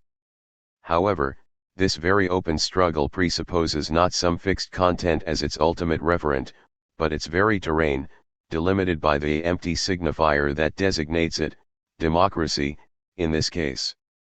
Of course, in the democratic struggle for hegemony, each position accuses the other of being not really democratic. For a conservative liberal, social democratic interventionism is already potentially totalitarian. For a social democrat, the traditional liberal's neglect of social solidarity is non-democratic, so each position tries to impose its own logic of inclusion/exclusion, and all these exclusions are politically salient, not structurally static, in order for this very struggle to take place. However, its terrain must constitute itself by means of a more fundamental exclusion, primordial repression, that is not simply historical contingent, a stake in the present constellation of the hegemonic struggle, since it sustains the very terrain of historicity. Take the case of sexual difference itself. Lacan's claim that sexual difference is real impossible is strictly synonymous with his claim that there is no such thing as a sexual relationship. For Lacan, sexual difference is not a firm set of static symbolic oppositions and inclusions/exclusions, heterosexual normativity which relegates homosexuality and other perversions to some secondary role, but the name of a deadlock, of a trauma, of an open question, of something that resists every attempt at its symbolization. Every translation of sexual difference into a set of symbolic opposition, is doomed to fail, and it is this very impossibility that opens up the terrain of the hegemonic struggle for what sexual difference will mean. What is barred is not what is excluded under the present hegemonic regime. 32. The political struggle for hegemony whose outcome is contingent, and the non-historical bar or impossibility are thus strictly correlative. There is a struggle for hegemony precisely because some preceding bar of impossibility sustains the void at stake in the hegemonic struggle. So Lacan is the very opposite of Kantian formalism, if by this we understand the imposition of some formal frame that serves as the a priori of its contingent content. Lacan forces us to make thematic the exclusion of some traumatic content that is constitutive of the empty universal form. There is historical space only insofar as this space is sustained by some more radical exclusion, or, as Lacan would have put it, horclusion. So one should distinguish between two levels: the hegemonic struggle for which particular content will hegemonize the empty universal notion, and the more fundamental impossibility that renders the universal empty, and thus a terrain for hegemonic struggle. So, with regard to the criticism of Kantianism, my answer is that it is Butler and Lacan who are secret Kantians. 33. They both propose an abstract a priori formal model, of hegemony, of gender performativity, which allows, within its frame, for the full contingency, no guarantee of what the outcome of the fight for hegemony will be, no last reference to the sexual constitution. They both involve a logic of spurious infinity, no final resolution, just the endless process of complex partial displacements. Is not Lacan's theory of hegemony formalist in the sense of proffering a certain a priori formal matrix of social space? There will always be some hegemonic empty signifier, it is only its content that shifts. My ultimate point is thus that Kantian formalism and radical historicism are not really opposites, but two sides of the same coin. Every version of historicism relies on a minimal ahistorical formal framework defining the terrain within which the open and endless game of contingent inclusions/exclusions, substitutions, renegotiations, displacements, and so on, takes place. The truly radical assertion of historical contingency has to include the dialectical tension between the domain of historical change itself and its dramatic ahistorica p kernel qua its condition of possibility. Here we have the difference between historicity proper and historicism. Historicism deals with the endless play of substitutions within the same fundamental field of possibility, while historicity proper makes thematic different structural principles of this very possibility. In other words, the historicist theme of the endless open play of substitutions is the very form of a historical ideological closure. By focusing on the simple dyad essentialism contingency, on the passage from the one to the other, it obfuscates concrete historicity qua the change of the very global structuring principle of the social. How, then, are we to conceive this ahistoric status of sexual difference? Perhaps an analogy with Claude Lévi-Strauss's notion of the zero institution could be of some help here. I am referring to Lévi-Strauss's exemplary analysis, from structural anthropology, of the spatial disposition of buildings in the Winnebago, one of the Great Lakes tribes. The tribe is divided into two subgroups, moieties, those who are from above and those who are from below. When we ask an individual to draw on a piece of paper, or on sand, the ground plan of his or her village, the spatial disposition of cottages, we obtain two quite different answers, depending on his or her membership of one or the other subgroup. Both perceive the village as a circle, but for one subgroup there is within this circle another circle of central houses, so that we have two concentric circles, while for the other subgroup the circle is split into two by a clear dividing line.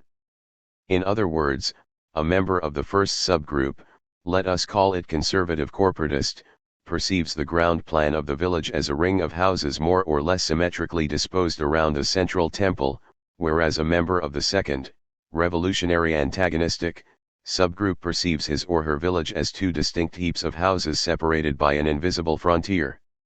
34 Lévi-Strauss's central point is that this example should in no way entice us into cultural relativism, according to which the perception of social space depends on the observer's group membership. The very splitting into the two relative perceptions implies a hidden reference to a constant, not the objective, actual disposition of buildings but a traumatic kernel, a fundamental antagonism the inhabitants of the village were unable to symbolize, to account for, to internalize, to come to terms with, an imbalance in social relations that prevented the community from stabilizing itself into a harmonious whole. The two perceptions of the ground plan are simply two mutually exclusive endeavors to cope with this traumatic antagonism, to heal its wound via the imposition of a balanced symbolic structure. Is it necessary to add that it is exactly the same with respect to sexual difference? Masculine and feminine are like the two configurations of houses in the Lévi-Straussian village. And in order to dispel the illusion that our developed universe is not dominated by the same logic, suffice it to recall the splitting of our political space into left and right. A leftist and a rightist behave exactly like members of the opposite subgroups in the Lévi-Straussian village. They not only occupy different places within the political space, each of them perceives the very disposition of the political space differently, a leftist as the field that is inherently split by some fundamental antagonism, a rightist as the organic unity of a community disturbed only by foreign intruders. However, Lévi-Strauss makes a further crucial point here, since the two subgroups nonetheless form one and the same tribe, living in the same village, this identity somehow has to be symbolically inscribed. How, if the entire symbolic articulation, all social institutions, of the tribe are not neutral, but are overdetermined by the fundamental and constitutive antagonistic split? By what Lévi-Strauss ingeniously calls the zero institution, a kind of institutional counterpart to the famous mana, the empty signifier with no determinate meaning, since it signifies only the presence of meaning as such, in opposition to its absence, a specific institution which has no positive, determinate function. Its only function is the purely negative one of signaling the presence and actuality of social institution as such, in opposition to its absence, to pre-social chaos. It is the reference to such a zero institution that enables all members of the tribe to experience themselves as such, as members of the same tribe. Is not this zero institution, then, ideology at its purest, that is, the direct embodiment of the ideological function of providing a neutral all-encompassing space in which social antagonism is obliterated, in which all members of society can recognize themselves?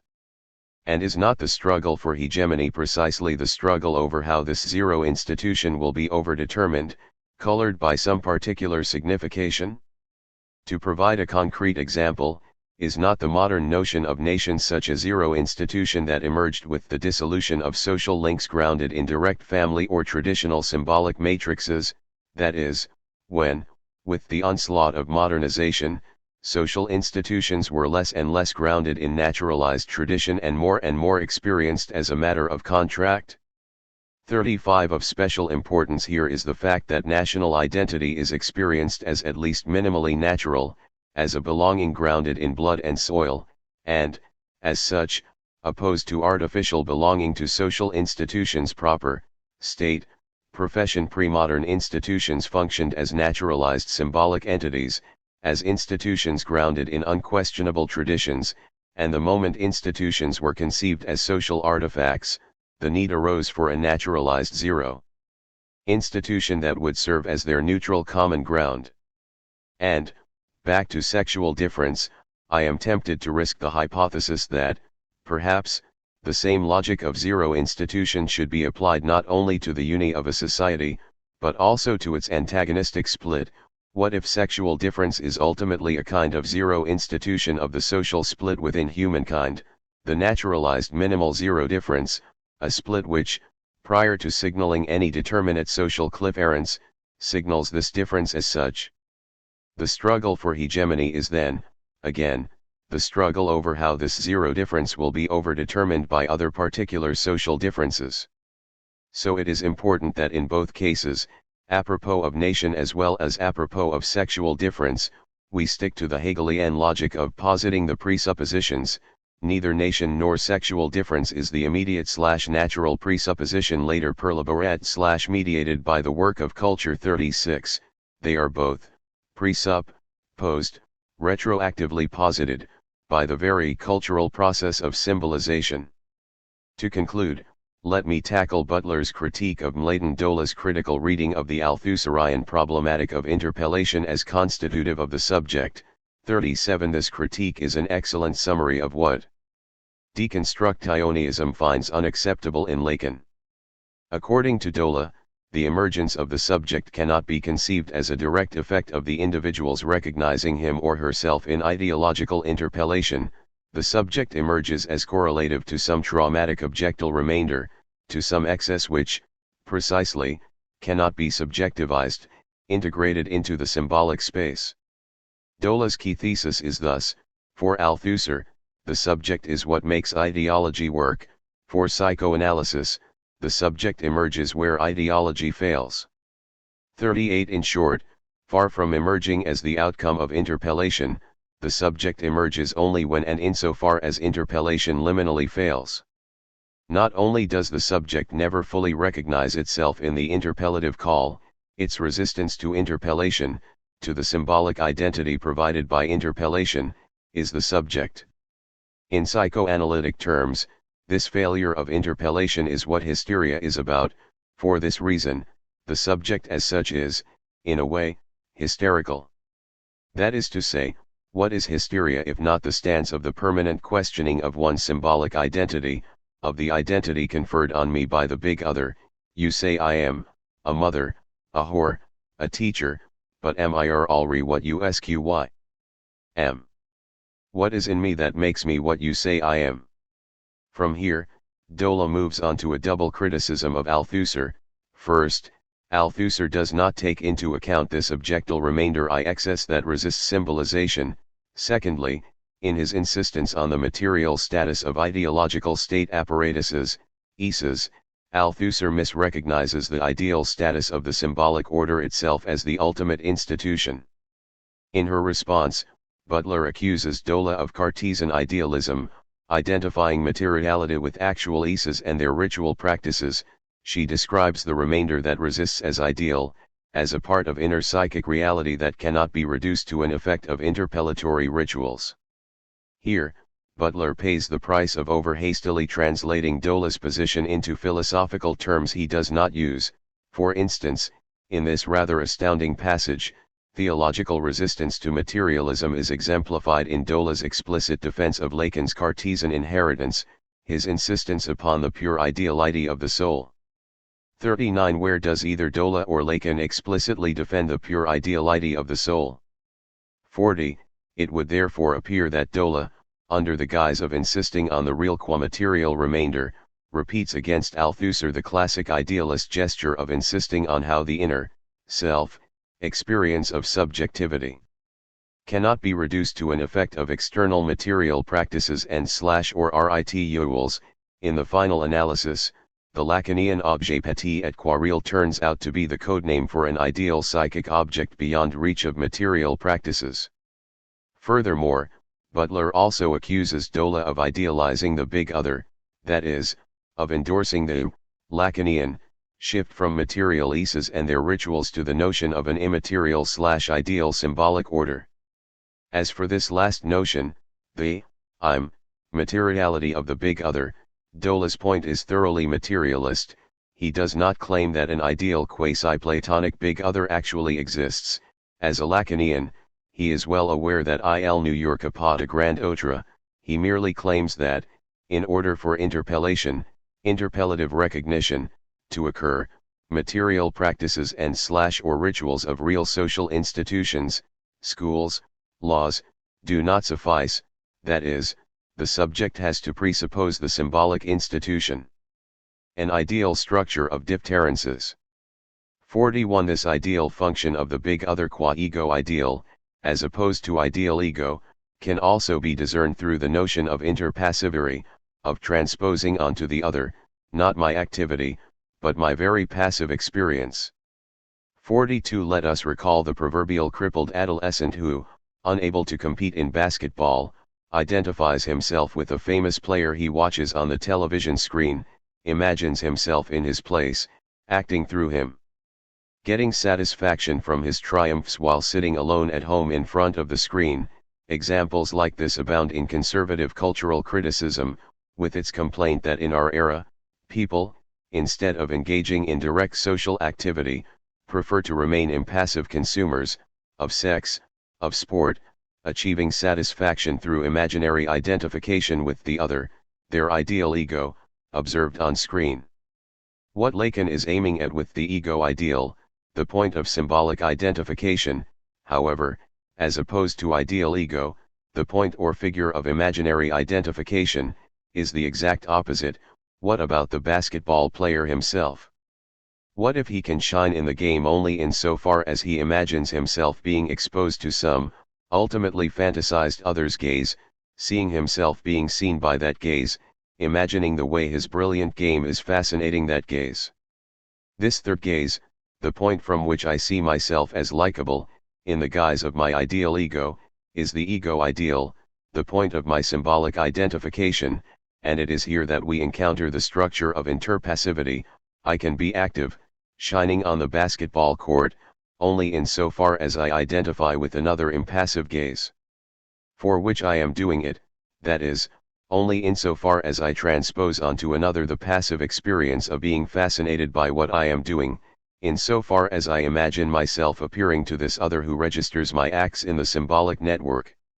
So interpassivity is not simply a symmetrical reversal of interactivity, in the sense, described above, of being active through, our identification with, another. It gives birth to a reflexive structure in which the gaze is redoubled, in which I see myself being seen as likable.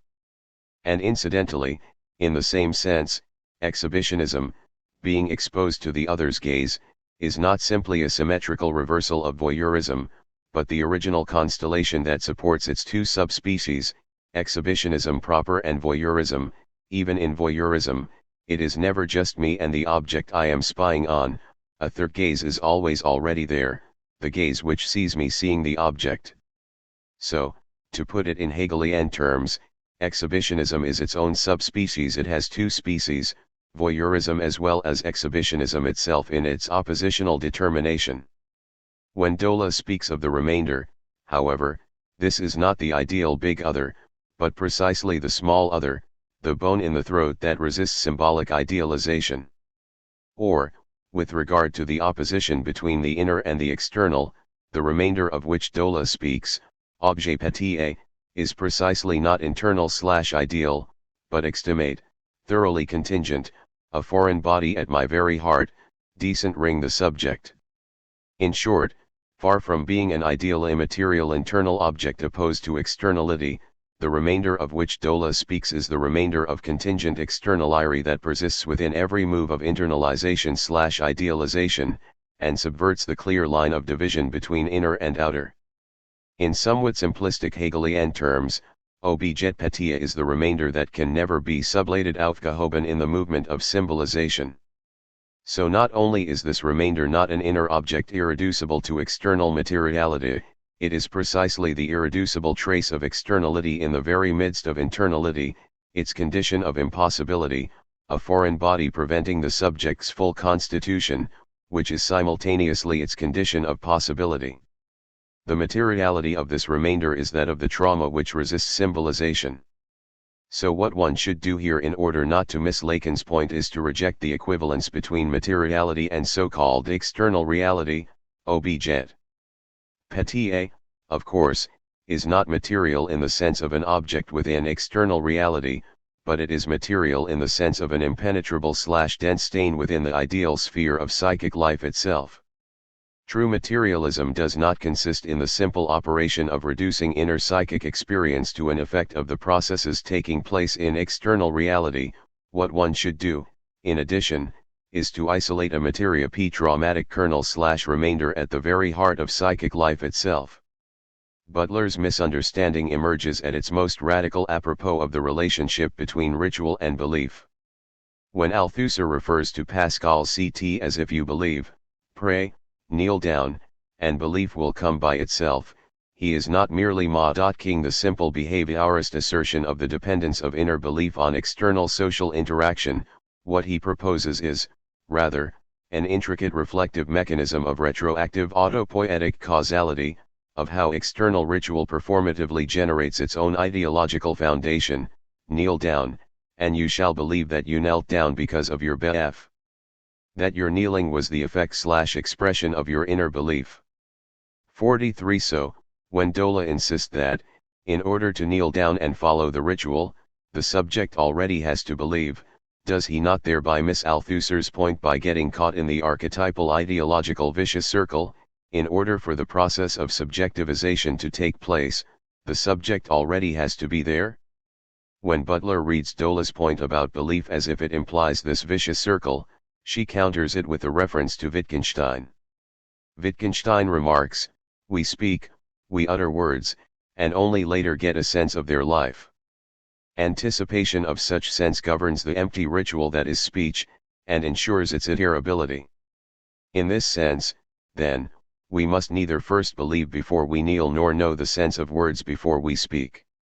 On the contrary, both are performed on faith that sense will arrive in and through articulation itself, an anticipation that is not thereby governed by a guarantee of noematic satisfaction.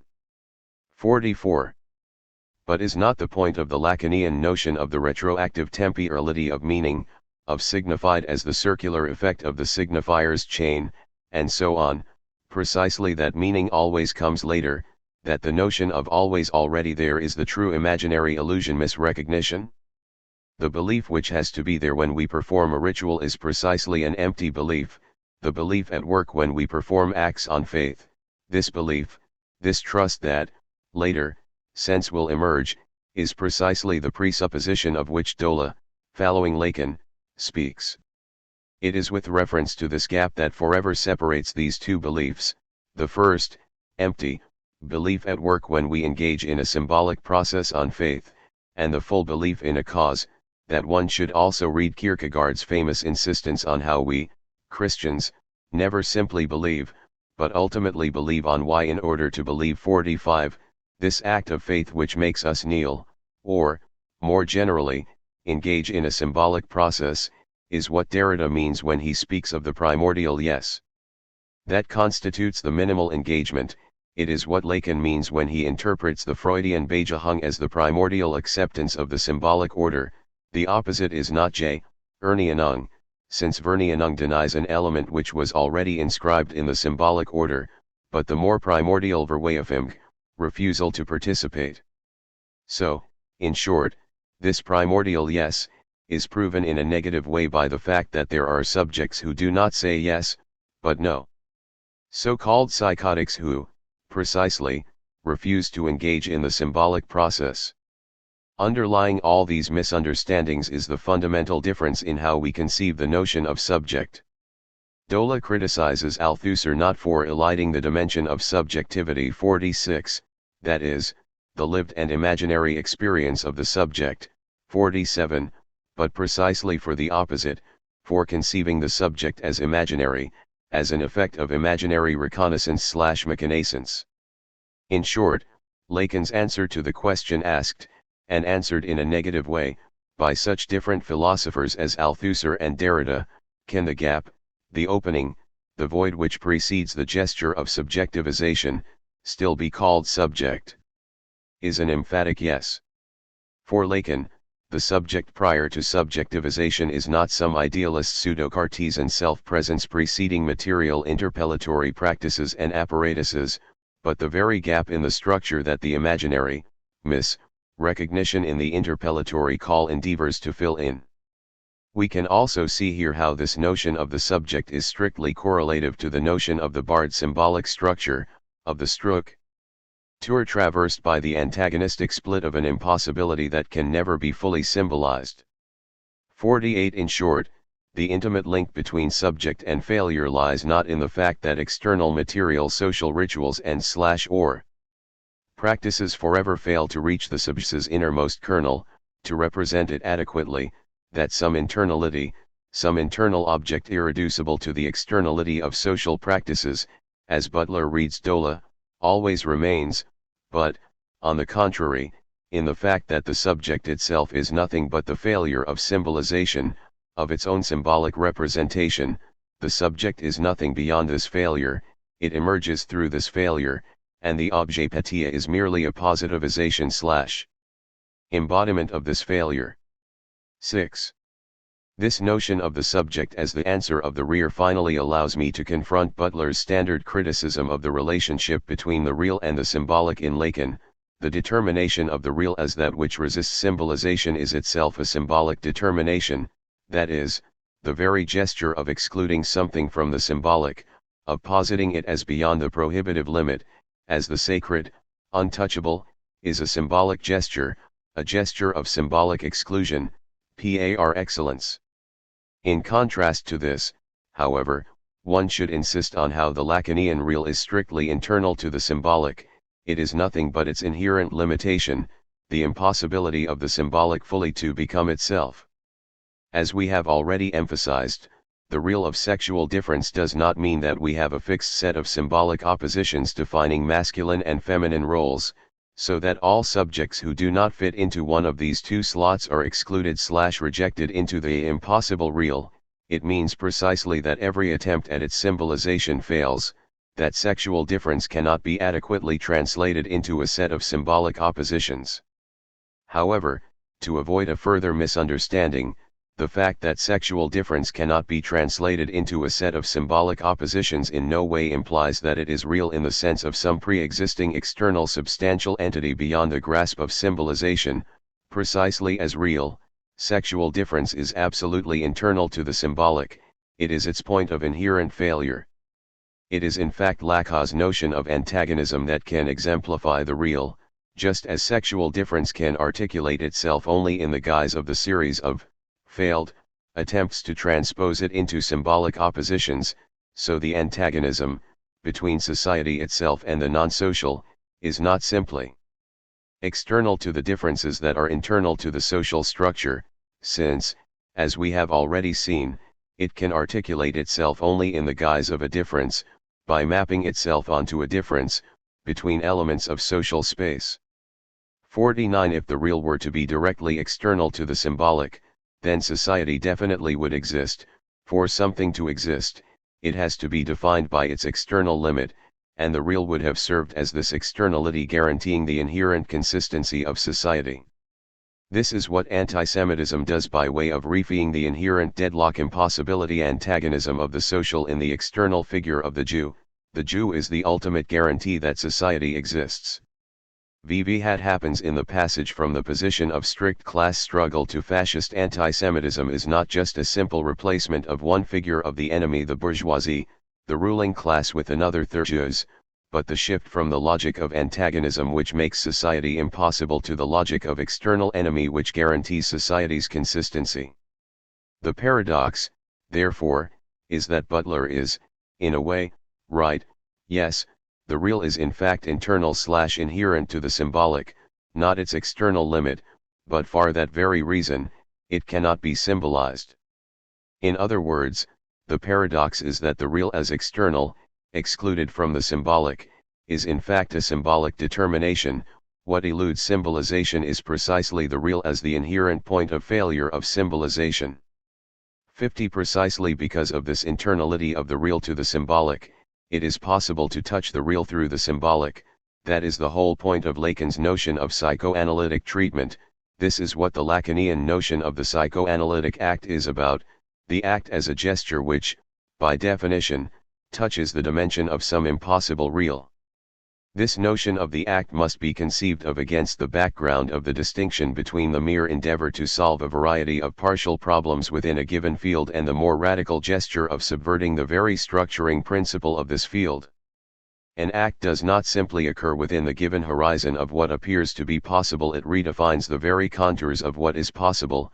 An act accomplishes what, within the given symbolic universe, appears to be impossible, yet it changes its conditions so that it creates retroactively the conditions of its own possibility. So when we are reproached by an opponent for doing something unacceptable, an act occurs when we no longer defend ourselves by accepting the underlying premise that we hitherto shared with the opponent. In contrast, we fully accept the reproach, changing the very terrain that made it unacceptable. An act occurs when our answer to the reproach is yes, that it is precisely what I am doing. In film, a modest, not quite appropriate recent example would be Kevin Kline's blurting out "I'm gay" instead of yes, during the wedding ceremony in In and Out, openly admitting the truth that he is gay, and thus surprising not only us, the spectators, but even himself. 51. In a series of recent, commercial, films, we find the same surprising radical gesture. In Speed, when the hero, Keanu Reeves, is confronting the terrorist blackmailer partner who holds his partner at gunpoint, he shoots not the blackmailer, but his own partner in the leg. This apparently senseless act momentarily shocks the blackmailer, who lets go of the hostage and runs away. In Ransom, when the media tycoon, Mel Gibson, goes on television to answer the kidnapper's request for $2 million as a ransom for his son, he surprises everyone by saying that he will offer $2 million to anyone who will give him any information about the kidnappers, and announces that he will pursue them to the end, with all his resources, if they do not release his son immediately. This radical gesture stuns not only the kidnappers. Immediately after accomplishing it, Gibson himself almost breaks down, aware of the risk he is courting. And finally, the supreme case, when, in the flashback scene from The Usual Suspects, the mysterious Kaiser Soze, Kevin Spacey, returns home and finds his wife and small daughter held at gunpoint by the members of a rival mob, he resorts to the radical gesture of shooting his wife and daughter themselves dead. This act enables him mercilessly to pursue members of the rival gang, their families, parents, friends, killing them all. What these three gestures have in common is that, in a situation of the forced choice, the subject makes the crazy, impossible choice of, in a way, striking at himself, at what is most precious to himself. This act, far from amounting to a case of impotent aggressivity turned on oneself, rather changes the coordinates of the situation in which the subject finds himself. By cutting himself loose from the precious object through whose possession the enemy kept him in check, the subject gains the space of free action. Is not such a radical gesture of striking at oneself constitutive of subjectivity as such? Did not Lacan himself accomplish a similar act of shooting at himself when, in 1979, he dissolved the École Freudienne de Paris, his Agalma, his own organization, the very space of his collective life? Yet he was well aware that only such a self-destructive act could clear the terrain for a new beginning. In the domain of politics proper, most of today's left succumbs to ideological blackmail by the right in accepting its basic premises. The era of the welfare state, with its unlimited spending, is over, etc. Ultimately, this is what the celebrated third way of today's social democracy is about.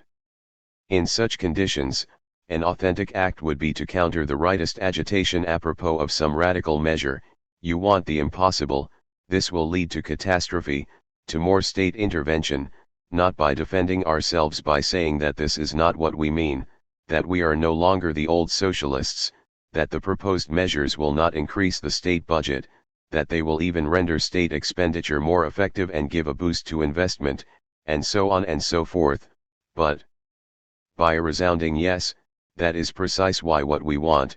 52 Although Clinton's presidency epitomizes the third way of today's left succumbing to rightist ideological blackmail, his healthcare reform program would nonetheless amount to a kind of act, at least in today's conditions, since it would be based on the rejection of the hegemonic notions of the need to curtail big state expenditure and administration. In a way, it would do the impossible. No wonder, then, that it failed. Its failure, perhaps the only significant, albeit negative, event of Clinton's presidency bears witness to the material force of the ideological notion of free choice. That is to say, although the great majority of so-called ordinary people were not properly acquainted with the reform program, the medical lobby, twice as strong as the infamous defense lobby, succeeded in imposing on the public the fundamental idea that with universal health care, free choice, in matters concerning medicine, would be somehow threatened. Against this purely fictional reference to free choice, any enumeration of hard facts: in Canada, healthcare is less expensive and more effective, with no less free choice, etc., proved ineffectual. As for the subject's, agent's, identity, in an authentic act, I do not simply express/actualize my inner nature, rather, I redefine myself, the very core of my identity. To evoke Butler's often repeated example of a subject who has a deep homosexual passionate attachment, yet is unable openly to acknowledge it, to make it part of his symbolic identity. 53 In an authentic sexual act, the subject would have to change the way he relates to his homosexual passionate attachment, not only in the sense of coming out, of fully identifying himself as gay. An act does not only shift the limit that divides our identity into the acknowledged and the disavowed part more in the direction of the disavowed part, it does not only make us to accept as possible our inner disavowed impossible fantasies, it transforms the very coordinates of the disavowed phantasmic foundation of our being.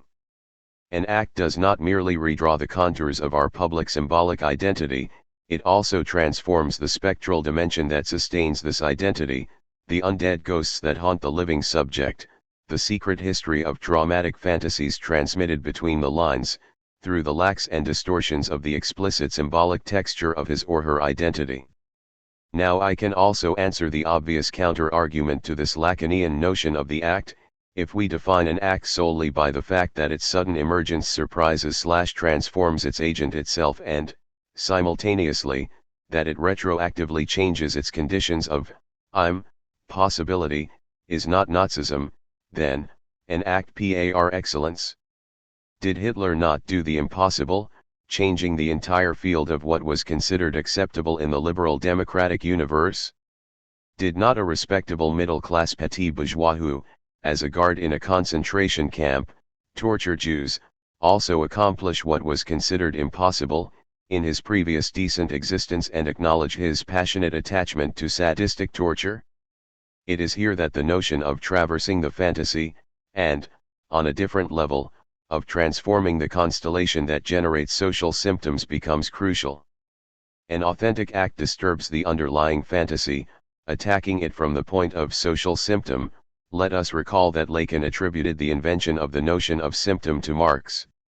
The so-called Nazi Revolution, with its disavowal/displacement of the fundamental social antagonism, class struggle that divides the social edifice from within, with its projection/externalization of the cause of social antagonisms into the figure of the Jew, and the consequent reassertion of the corporatist notion of society as an organic whole, clearly avoids confrontation with social antagonism. The Nazi Revolution is the exemplary case of a pseudo-change, of a frenetic activity in the course of which many things did change. Something was going on all the time, so that, precisely, something, that which real, matters, would not change, so that things would fundamentally remain the same. In short, An authentic act is not simply external with regard to the hegemonic symbolic field disturbed by it. An act is an act only with regard to some symbolic field, as an intervention into it.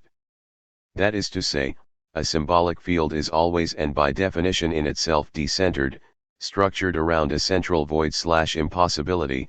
A personal life narrative, say, is a bricolage of ultimately failed attempts to come to terms with some trauma. A social edifice is an ultimately failed attempt to displace/obfuscate its constitutive antagonism, and an act disturbs the symbolic field into which it intervenes not out of nowhere, but precisely from the standpoint of this inherent impossibility, j.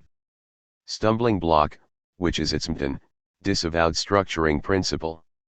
In contrast to this authentic act which intervenes in the constitutive void, point of failure, or what Alain Badiou has called the symptomal torsion of a given constellation.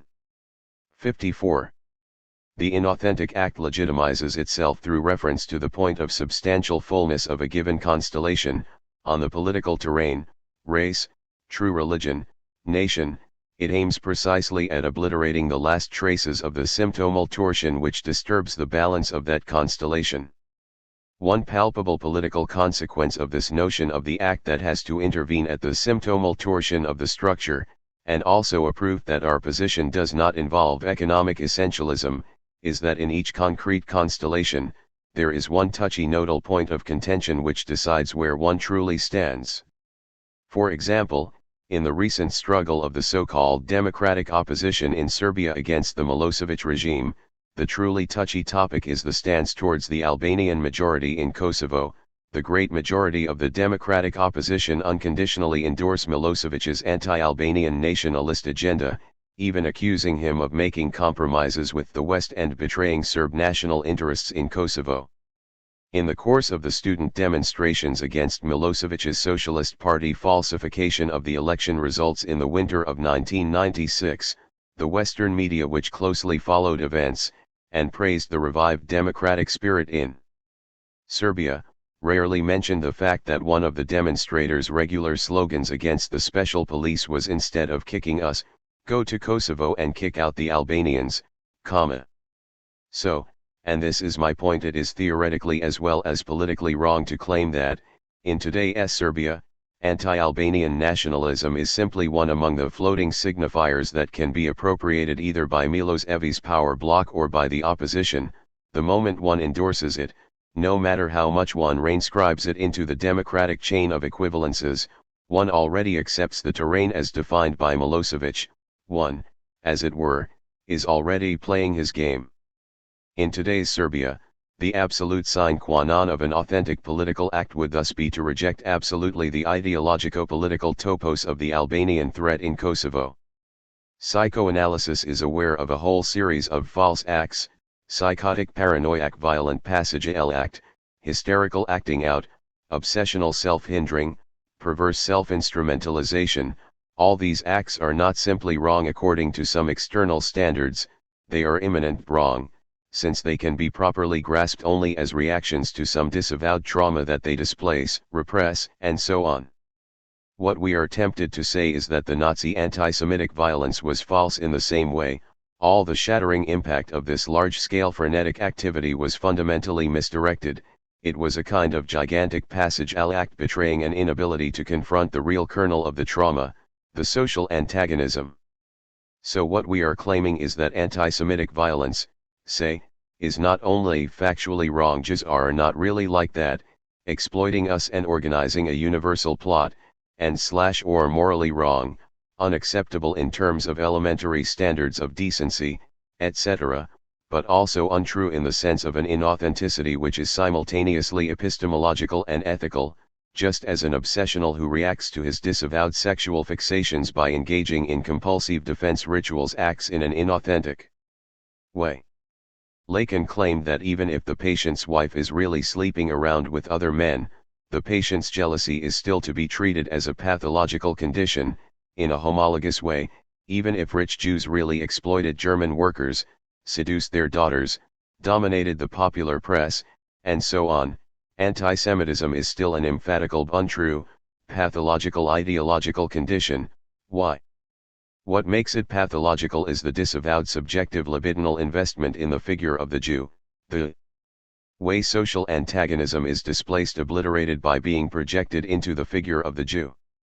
55. So, back to the obvious counter-argument to the Lacanian notion of the act, this second feature, for a gesture to count as an act, it must traverse the fantasy, is not simply a further, additional criterion, to be added to the first, doing the impossible, retroactively rewriting its own conditions. If this second criterion is not fulfilled, the first is not really met either, that is to say, we are not actually doing the impossible, traversing the fantasy towards the real. Asterisk. The problem of today's philosophico-political scene is ultimately best expressed by Lenin's old question: what is to be done? How do we reassert, on the political terrain, the proper dimension of the act? The main form of the resistance against the act today is a kind of unwritten Denkverbot, prohibition to think, similar to the infamous Berufsverbot, prohibition to be employed by any state institution. From the late 1960s in Germany, the moment one shows a minimal sign of engaging in political projects that aim seriously to change the existing order, the answer is immediately, benevolent as it is, this will necessarily end in a new gulag. The return to ethics in today's political philosophy shamefully exploits the horrors of Gulag or Holocaust as the ultimate bogey for blackmailing us into renouncing all serious radical engagement.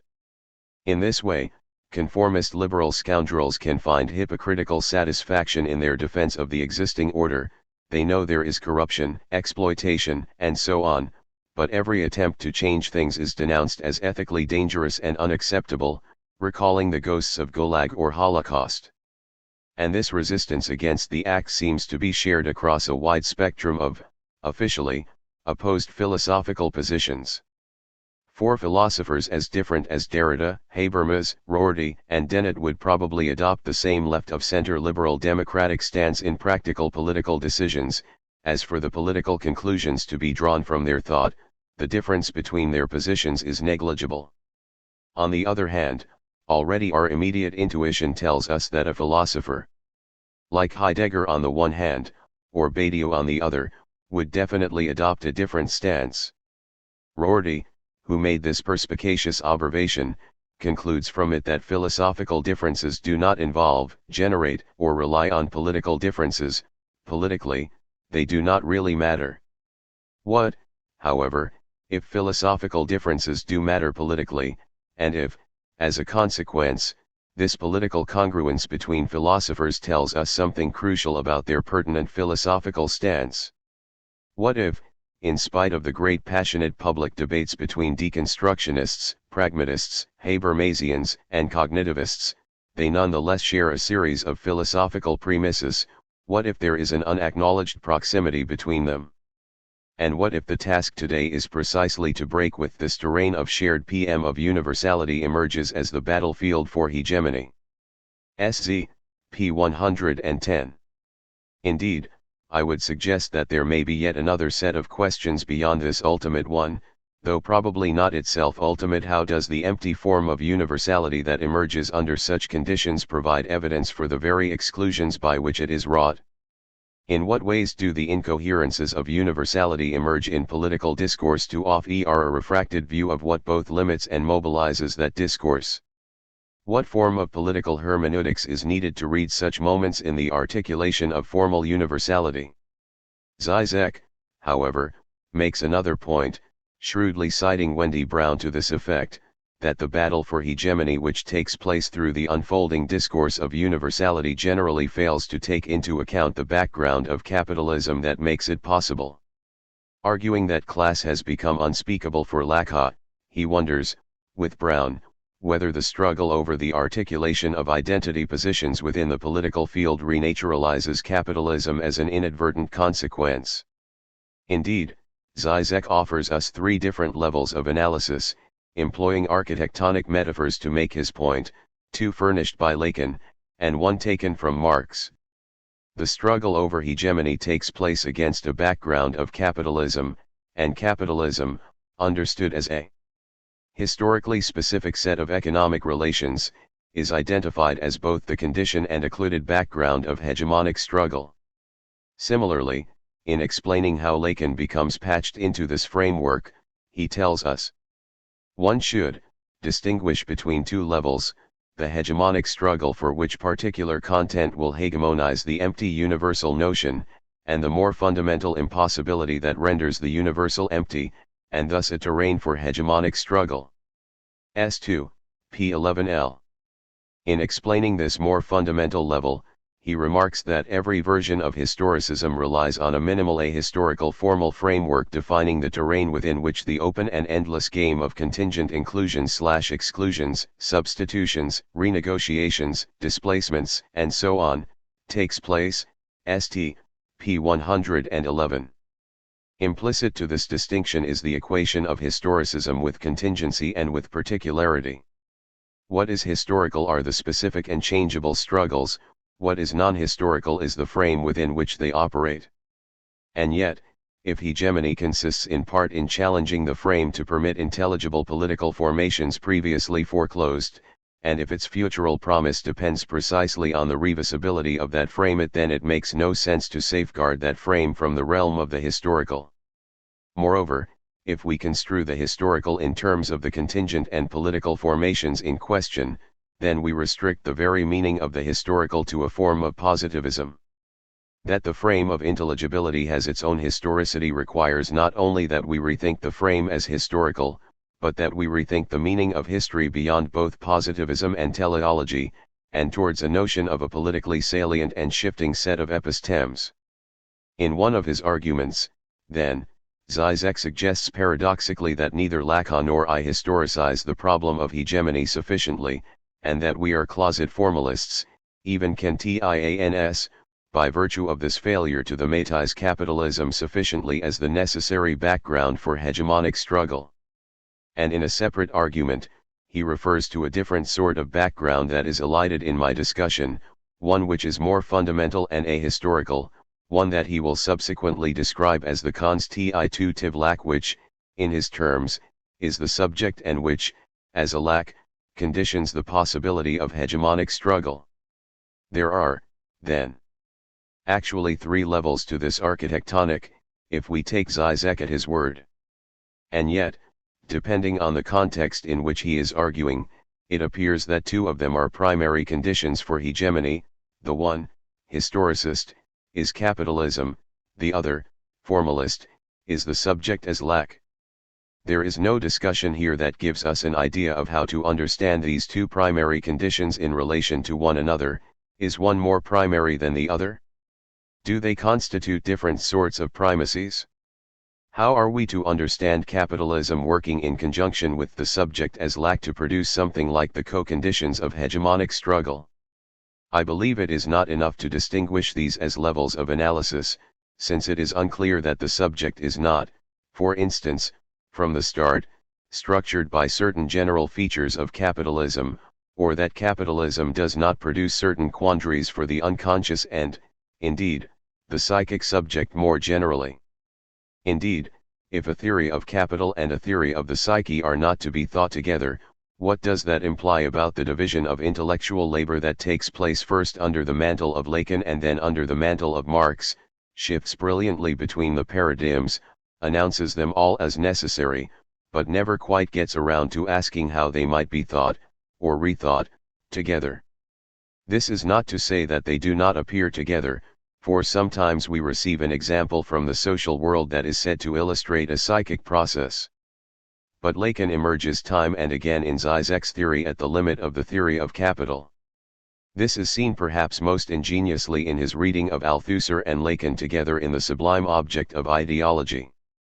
2. The interpellation of subjects performed by the institutional apparatus of the state works to the extent that an excess is posited that surpasses the social parameters of interpellation itself, a surplus within the field of reality that cannot be directly assimilated into the terms of reality.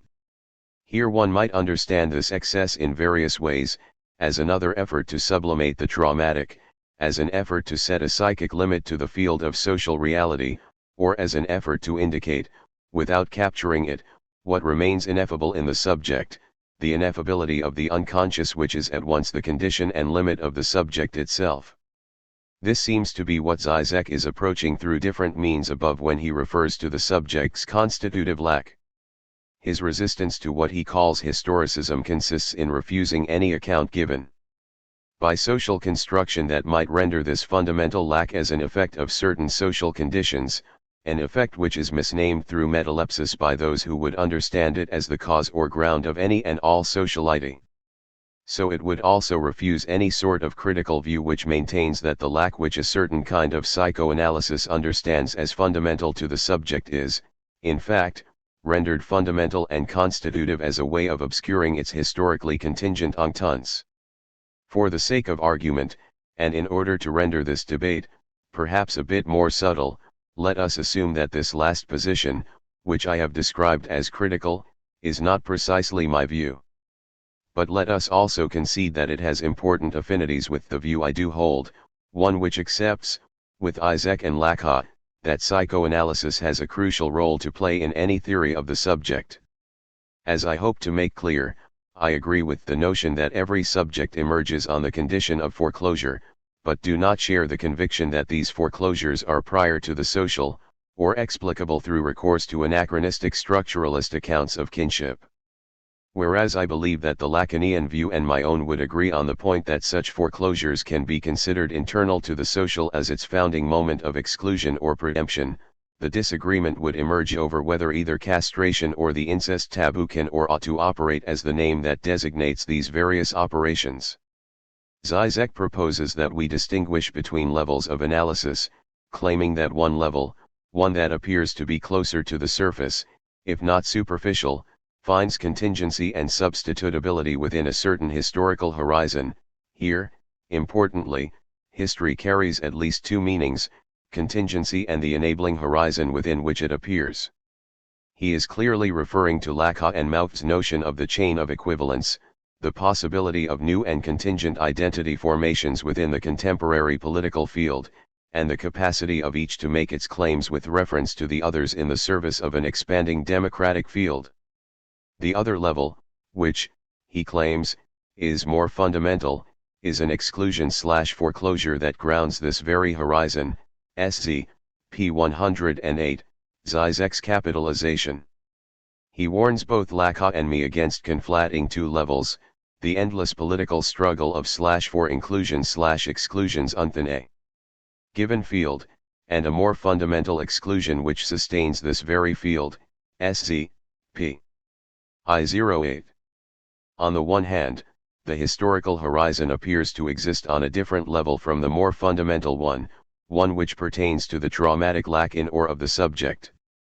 On the other hand, it is clear that this second level, the more fundamental one, is tied to the first by being both its ground and its limit. Thus, the second level is not exactly exterior to the first, which means that they cannot, strictly speaking, be conceived as separable levels at all, for the historical horizon surely is its ground, whether or not that ground appears within the horizon that it occasions and sustains.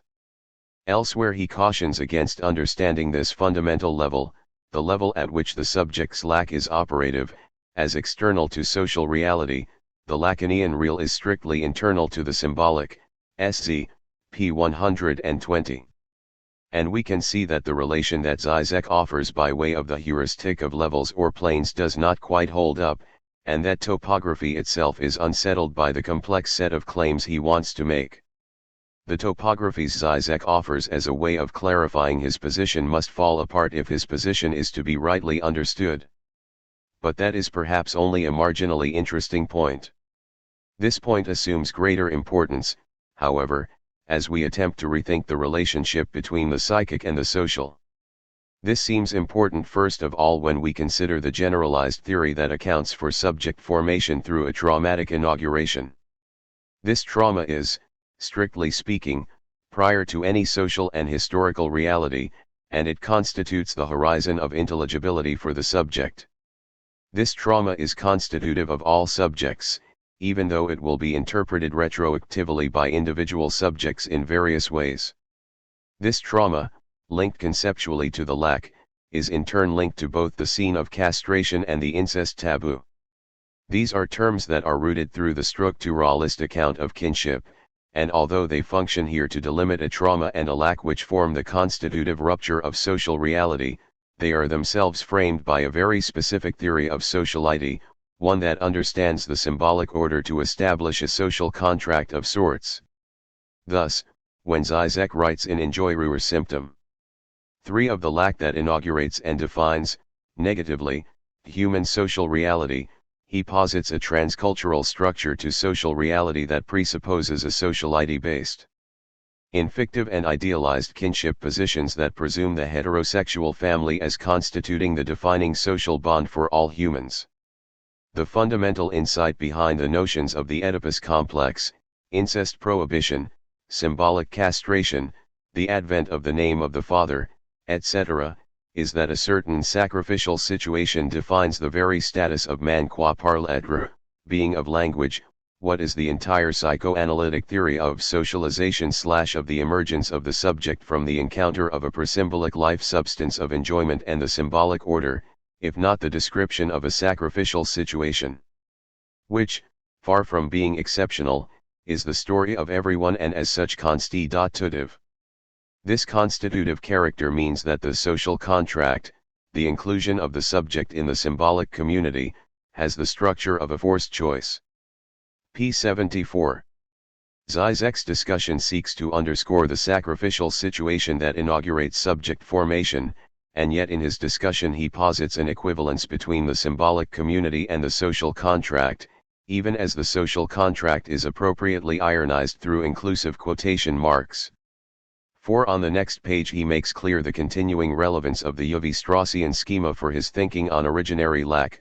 Women become an object of exchange and distribution only after the mother thing is posited as prohibited, p. 75. The choice, for the, presumptively male, subject, is thus le père ou père, the father or worse. I do not mean in these pages to take issue with the theory of kinship and the symbolic at work here, although I do so in more general terms in my book on Antigone. 5. I wish only to point out that the very theoretical postulation of the originary trauma presupposes the structuralist theory of kinship and sociality, one which is highly contested by anthropology and sociology alike, and which has diminished relevance for new family formations throughout the globe. Foucault was right to question whether late modern social forms could be defined by systems of kinship, and the anthropologist David Schneider has shown in compelling terms how kinship has been artificially constructed by ethnographers hoping to secure a transcultural understanding of heterosexuality and biological reproduction as the points of reference for kinship organization. 6. Similarly, Pierre Clas Trace has offered an important set of studies which show the very partial operation of kinship relations in defining the social contract and the social bond, studies which have brought into question the very equivalence of idealized kinship, symbolic community, and social contract that conditions Zizek's theorization of primary lack. 7. Thus it is not enough to say that a primary rupture inaugurates and destabilizes social reality and the domain of sociality itself, if that rupture can be thought only in terms of a very particular and highly contestable presumption about sociality and the symbolic order. This problem, as I understand it, is related to the quasi-transcendental status that Zizek attributes to sexual difference. If he is right, then sexual difference, in its most fundamental aspect, is outside the struggle for hegemony, even as he claims with great clarity that its dramatic and non-symbolizable status occasions the concrete struggles over what its meaning should be. I gather that sexual difference is distinguished from other struggles within hegemony precisely because those other struggles, class and nation, for instance, do not simultaneously name a fundamental and traumatic difference and a concrete, contingent historical identity. Both class and nation appear within the field of the symbolizable horizon on the occasion of this more fundamental lack, but one would not be tempted, as one is with the example of sexual difference, to call that fundamental lack class or nation. Thus, sexual difference occupies a distinctive position within the chain of signifiers, one that both occasions the chain and is one link in the chain.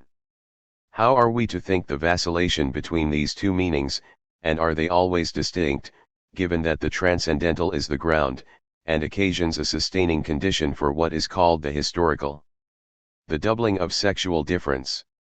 There are surely some feminists who would agree with the primacy given to sexual difference in such a view, but I am not one of them. The formulation casts sexual difference in the first instance as more fundamental than other kinds of differences, and it gives it a structural status. Whether transcendental in the garden variety or quasi-mode, which purports to be significantly different from the concrete formulations it receives within the horizon of historical meaning. When the claim is made that sexual difference at this most fundamental level is merely formal, Shepherdsonate, or empty, Zizek, we are in the same quandary as we were in with ostensibly formal concepts such as universality. Is it fundamentally formal, or does it become formal, become available to a formalization on the condition that certain kinds of exclusions are performed which enable that very formalization in its putatively transcendental mode? This becomes an important consideration when we recognize that the spheres of ideality which Zizek attributes to the symbolic order, the structures that govern symbolizability, are also structural features of the analysis, not contingent norms that have become rarefied as psychic ideals. Sexual difference is, thus, in his view, 1. Non-symbolizable, 2. The occasion for contesting interpretations of what it is, 3. Symbolizable in ideal terms, where the ideality of the ideal carries with it the original non-symbolizability of sexual difference itself. Here again the disagreement seems inevitable. Do we want to affirm that there is an ideal big other, or an ideal small other, which is more fundamental than any of its social formulations? Or do we want to question whether any ideality that pertains to sexual difference is ever not constituted by actively reproduced gender norms that pass their ideality off as essential to a pre-social and ineffable sexual difference? Of course, the reply from even my most progressive Lacanian friends is that I have no need to worry about this unnameable sexual difference that we nevertheless name, since it has no content but is purely formal, forever empty. But here I would refer back to the point made so trenchantly by Hegel against Kantian formalisms. The empty and formal structure is established precisely through the not fully successful sublimation of content as form. It is not adequate to claim that the formal structure of sexual difference is first and foremost without content, but that it comes to be filled in with content by a subsequent and anterior act. That formulation not only sustains a fully external relation between form and content, but works to impede the reading that might show us how certain kinds of formalisms are generated by a process of abstraction that is never fully free from the remainder of the content it refuses. The formal character of this originary, pre-social sexual cliff air nce in its ostensible emptiness is accomplished precisely through the reification by which a certain idealized and necessary dimorphism takes hold.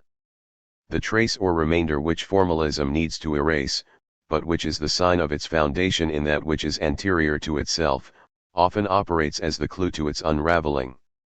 The fact that claims such as cultural intelligibility requires sexual difference or there is no culture without sexual difference circulate within the Lacanian discourse intimates something of the constraining normativity that fuels this transcendental turn, a normativity secured from criticism precisely because it officially announces itself as prior to and untainted by any given social operation of sexual difference. If Zizek can write, as he does, the ultimate question is, which specific content has to be excluded so that the very empty form of universality emerges as the battlefield for hegemony. S2, p. 110, then he can certainly entertain the question, which specific content has to be excluded so that the very empty form of sexual difference emerges as a battlefield for hegemony. Of course, as with any purely speculative position, one might well ask, who posits the original and full ineffability of sexual difference, and what aims does such a positing achieve? This most unverifiable of concepts is offered as the condition of verifiability itself, and we are faced with a choice between an uncritical theological affirmation or a critical social inquiry. Do we accept this description of the fundamental ground of intelligibility, or do we begin to ask what kinds of foreclosures such a positing achieves, and at what expense? If we were to accept this position, we could argue that sexual difference has a transcendental status even when sexed bodies emerge that do not fit squarely within ideal gender dimorphism. We could nevertheless explain intersexuality by claiming that the ideal is still there, but the bodies in question contingent, historically formed do not conform to the ideal, and it is their nonconformity that is the essential relation to the ideal at hand. It would not matter whether sexual difference is instantiated in living, biological bodies, for the ineffability and non-symbolizability of this most hallowed of differences would depend on no instantiation to be true. Or, indeed, we could, in trying to think about transsexuality, follow the pathologizing discourse of Catherine Millot, 9, who insists upon the primacy and persistence of sexual difference in the face of those lives which suffer under that ideality and seek to transform the fixity of that belief. Or take the extraordinarily regressive political claims made by Sylviane Agacinski, Irene Théry and Frank was Héritier in relation to contemporary French efforts to extend legally sanctioned alliances to non-married individuals. Agacinski notes that precisely because no culture can emerge without the presumption of sexual difference, as its ground and condition and occasion, such legislation must be opposed, because it is at war with the fundamental presuppositions of culture itself. Héritier makes the same argument from the perspective of Lévi-Straussian anthropology, arguing that efforts to counter nature in this regard will produce psychotic consequences. Indeed, this claim was made so successfully that the version of the law that finally won approval in the French National Assembly explicitly denies the rights of gays and lesbians to adopt, fearing that the children produced and raised under such circumstances, counter to nature and culture alike, would be led into psychosis. Héritier cited the notion of the symbolic that underlies all cultural intelligibility in the work of Lévi-Strauss. And Jacques-Alain Miller also joined in, writing that whereas it is certain that homosexuals should be granted acknowledgement of their relationships, it would not be possible to extend marriage-like legal arrangements to them, for the principle of fidelity for any conjugal pair is secured by the feminine presence, and gay men apparently lack this crucial anchor in their relationships. 12. One might well argue that these various political positions which make use of the doctrine of sexual difference, some of which are derived from Lévi-Strauss, and some from Lacan, are inappropriate applications of the theory, and that if sexual difference were safeguarded as a truly empty and formal difference, it could not be identified // any of its given social formulations.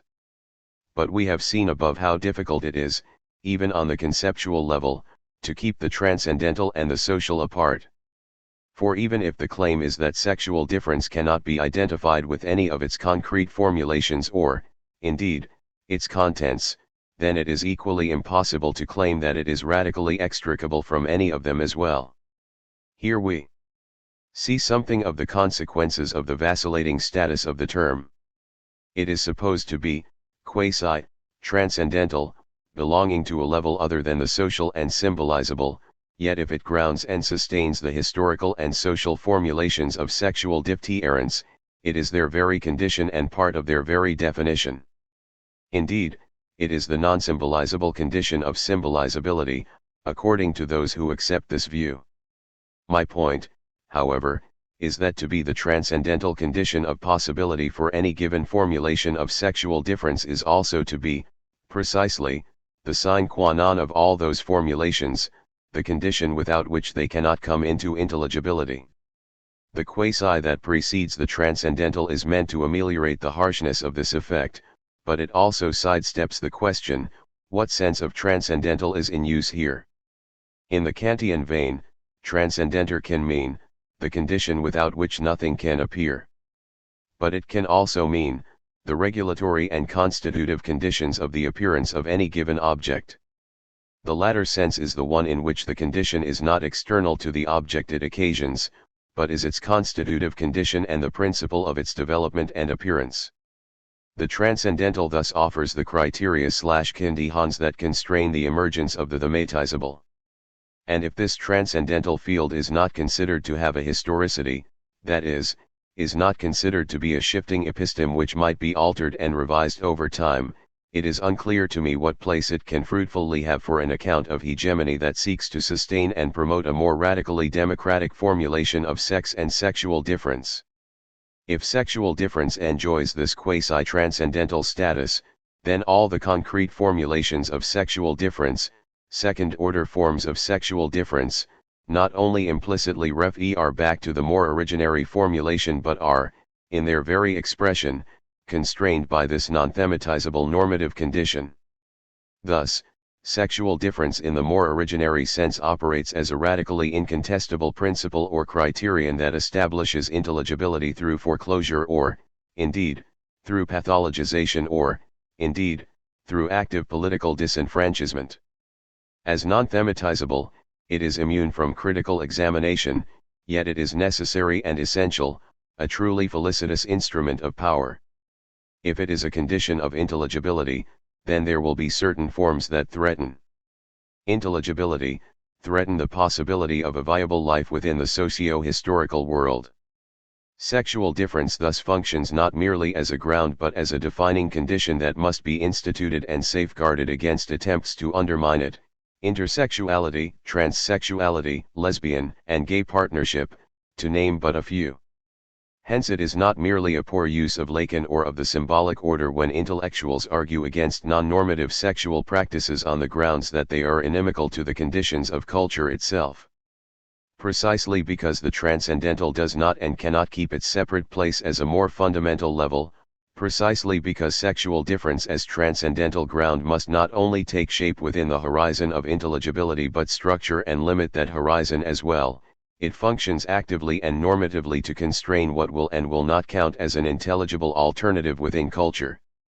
Thus, as a transcendental claim, sexual difference should be rigorously opposed by anyone who wants to guard against a theory that would prescribe in advance what kinds of sexual arrangements will and will not be permitted in intelligible culture.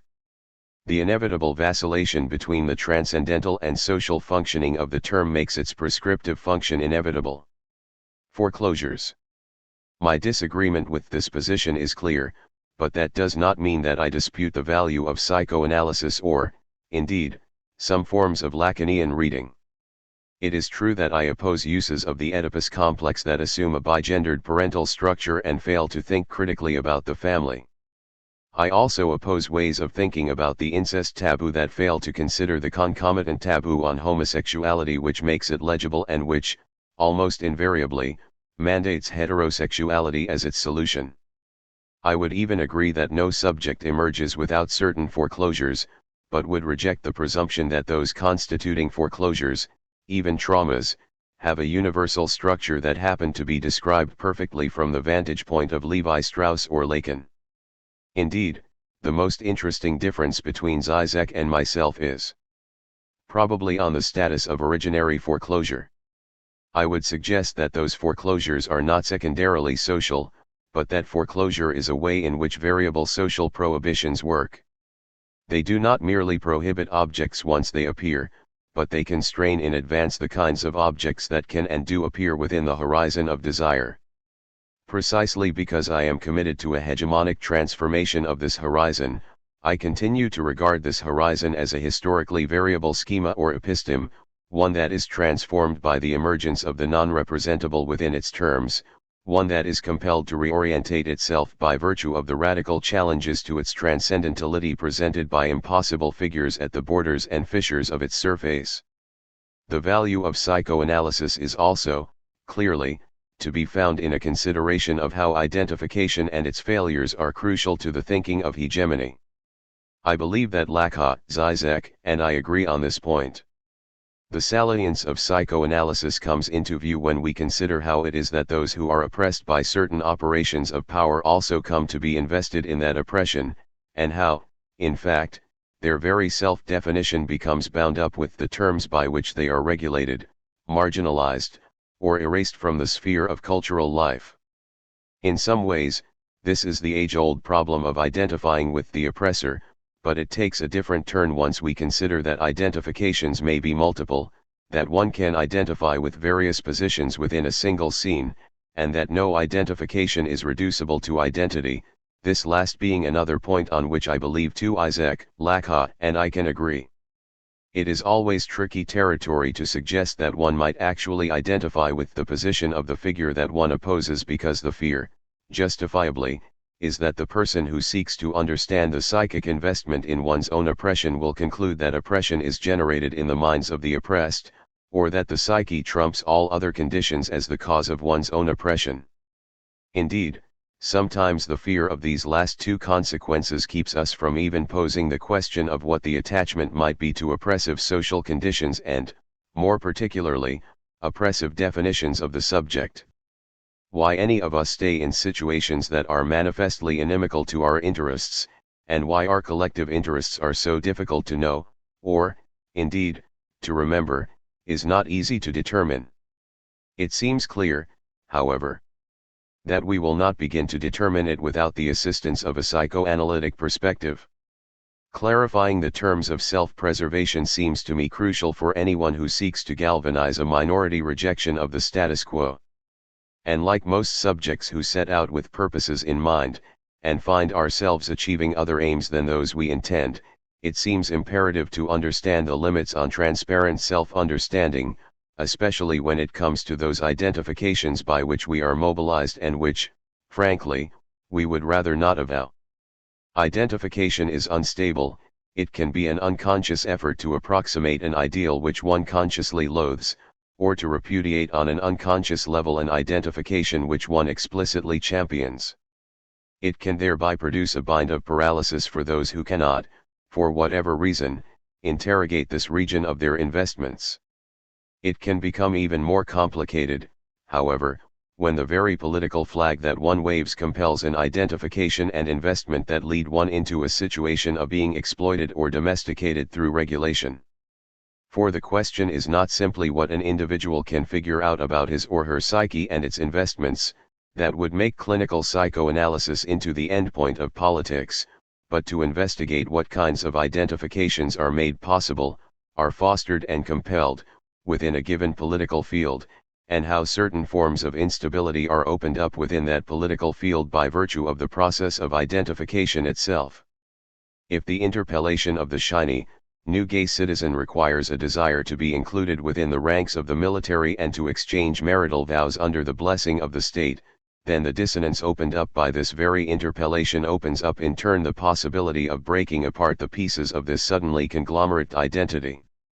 It works against the congealment of identity into a taken for granted set of interlocking positions and, by underscoring the failure of identification, permits for a different sort of hegemonic formation to emerge. It does this, however, only ideally, for there is no guarantee that a widespread sense of that dissonance will take hold and take form as the politicization of gay people in the direction of a more radical agenda. In this sense, the very categories that are politically available for identification restrict in advance the play of hegemony, dissonance, and re-articulation. It is not simply that a psyche invests in its oppression, but that the very terms that bring the subject into political viability orchestrate the trajectory of identification and become, with luck, the site for a disidentificatory resistance.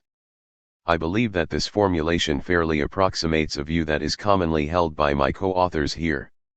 In the intersection of Foucault and Freud, I have sought to provide a theory of agency that takes into account the double workings of social power and psychic reality.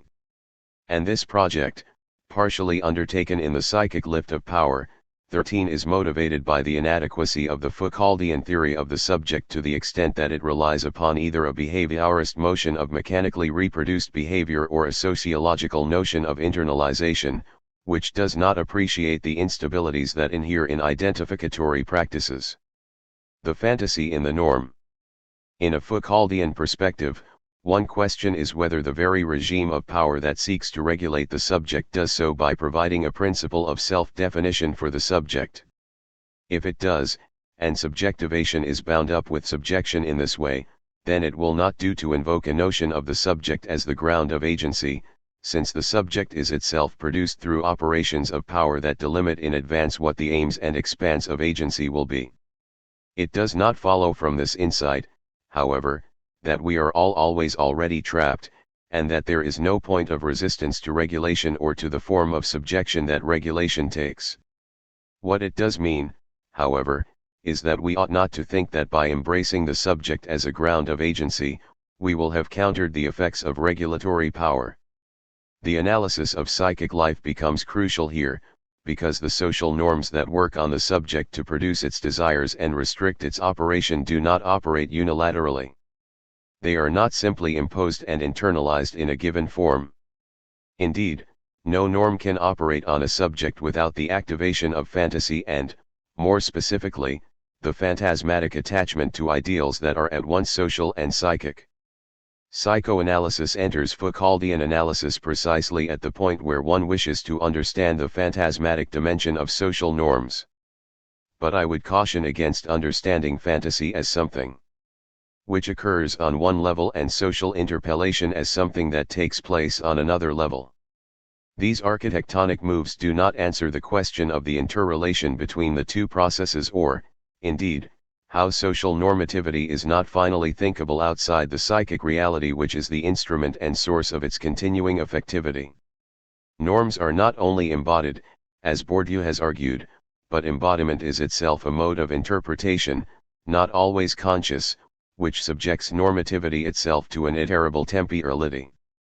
Norms are not static entities, but incorporated and interpreted features of existence that are sustained by the idealizations furnished by fantasy.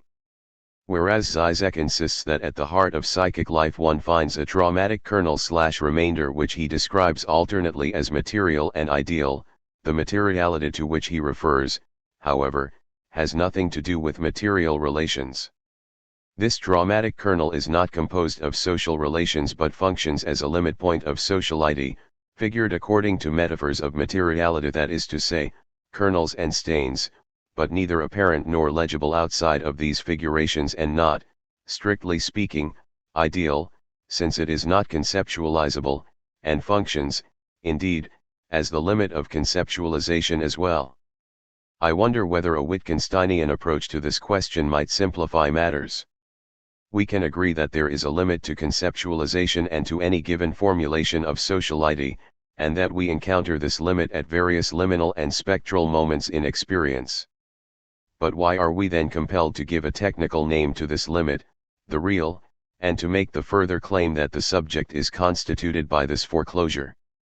The use of the technical nomenclature opens up more problems than it solves. On the one hand, we are to accept that the reap means nothing other than the constitutive limit of the subject, yet on the other hand, why is it that any effort to refer to the constitutive limit of the subject in ways that do not use that nomenclature are considered a failure to understand its proper operation? Are we using the categories to understand the phenomena, or marshalling the phenomena to shore up the categories in the name of the Father, if you will? Similarly, we can try to accept the watered-down notion of the symbolic as separable from normative kinship, but why is there all that talk about the place of the Father and the phallus?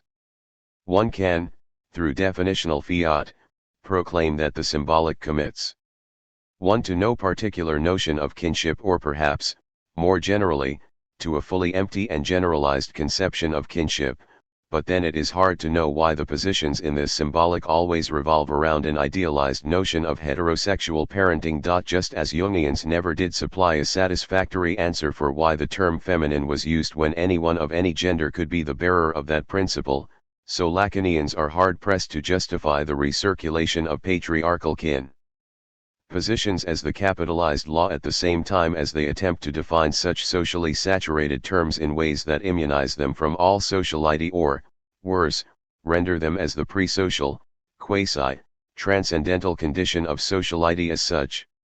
The fact that my friends Slava and Escobedo claim that the term phallus can be definitionally separated from phallogocentrism constitutes a neologistic accomplishment before which I am in awe.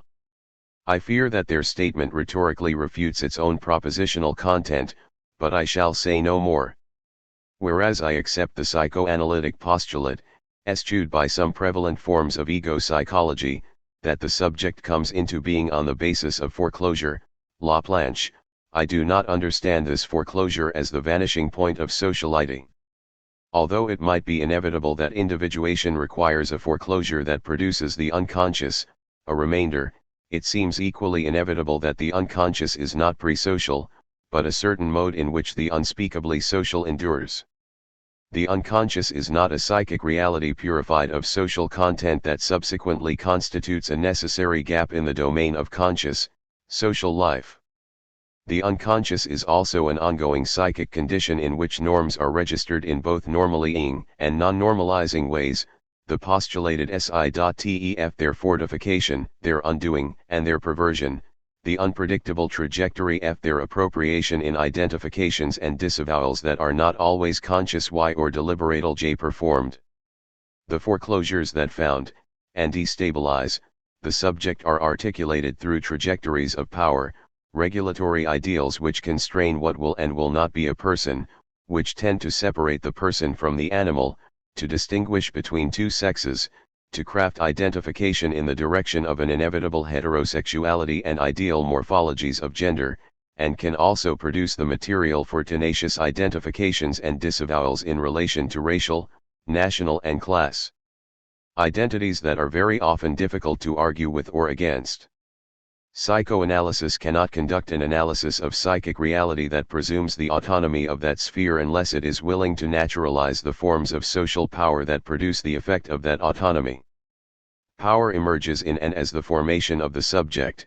To separate the subject-generating function of foreclosure from the realm of productive power is to disavow the way in which social meanings become interpreted as part of the very action of unconscious psychic processes. Moreover, if the ideals of personhood that govern self-definition on preconscious and unconscious levels are themselves produced through foreclosures of various kinds, then the panic, terror, trauma, anger, passion, and desire that emerge in relation to such ideals cannot be understood without reference to their social formulations. This is not to say that social forms of power produce subjects as their simple effects, nor is it to claim that norms are internalized as psychic reality along behaviorist lines. It is to emphasize, however, the way that social norms are variously lived as psychic reality, suggesting that key psychic states such as melancholia or mania, paranoia, and fetishism, not only assume specific forms under certain social conditions, but have no underlying essence other than the specific forms they assume. The specificity of the psyche does not imply its autonomy. The prospect of engaging in sexual relations that might invite social condemnation can be read in any number of ways, but there is no way to dispute the operation of the social norm in the fantasy. Of course, the norm does not always operate in the same way. It may be that the sexual practice is desired precisely because of the opprobrium it promises, and that the opprobrium is sought because it promises, psychically, to restore a lost object, a parental figure, or indeed a figure of the law, and to restore a connection through the scene of punishment. Much of melancholia is based upon this self-vanquishing wish. Or it may be that the sexual practice is desired precisely because it acts as a defense against another sort of sexual practice that is feared or disavowed, and that the entire drama of desire and anticipated condemnation operates to deflect from another, more painful psychic consequence. In any of these cases, the norm operates to structure the fantasy, but it is also, as it were, put to use in variable ways by the psyche. Thus, the norm structures the fantasy, but does not determine it. The fantasy makes use of the norm, but does not create it. If that sexual practice turned out to be, say, anal penetration, and the person who lives a vexed relation to it turns out to be a man in some generic sense, then many questions can emerge. Is the fantasy to perform or to receive it, to perform and receive it both at once? Is the fantasy also operating as a substitute for another fantasy, one which has an unacceptable aggression at its core, or which involves incestuous desire? What figure does the social norm assume within the fantasy, and is the identification with the desire and with the law both at once, so that it is not easy to say where the R might be simply located within the scenography of the fantasy?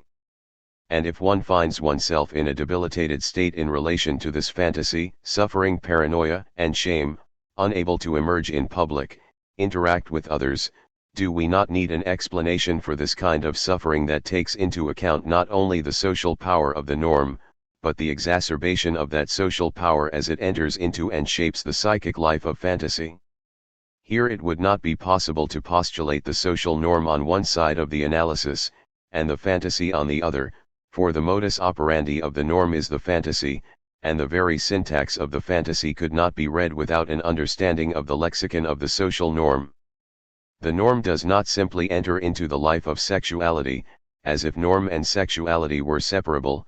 The norm is sexualized and sexualizing, and sexuality is itself constituted, though not determined, on its basis. In this sense, the body must enter into the theorization of norm and fantasy, since it is precisely the site where the desire for the norm takes shape, and the norm cultivates desire and fantasy in the service of its own naturalization.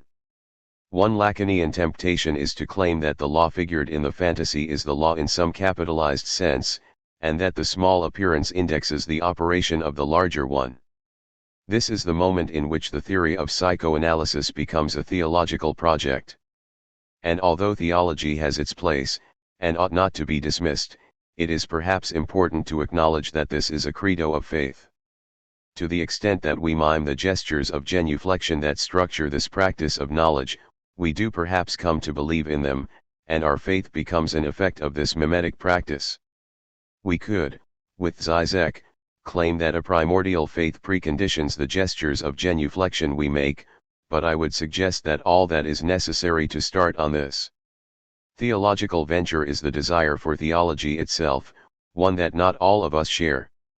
Indeed, what seems more poignant here for psychoanalysis as both theory and clinical practice is to see what transformations social norms undergo as they assume various forms within the psyche, what specific forms of suffering they induce, what clues for relief they also, inadvertently, give.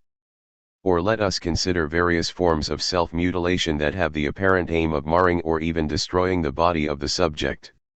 If the subject is a woman, and she tages responsibility for a seduction that lured her father away from her mother, and her mother away from her, or took her brother away from her sister, and both away from her, then it may be that the mutilation serves as an attempt to annihilate the body which she understands as the source of her guilt and her loss.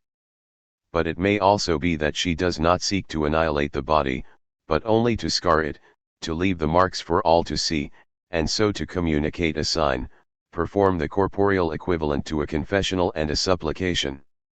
Yet these marks may not be readable to those for whom they are, ambivalently, intended, and so the body communicates the signs that it also fails to communicate, and the symptom at hand is one of a body dedicated to an illegible confession. If we abstract too quickly from this scene, and decide that there is something about the big other operating here, something quasi-transcendental or a priori that is generalizable to all subjects, we have found a way to avoid the rather messy psychic and social entanglement that presents itself in this example. The effort to generalize into the a priori conditions of the scene takes a shortcut to a kind of universalizing claim that tends to dismiss or devalue the power of social norms as they operate in the scene, the incest taboo, the nuclear family, the operation of guilt in women to thwart the putatively aggressive consequences of their desire, women's bodies as mutilated signs, an unwitting playing out of the Levi-Straussian identification of women with circulating signs in the elementary structures of LL-inship. Zizek has in part made his mark in contemporary critical studies by taking Lacan out of the realm of pure theory, showing how Lacan can be understood through popular culture, and how popular culture conversely indexes the theory of Lacan. Zizek's work is full of rich examples from popular culture and various kinds of ideologies and their complicated jokes, but these examples serve to illustrate various principles of psychic reality without ever clarifying the relation between the social example and the psychic principle. Although the social examples serve as the occasions for insights into the structures of psychic reality, we are not given to understand whether the social is any more than a lens for understanding a psychic reality that is anterior to itself. The examples function in a mode of allegory that presumes the separability of the illustrative example from the content it seeks to illuminate. Thus, this relation of separation recapitulates the architectonic tropes of two levels that we have seen before. If this kind of separation between the psychic and the social is not appropriately called Cartesian, I would be glad to find another term to describe the dualism at work here. This extended discussion does not yet make clear the place of psychoanalysis for a broader conception of politics. Zizek has contributed immeasurably to this project by showing us how disidentification operates in ideological interpellation, how the failure of interpellation to capture its object with its defining mark is the very condition for a contest about its meanings, inaugurating a dynamic essential to hegemony itself. It seems clear that any effort to order the subject through a performative capture whereby the subject becomes synonymous with the name it is called is bound to fail. Why it is bound to fail remains an open question. We could say that every subject has a complexity that no single name can capture, and so refute a certain form of nominalism. Or we could say that there is in every subject something that cannot be named, no matter how complicated and variegated the naming process becomes. I believe that this is Zizek's point. Or we could think a bit more closely about the name, in the service of what kind of regulatory apparatus it works, whether it works alone, whether in order to work at all it requires an iteration that introduces the possibility of failure at every interval. It is important to remember, however, that interpellation does not always operate through the name. This silence might be meant for you. And the discursive means by which subjects are ordered fails not only because of an extra discursive something that resists assimilation into discourse, but because discourse has many more aims and effects than those that are actually intended by its users. As an instrument of non-intentional effects, discourse can produce the possibility of identities that it means to foreclose. Indeed, the articulation of foreclosure is the first moment of its potential undoing, for the articulation can become re-articulated and countered once it is launched into a discursive trajectory, unmoored from the intentions by which it is animated.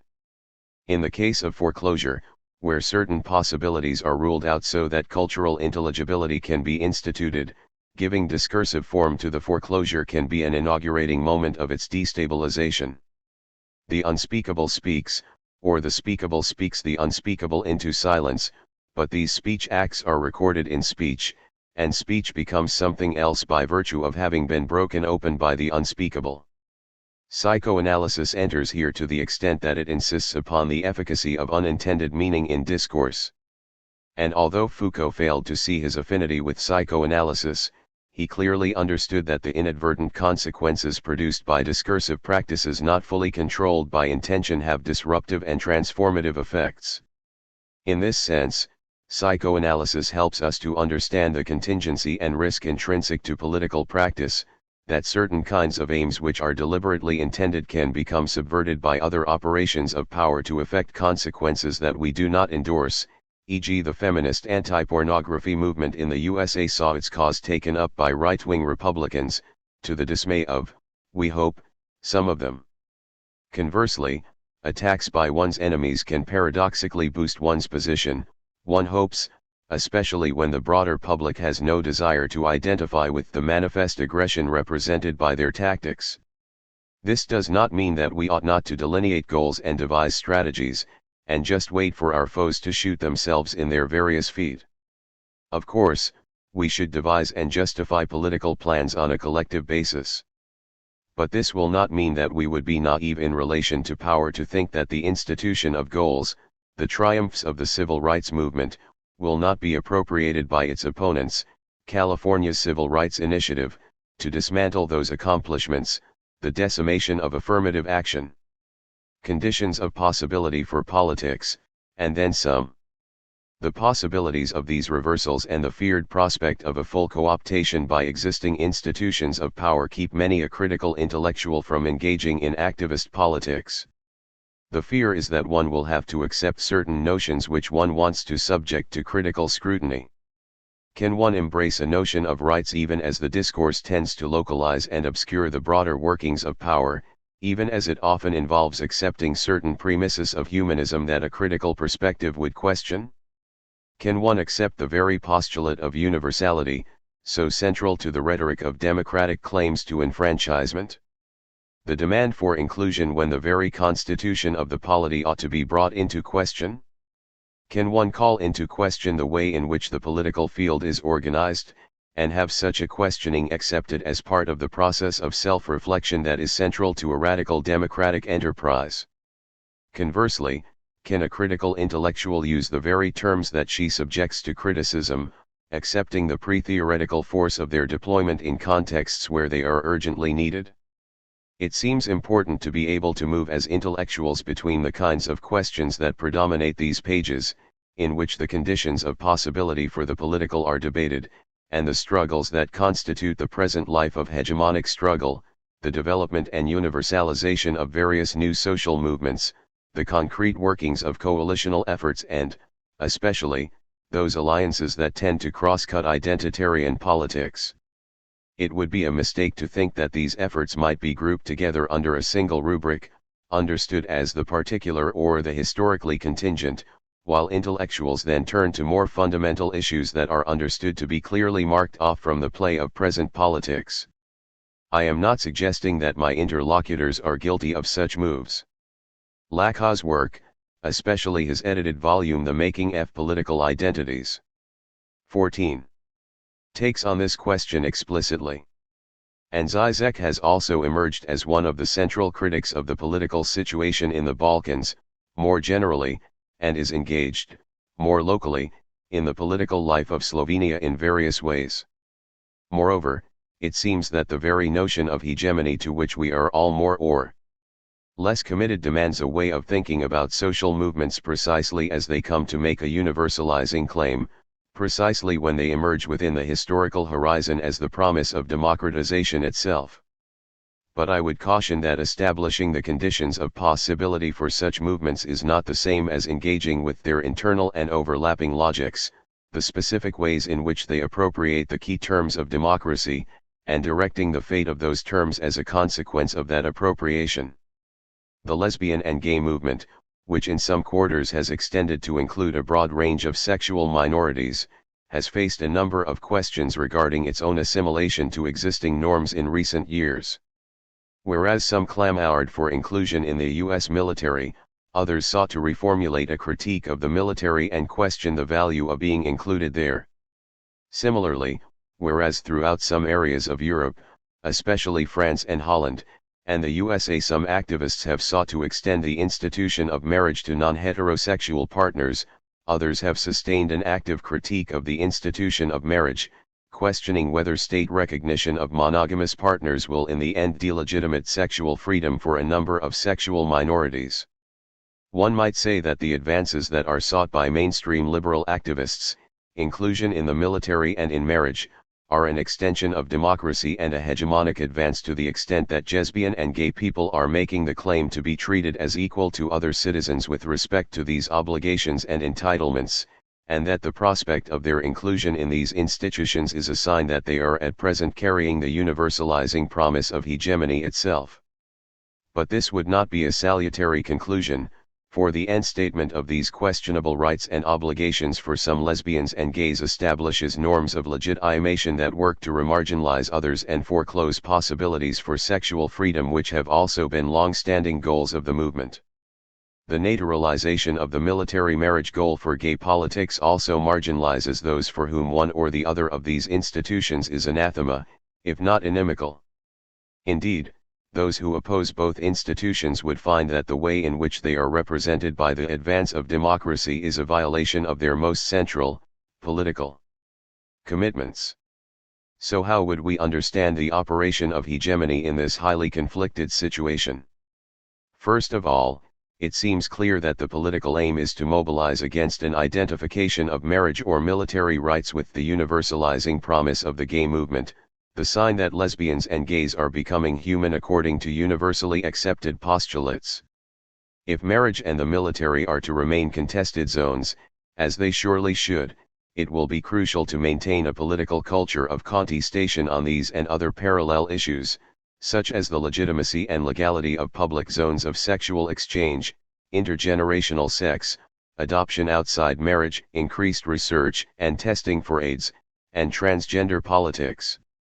All of these are debated issues, but where can the debate, the contest, take place? The New York Times is quick to announce that lesbians and gays have advanced miraculously since Stonewall, and many of the major entertainment figures who come out with great enthusiasm also communicate that the new day has arrived. The Human Rights Campaign, the most well-endowed gay rights organization, steadfastly stands in a patriotic salute before the flag.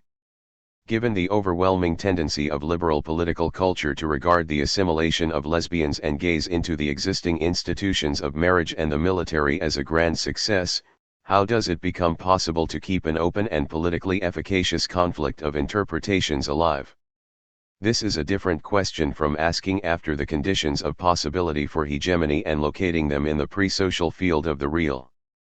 And it will not do simply to say that all these concrete struggles exemplify something more profound, and that our task is to dwell in that profundity. I raise this question not to counterpose the concrete to theory, but to ask, what are the specifically theoretical questions raised by these concrete urgencies?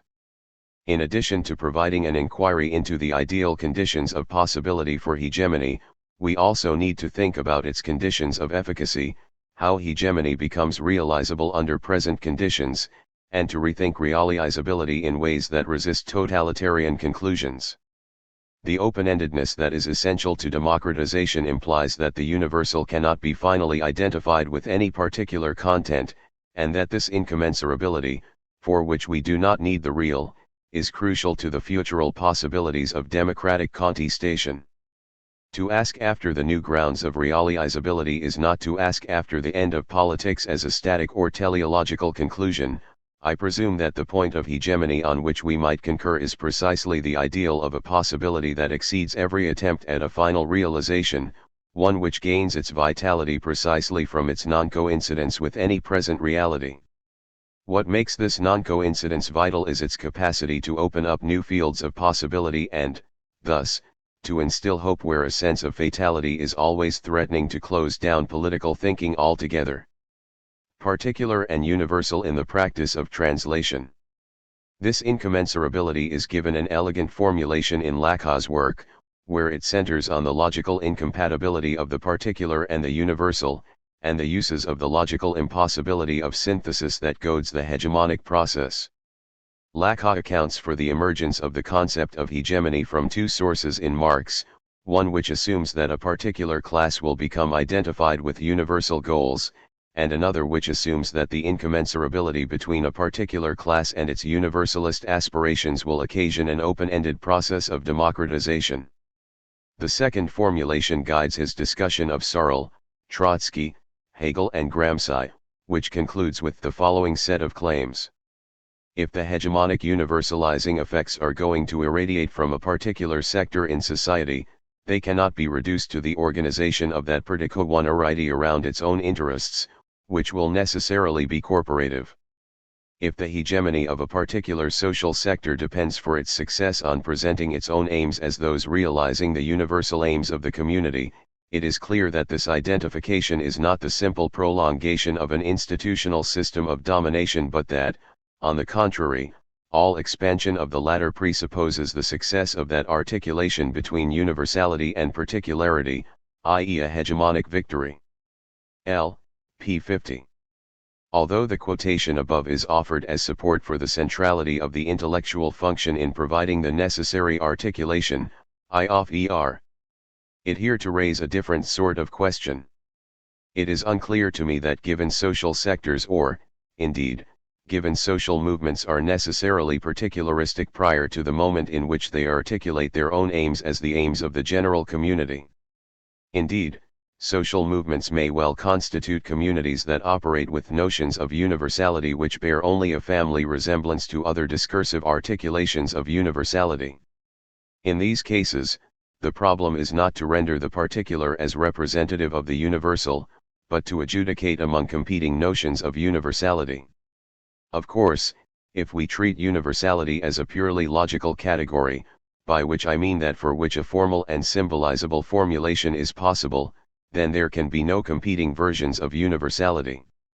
Yet Lacan would probably agree that the articulation of universality does change over time and changes, in part, precisely by the kinds of claims that are made under its rubric which have not been understood as part of its purview.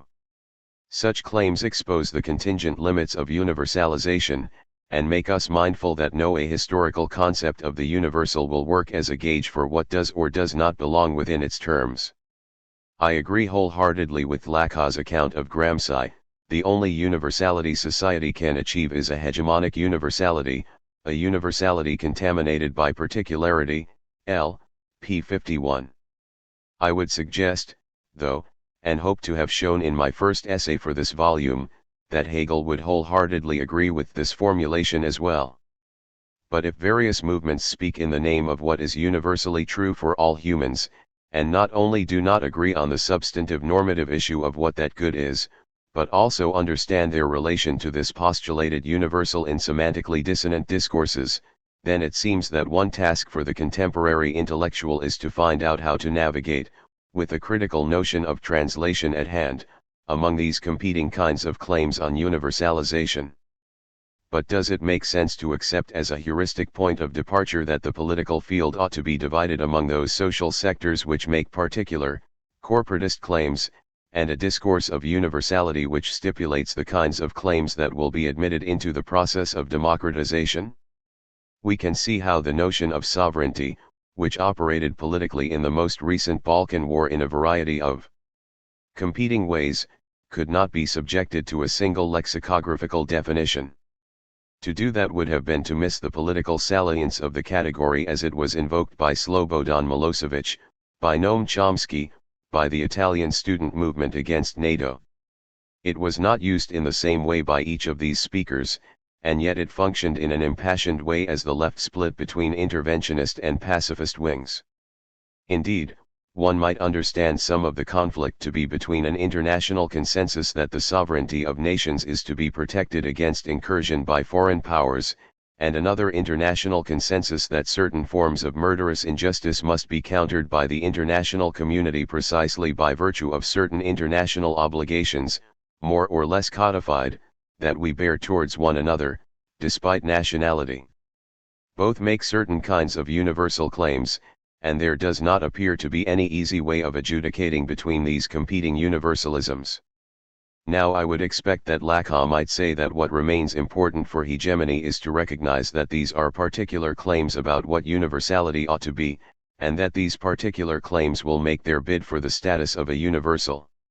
What will be important, then, is how a consensus can be achieved, and which one, if either, will come to be identical, in a transient fashion, with the universal itself. Lacan might also distinguish between the process of universalization that characterizes this very struggle and the contingent versions of universality that are struggling for conceptual domination within the contemporary political scene. By reserving the term universalization for the active process by which this contest proceeds, and universality for specific contenders for the hegemonic claim, this first term exempts itself from being one of the contenders, and seems to supply a framework within which all contention takes place. It seems clear, however, that even the open-ended notion of universalization upon which Lacan, Zizek, and I agree is not fully compatible with other versions of universalization, which are found in other forms of Marxist theory, some of which Lacan has outlined for us, and in liberal theory, including Habermas's normative view of the universalization of the unconstrained speech act in which are to be found principles of reciprocity which form the ideal consensus towards which any and all contention is said implicitly to strive. Thus, even the theoretical effort to name and direct the process of universalization will be subject to contention, which is, of course, no reason not to propose it and to make it as persuasive as possible to accept. In Lacan's position, the second view, which emphasizes the incommensurability between particular and universal, implies that universal emancipation is achieved only through its transient identification with the aims of a particular social sector, a contingent universality constitutively requiring political mediation and relations of representation, p. 51. This last not only necessitates the role of the intellectual as the mediating link, but specifies that role as one of logical analysis. We will return to the status of logical relations in a moment, but first I would like to consider the particular task of mediation that is required. If hegemony is to work, the particular must come to represent something other than itself. As Lacan begins to specify this problem of representation in his essay, he makes a turn away from Marxian analysis towards phenomenology, structuralism, and post-structuralism as they, in consonant fashion, distinguish between the signifier and the signified. Thus, the arbitrary relation that governs signification is equated with the contingency upon which hegemony depends. The intellectual effort to bring this contingency into view, to expose what is necessary as contingent, and to mobilize an insight into the political uses of this contingency assumes the form of a structural analysis of language itself. And although some would surely argue that this move sacrifices the materialist tradition of Marxism to a form of linguistic inquiry, Lacan's point is to show that this problem of representation has been at the heart of materialism, of the problem of hegemony, and of the articulation of powerful and persuasive resistance to the reified forms that the political field assumes. Much of Lacan's argument here rests on the operative assumption that given social sectors and political formations that have not yet demonstrated the universalizing effects of their demands are particular. The political field is divided from the start, it seems, between those modes of resistance that are particular and those that successfully make the claim to universality. Those that make the latter claim do not lose their status as particular, but they do engage in a certain practice of representational incommensurability whereby the particular comes to stand far the universal without becoming identical with it. Thus the particular, which constitutes only one part or sector of the socio-political field, nevertheless comes to represent the universal, which means that the possibility for the principles of equality and justice that define the political field within a nominally democratic context seems now to depend upon the actualization of the goals of the particular sector. It is not the case that the particular now postures as the universal, usurping the universal in its name, but that the universal comes to be regarded as insubstantial unless the claims of the particular are included within its purview. This description surely fits some of the representational dilemmas of movements of political enfranchisement, but there are some political dilemmas of representation that it cannot fully address. For instance, in those cases where the universal loses its empty status and comes to represent an ethnically restrictive conception of community and citizenship, Israel, or becomes equated with certain organizations of kinship, the nuclear, heterosexual family, or with certain racial identifications, then it is not just in the name of the excluded particulars that politicization occurs, but in the name of a different kind of universality. Indeed, it may be that these alternative visions of universality are embedded in so-called particular political formations of resistance to begin with, and that they are no less universal than those that happen to enjoy hegemonic acceptance. The democratic struggle is thus not primarily one of persuasive synecdoche, whereby the particular comes to stand, compellingly, for the whole. Neither is the problem purely a logical one in which, by definition, the particular is excluded from the universal, and this exclusion becomes the condition for the relation of representation that the particular performs in relation to the universal.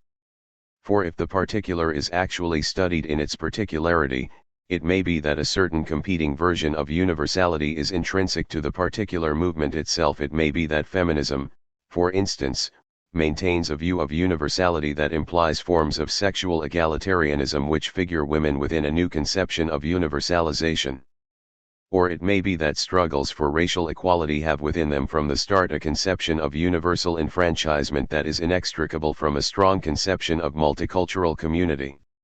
Or that struggles against sexual and gender discrimination involve promoting new notions of freedom of assembly or freedom of association that are universal in character even as they, by implication, seek to throw off some of the specific shackles under which sexual minorities live, and could, by extension, question the exclusive lock on legitimacy that conventional family structures maintain.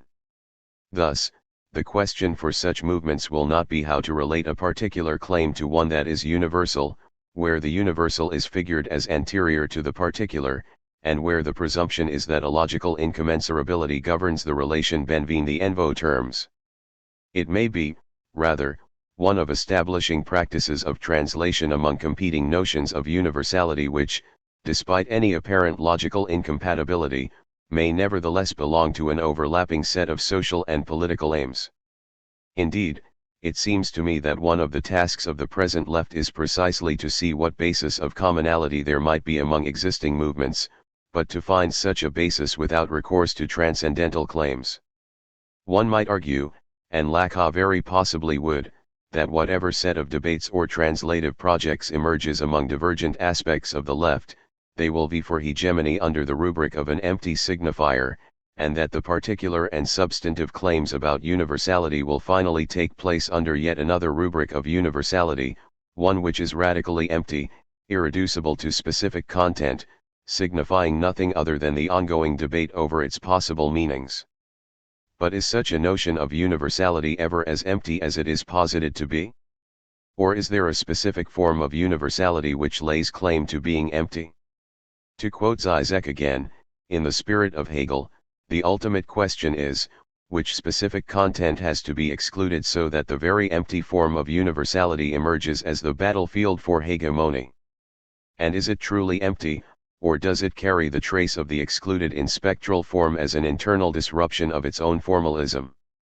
Lacan himself gives support for this view when he writes in his first contribution to this volume, "A theory of hegemony is not, in that sense, a neutral description of what is going on in the world, but a description whose very condition of possibility is a normative element governing, from the very beginning, whatever apprehension of facts as facts there could be." Lacan and Mouth have argued that one task for the left is to establish a chain of equivalence among competing groups, so that each is, by virtue of its own contingent and incomplete articulation, structurally similar to the other, and this structurally common lack becomes the basis for a recognition of a common constitutive condition. It is not clear to me that each of the competing groups on the left is primarily structured by the lack which is said to be constitutive of identity, since it is not clear to me that all such groups are organized around the concept of identity. A struggle against racism is not necessarily grounded in an identity-based set of claims, though it may have some of those claims as part of its movement. Similarly, a struggle to end homophobia may not be an identitarian project, it may be one that makes claims based on a wide range of sexual practices, rather than identities. What remains difficult to achieve, however, is a strong coalition among minority communities and political formations that